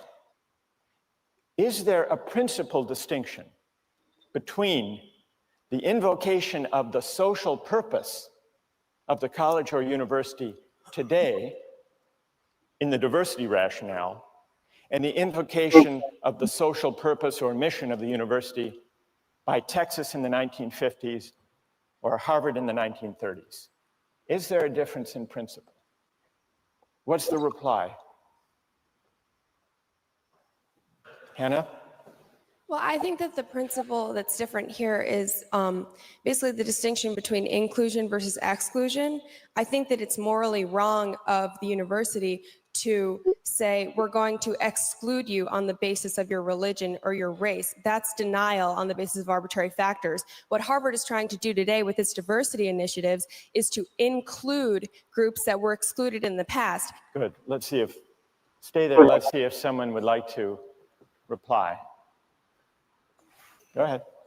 This was kind of in support of Hannah rather than a reply, but I was going to say another principal difference can be based on malice being the motivation, I guess, for the historical segregation act. So it's saying that we're not going to let blacks or Jews in because they're worse as people or as a group. Good. So the element of malice isn't present. And what's your name? Stevie. Stevie says that in the historic segregationist, racist, anti-Semitic quotas or prohibitions, there was built into them a certain kind of malice, a certain kind of judgment that African Americans or Jews were somehow less worthy than everybody else. Whereas present day affirmative action programs don't involve or imply any such judgment.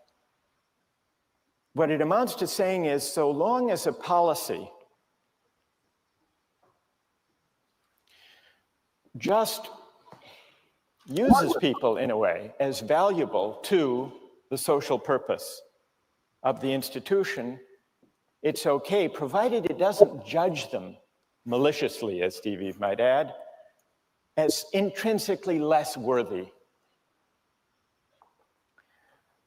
I'd like to raise a question.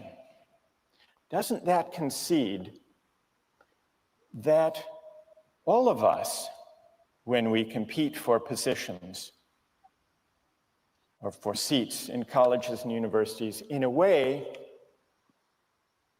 are being used, not judged, but used in a way that has nothing to do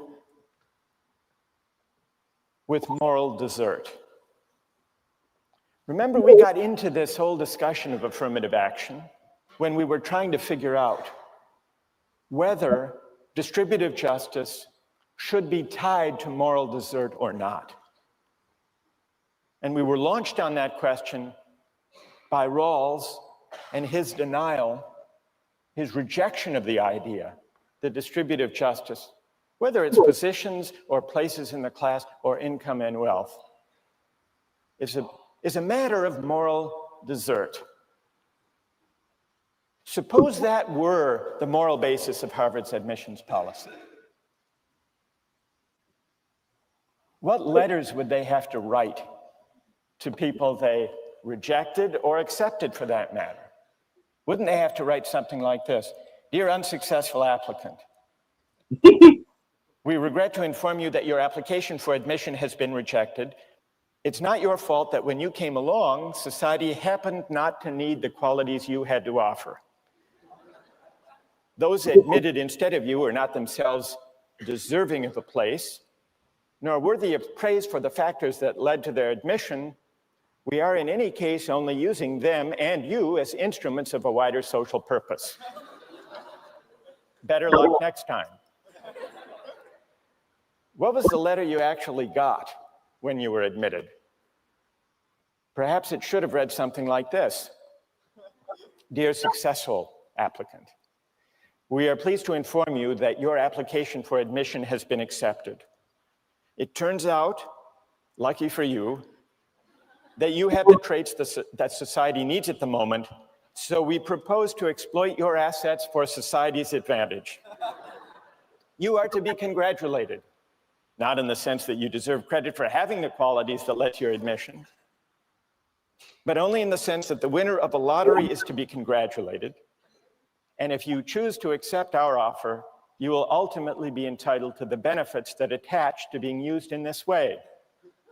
We look forward to seeing you in the fall. Now, there is something a little odd, morally odd. If it's true that those letters do reflect the theory, the philosophy underlying the policy. So here's the question they pose. And it's a question that takes us back to a big issue in political philosophy. Is it possible, and is it desirable, to detach questions of distributive justice from questions of moral desert and questions of virtue?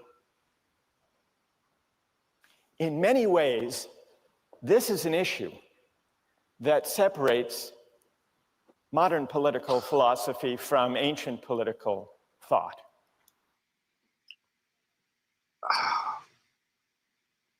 I didn't mean to break the bill, but I just wanted to have people think about this.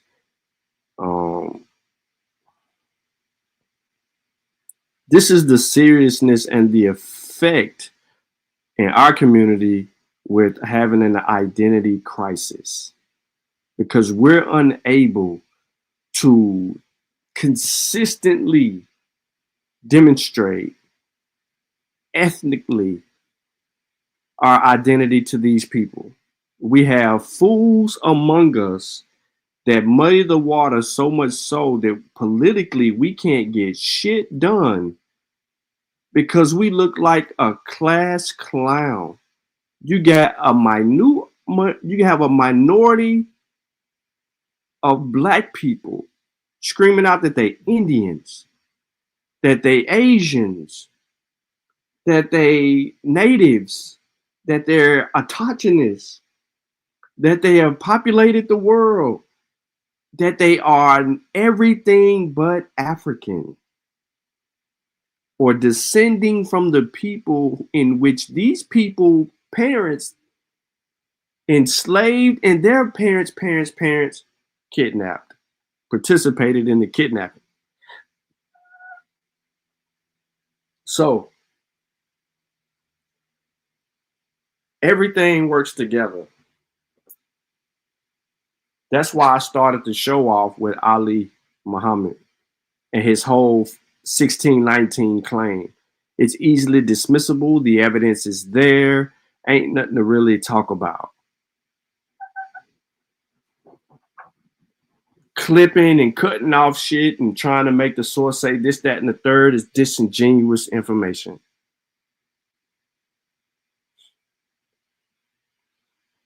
And then to follow up with Tariq Nasheed and his pseudo ass and making claims and falsely coming up with stories on his stream just to try to make something sound good, and then he done fucked it all up.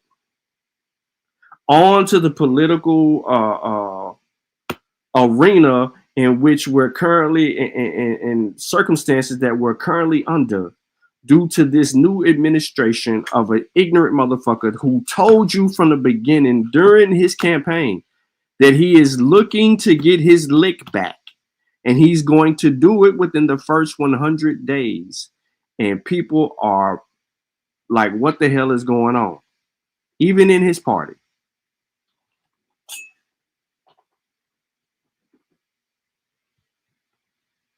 Unto this, Brother Chauncey said it's going to get worse. They're growing in numbers every day. That's a fact. They began to grow in numbers during his first administration when they started letting in all the bullshit. During Trump's first run at this shit, that's when the misinformation ramped up so high, motherfuckers didn't give a fuck. That's a problem.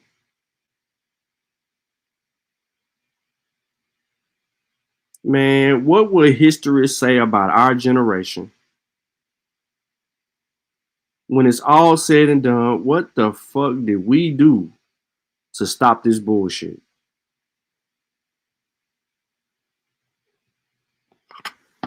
I want to share with y'all something real quick, and then I'm going to play the video. I'm going to get back to the video.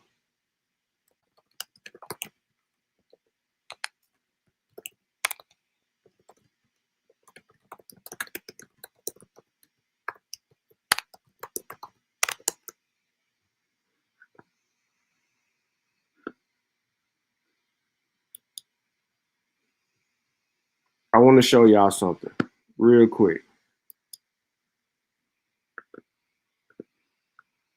And I'm gonna try to shorten it to just this.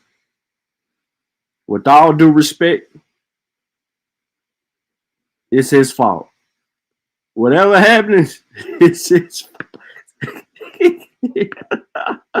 I'm putting it on him.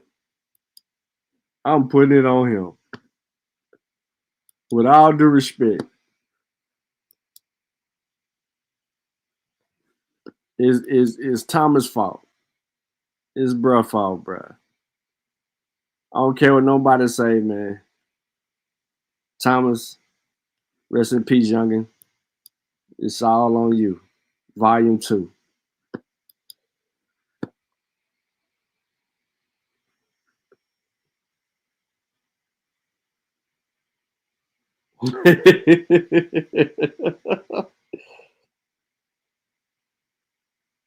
Yeah, and Cash Patel being an immigrant, do you think at the head of the FBI or whatever he over, is his best interest America or India? And I'll just let y'all ponder on that.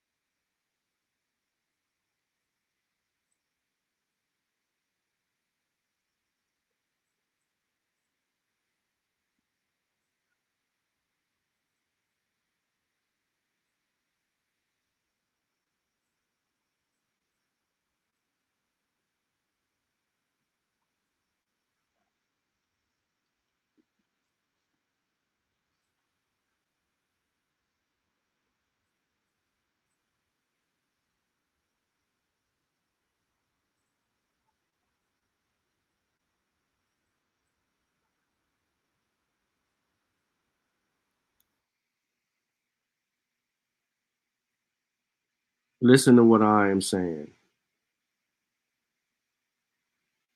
Cash Patel is not a good fit to lead in the directorial role in which he has been confirmed for, because it is not in the interest of us.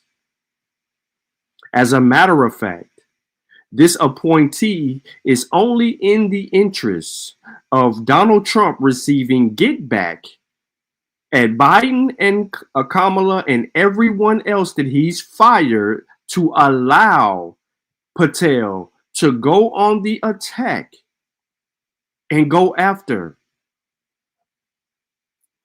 every move that Trump is making is to legitimize his power over dummies. and manipulate those who went against him.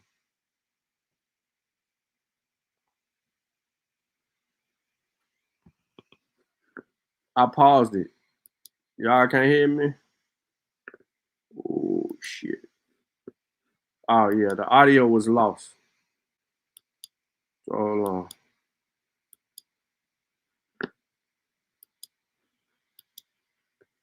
All right, we back in action.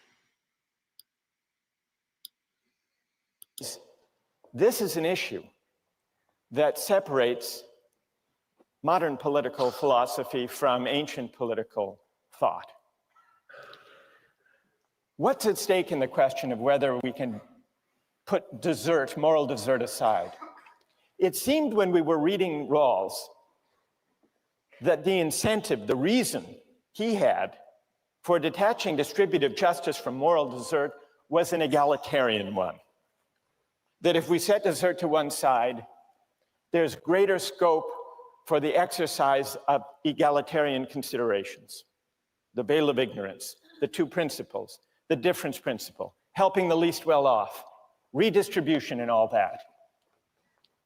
But what's interesting is if you look at a range of thinkers we've been considering, there does seem to be a reason they want to detach justice from desert that goes well beyond any concern for equality.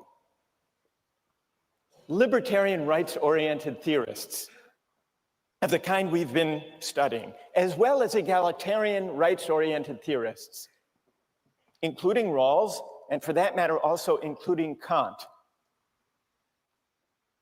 all agree, despite their disagreements over distributive justice and the welfare state and all of that, they all agree that justice is not a matter of rewarding or honoring virtue or moral desert. Now, why do they all think that? It can't just be for egalitarian reasons. Not all of them are egalitarians. This gets us to the big philosophical question we have to try to sort out. Somehow they think tying justice to moral merit or virtue is going to lead away from freedom, from respect for persons as free beings. Well, in order to see what they consider to be at stake, and in order to assess their shared assumption, we need to turn to a thinker, to a philosopher who disagrees with them, who explicitly ties justice to honoring virtue and merit and moral desert. And that thinker is Aristotle. Now, in many ways, Aristotle's idea of justice is intuitively very powerful. In some ways, it's strange.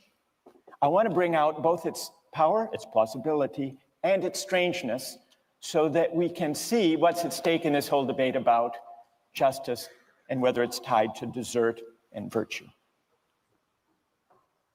So, what is Aristotle's answer to the question about justice? For Aristotle, justice is a matter of giving people what they deserve, giving people their due.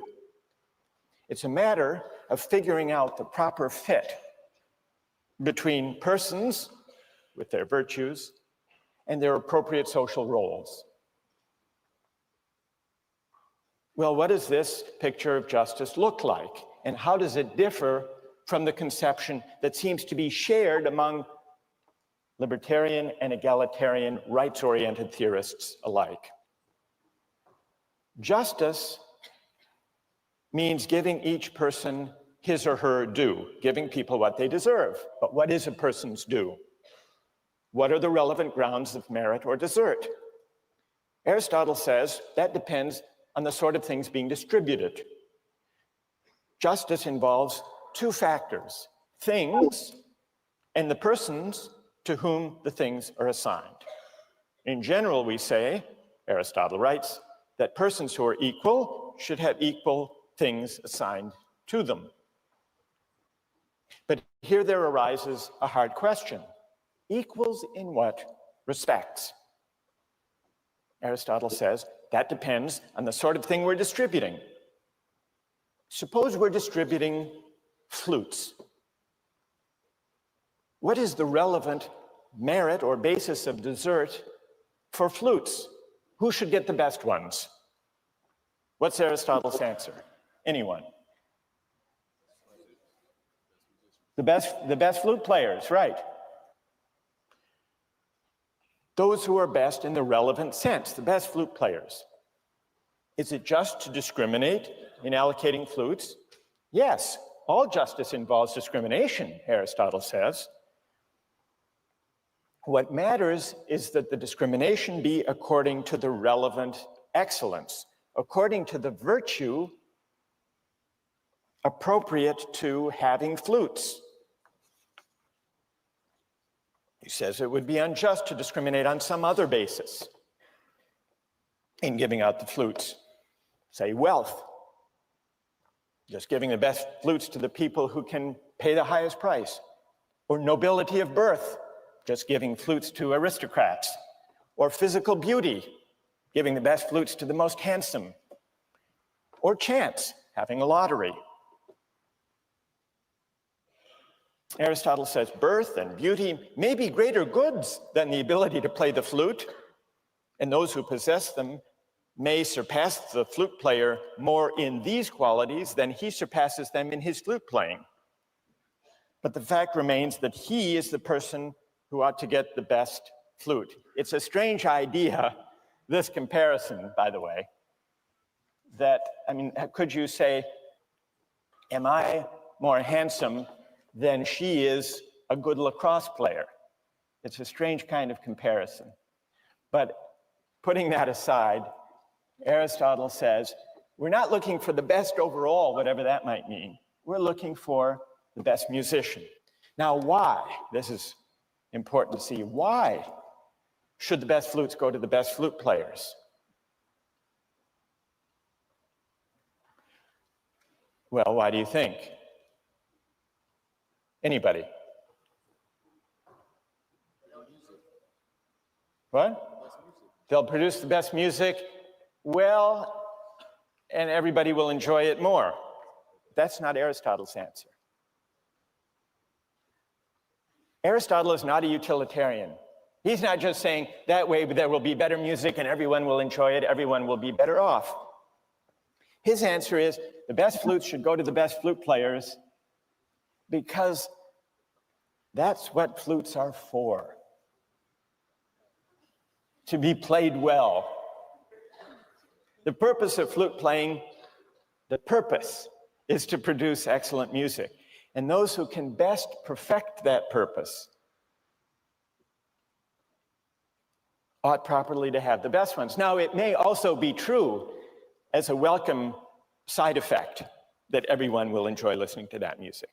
So that answer is true enough as far as it goes, but it's important to see that Aristotle's reason is not a utilitarian reason. It's a reason that looks, here's where you might think it's a little bit strange. It looks to the purpose, the point, the goal of flute playing. Another way of describing this, looking to the goal to determine what the just allocation. The Greek for goal or end was telos. So Aristotle says you have to consider the point, the end, the goal, the telos of the thing, in this case of flute playing. And that's how you define a just allocation, a just discrimination. So this idea of reasoning from the goal, from the telos, is called teleological reasoning, teleological moral reasoning. And that's Aristotle's way, reasoning from the goal, from the end. Now, this may seem, as I said, a strange idea, that we're supposed to reason from the purpose, but it does have a certain intuitive plausibility. Consider the allocation, let's say at Harvard, of the best tennis courts or squash courts.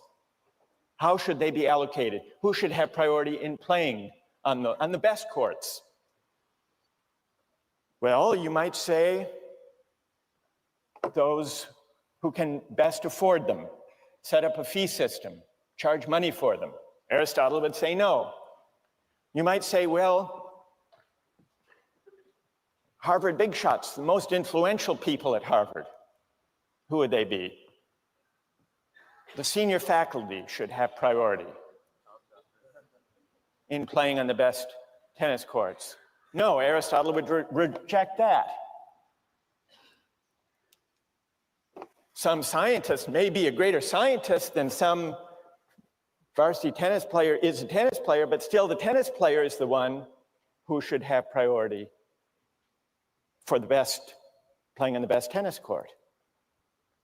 There is a certain intuitive plausibility to this idea. Now, one of the things that makes it strange is that in Aristotle's world, in the ancient world, it wasn't only social practices that were governed, in Aristotle's view, by teleological reasoning and teleological explanation. All of nature was understood to be a meaningful order, and what it meant to understand nature, to grasp nature, to find our place within nature, was to inquire into and read out the purposes or the telos of nature. And with the advent of modern science, it's been difficult to think of the world that way, and so it makes it harder, perhaps, to think of justice in a teleological way. But there is a certain naturalness to thinking about even the natural world as teleologically ordered, as a purposive whole. In fact, children have to be educated out of this way of looking at the world. I realized this when my kids were very young and I was reading them a book, Winnie the Pooh. And Winnie the Pooh gives you a great idea of how there is a certain natural, childlike way of looking at the world in a teleological way. You may remember a story of Winnie the Pooh walking in the forest one day. He came to a place in the forest, and from the top of a tree there came a loud buzzing noise. Winnie the Pooh sat at the foot of the tree, put his head between his paws, and began to think. Here's what he said to himself. That buzzing noise means something. You don't get a buzzing noise like that, just buzzing and buzzing, without its meaning something. If there's a buzzing noise, somebody's making a buzzing noise. And the only reason for making a buzzing noise that I know of is because you're a bee. Then he thought for another long time and said, and the only reason for being a bee that I know of is making honey. And then he got up and he said, and the only reason for making honey is so I can eat it. So he began to climb the tree. This is an example of teleological reasoning. It isn't so implausible after all. Now, we grew up and we're talked out of this way of thinking about the world. But here's the question.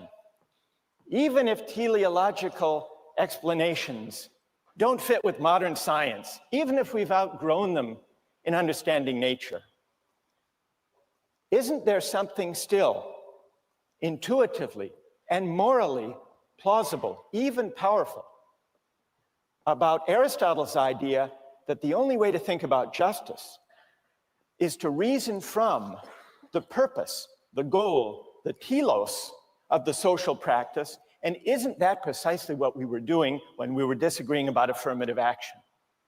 You could almost recast that disagreement as one about what the proper, appropriate purpose or end of a university education consists in. Reasoning from the purpose or from the telos or from the end Aristotle says that's indispensable to thinking about justice. Is he right? Think about that question as you turn to Aristotle's Politics.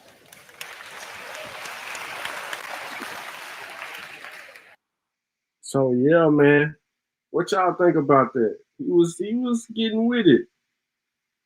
He definitely was getting jiggy with it.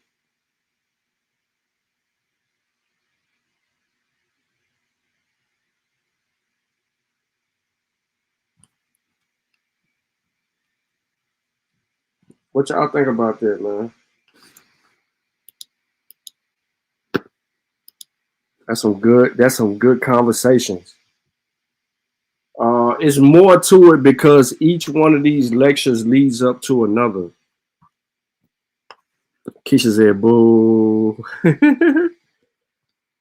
Well, you don't put an emphasis on what he's saying. You put an emphasis on how the students are reacting to what he's saying.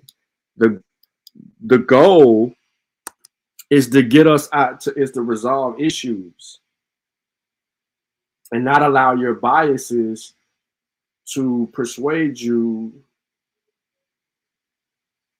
to do the dumb shit that you've been doing for like quite some time.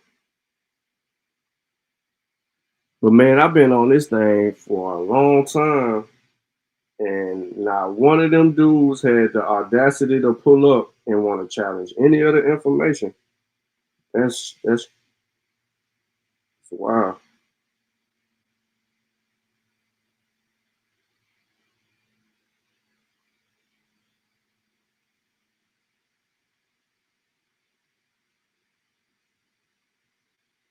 Oh, I ain't even trying to get into that.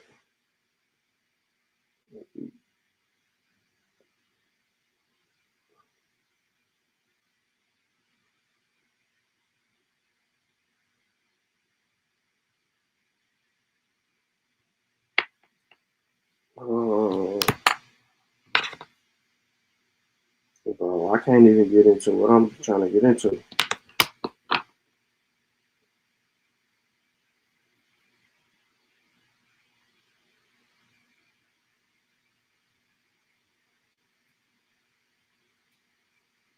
Took that motherfucker. Hold on 1 second, y'all.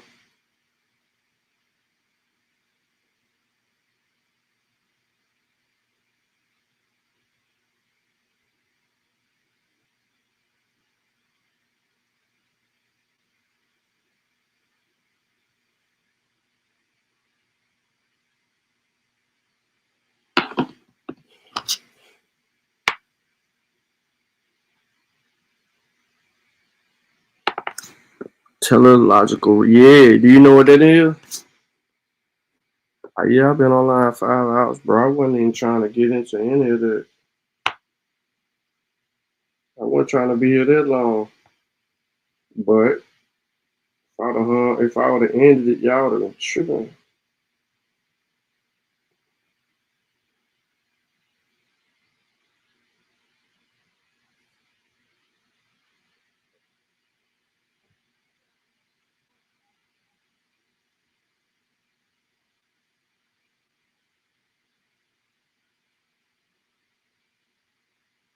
Damn, man. I thought I had a payment due.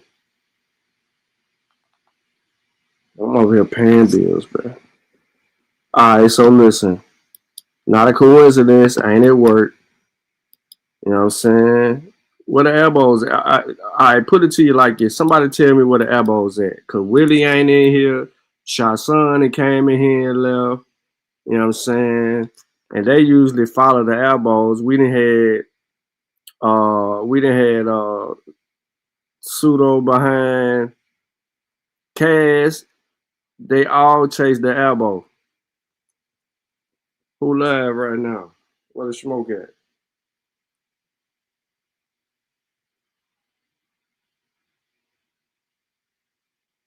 Let's see.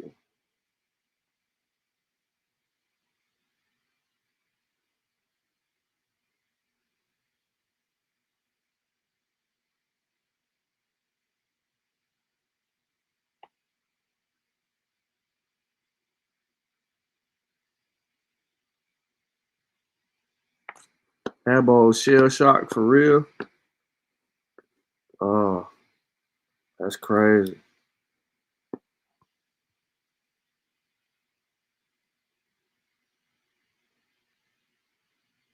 Yeah, that's crazy right there. 2309.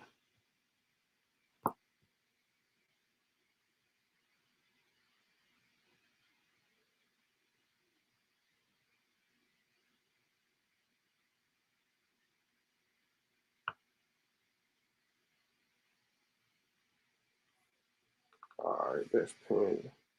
What you say? Keisha, you still in there? Where they at? Where they at? Yeah, where they at? I'm trying to get somebody to link, man, to let them build, man. Let them do their thing.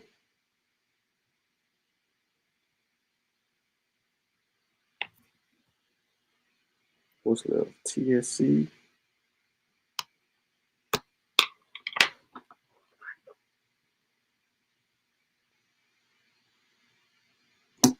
But they scared. What up, Mom? Appreciate that, bro.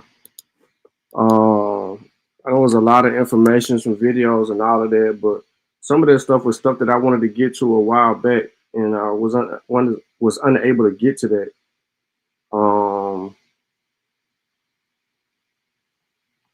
And it's kind of difficult to do that when you have conversations with dumb people, and then they just change the whole trajectory of the conversation you're really trying to have. Because if they are a different people than us, then why are they not being recognized in society by the Europeans? Why would they lump us and them together? Why would they put those black people and us together if we're different?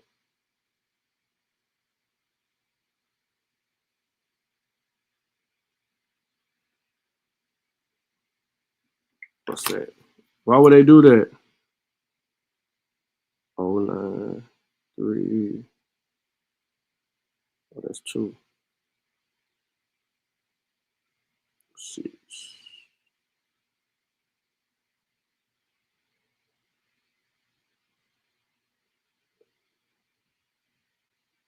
1873.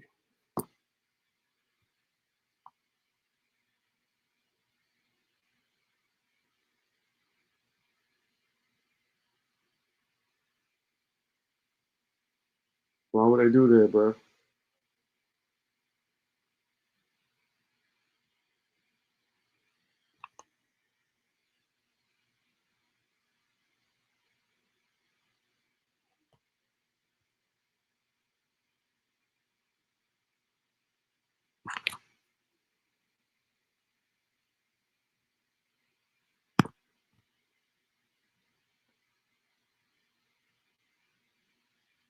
Okay.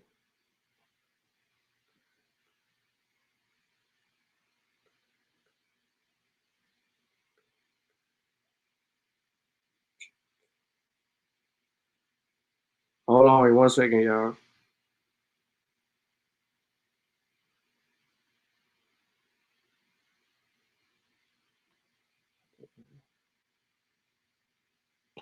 I'm looking for something. I'm finna pull up something.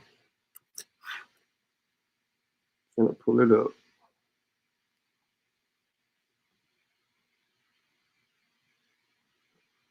What's that dude name, man? I always got my name. Always running from the smoke.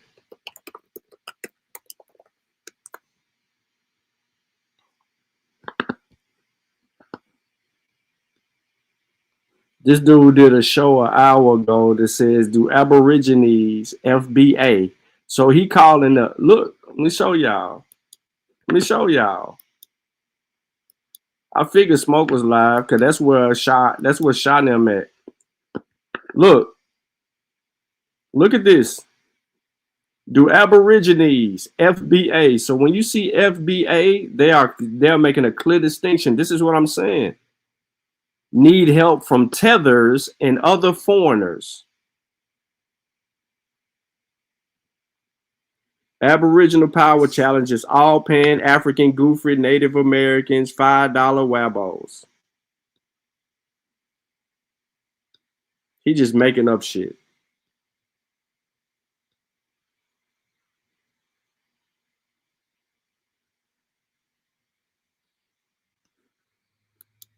This is what you get right here.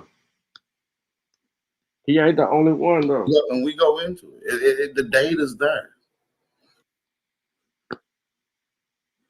Listen to this. Listen to this. Still there today.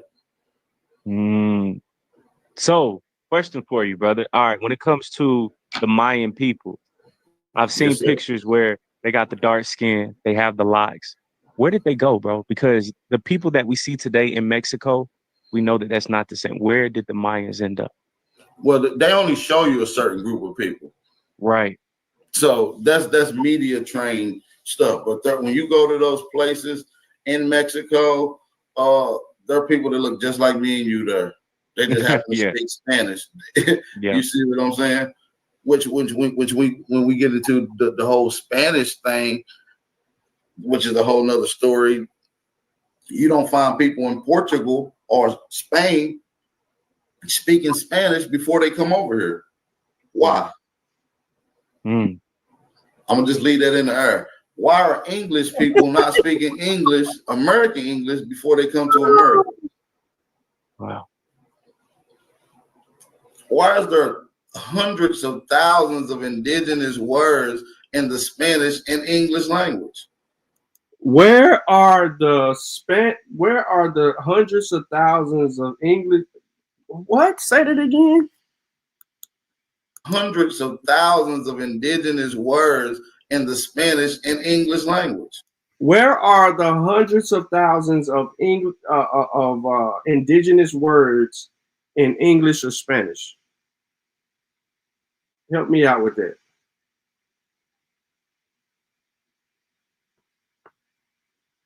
What is it?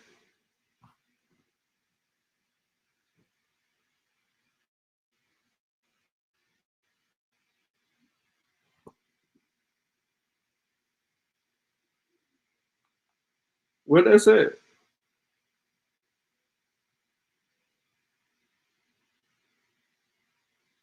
Come on, man. You got to show me this. You got to show me that.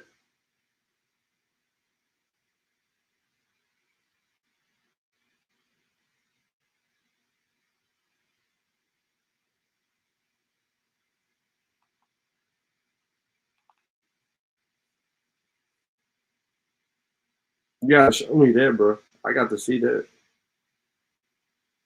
For real, like real life. Like I need to see that.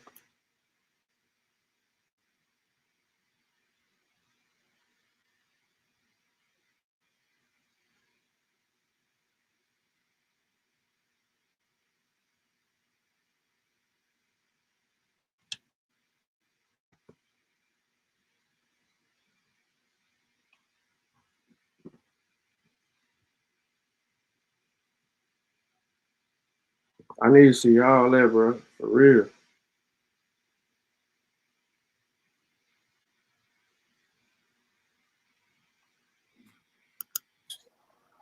When you say hey and hello, that's indigenous. What? Hold on, time out. Let's do it. Why is there hundreds of thousands of indigenous words in the Spanish and English language? When you say hey and hello, that's indigenous. Hell, a lot of the college teams use indigenous terms to describe their team. Yes, they do. Yes, they do, man. If you ever been to Carolina, everybody likes the Tar Heels. Well, let's do a Google search of where the Blackfoot's at. Yeah, hold on, bro. Hey, your brother. The Blackfoots ain't even black. We got the Blackfoot's DNA. Listen, this video is only 3 minutes and 54 seconds, and y'all heard more bullshit in a minute and 48 than anything in the world. Are y'all listening to that?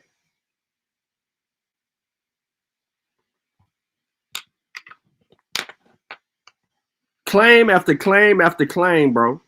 He said that's right. That's 3 right there. We got Tennessee, Mississippi, Arkansas. What y'all paying average you got? yo, shot crazy. This dude said English and Spanish got hundreds of thousands of indigenous words in it.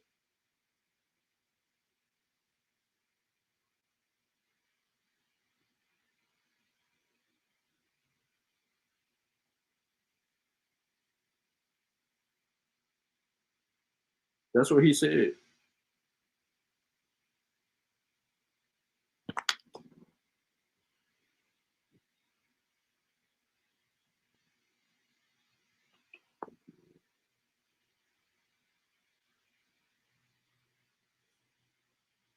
That's what he said. I mean, I'm just going by what he said. At the end of the day, bro.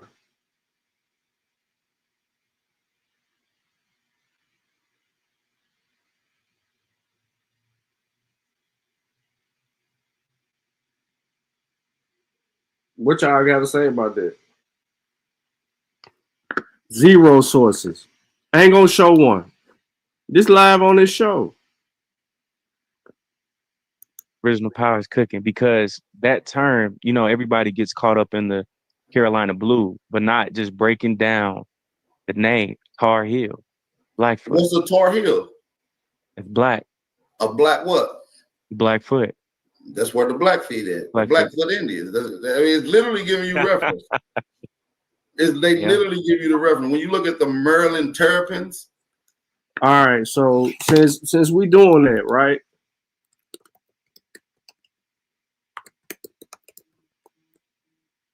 Since we doing that, right? Just keep it a bean. Since we doing it,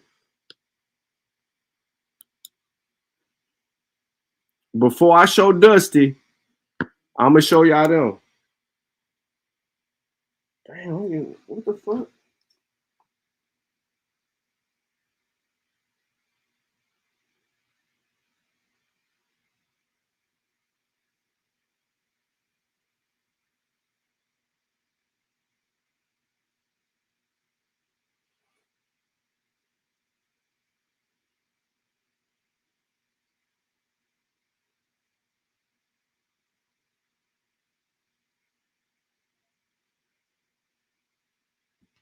That's the Blackfeet. Right there. Now I'm gonna show y'all Dusty. Watch this.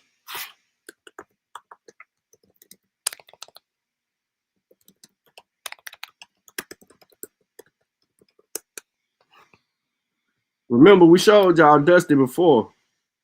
We're gonna show y'all Dusty again. Since he talking Tar Heel, well, Dusty is a Blackfoot Indian. Look at Dusty. Remember, we got his DNA. We got his DNA, and it go back 17 generations. He got 10,000 plus years of evidence on his side. AP ain't got none of that. But that's the type of shit that they saying over there, bro. So, man, I'm gonna get on up out of here, man. I need to get something to eat, bro. Y'all enjoy the rest of y'all day. Appreciate y'all for tapping in, tuning in. Make sure y'all like this shit show and share the show. Make sure y'all go check out Brother Black Panther his last upload regarding Yoruba. Hey, it's a banger.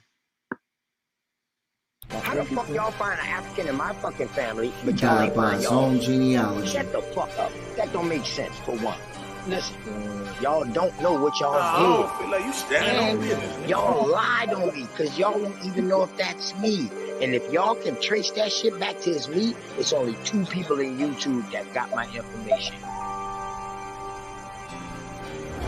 Yeah, he died by his own genealogy. You ain't an Indian, you ain't got a lot of meat. Half of this track, best believe you lose a lot of sleep. Probably because you made it up to us honestly. You ain't a Cherokee, nope. You ain't a Chickasaw, nope. You ain't a Blackfoot, nope. Nigga, get lost. You just a fool with low comprehension. So I gotta come through with the henchmen. NAC, Sean P, Shy Son, Lucky. Don't forget Jay, got no time to play. Caught an apple slipping with his genealogy. Now he's a con and I ain't talking about a singer. I'm coming for the top apple leader. He ain't a teacher, he's a preacher.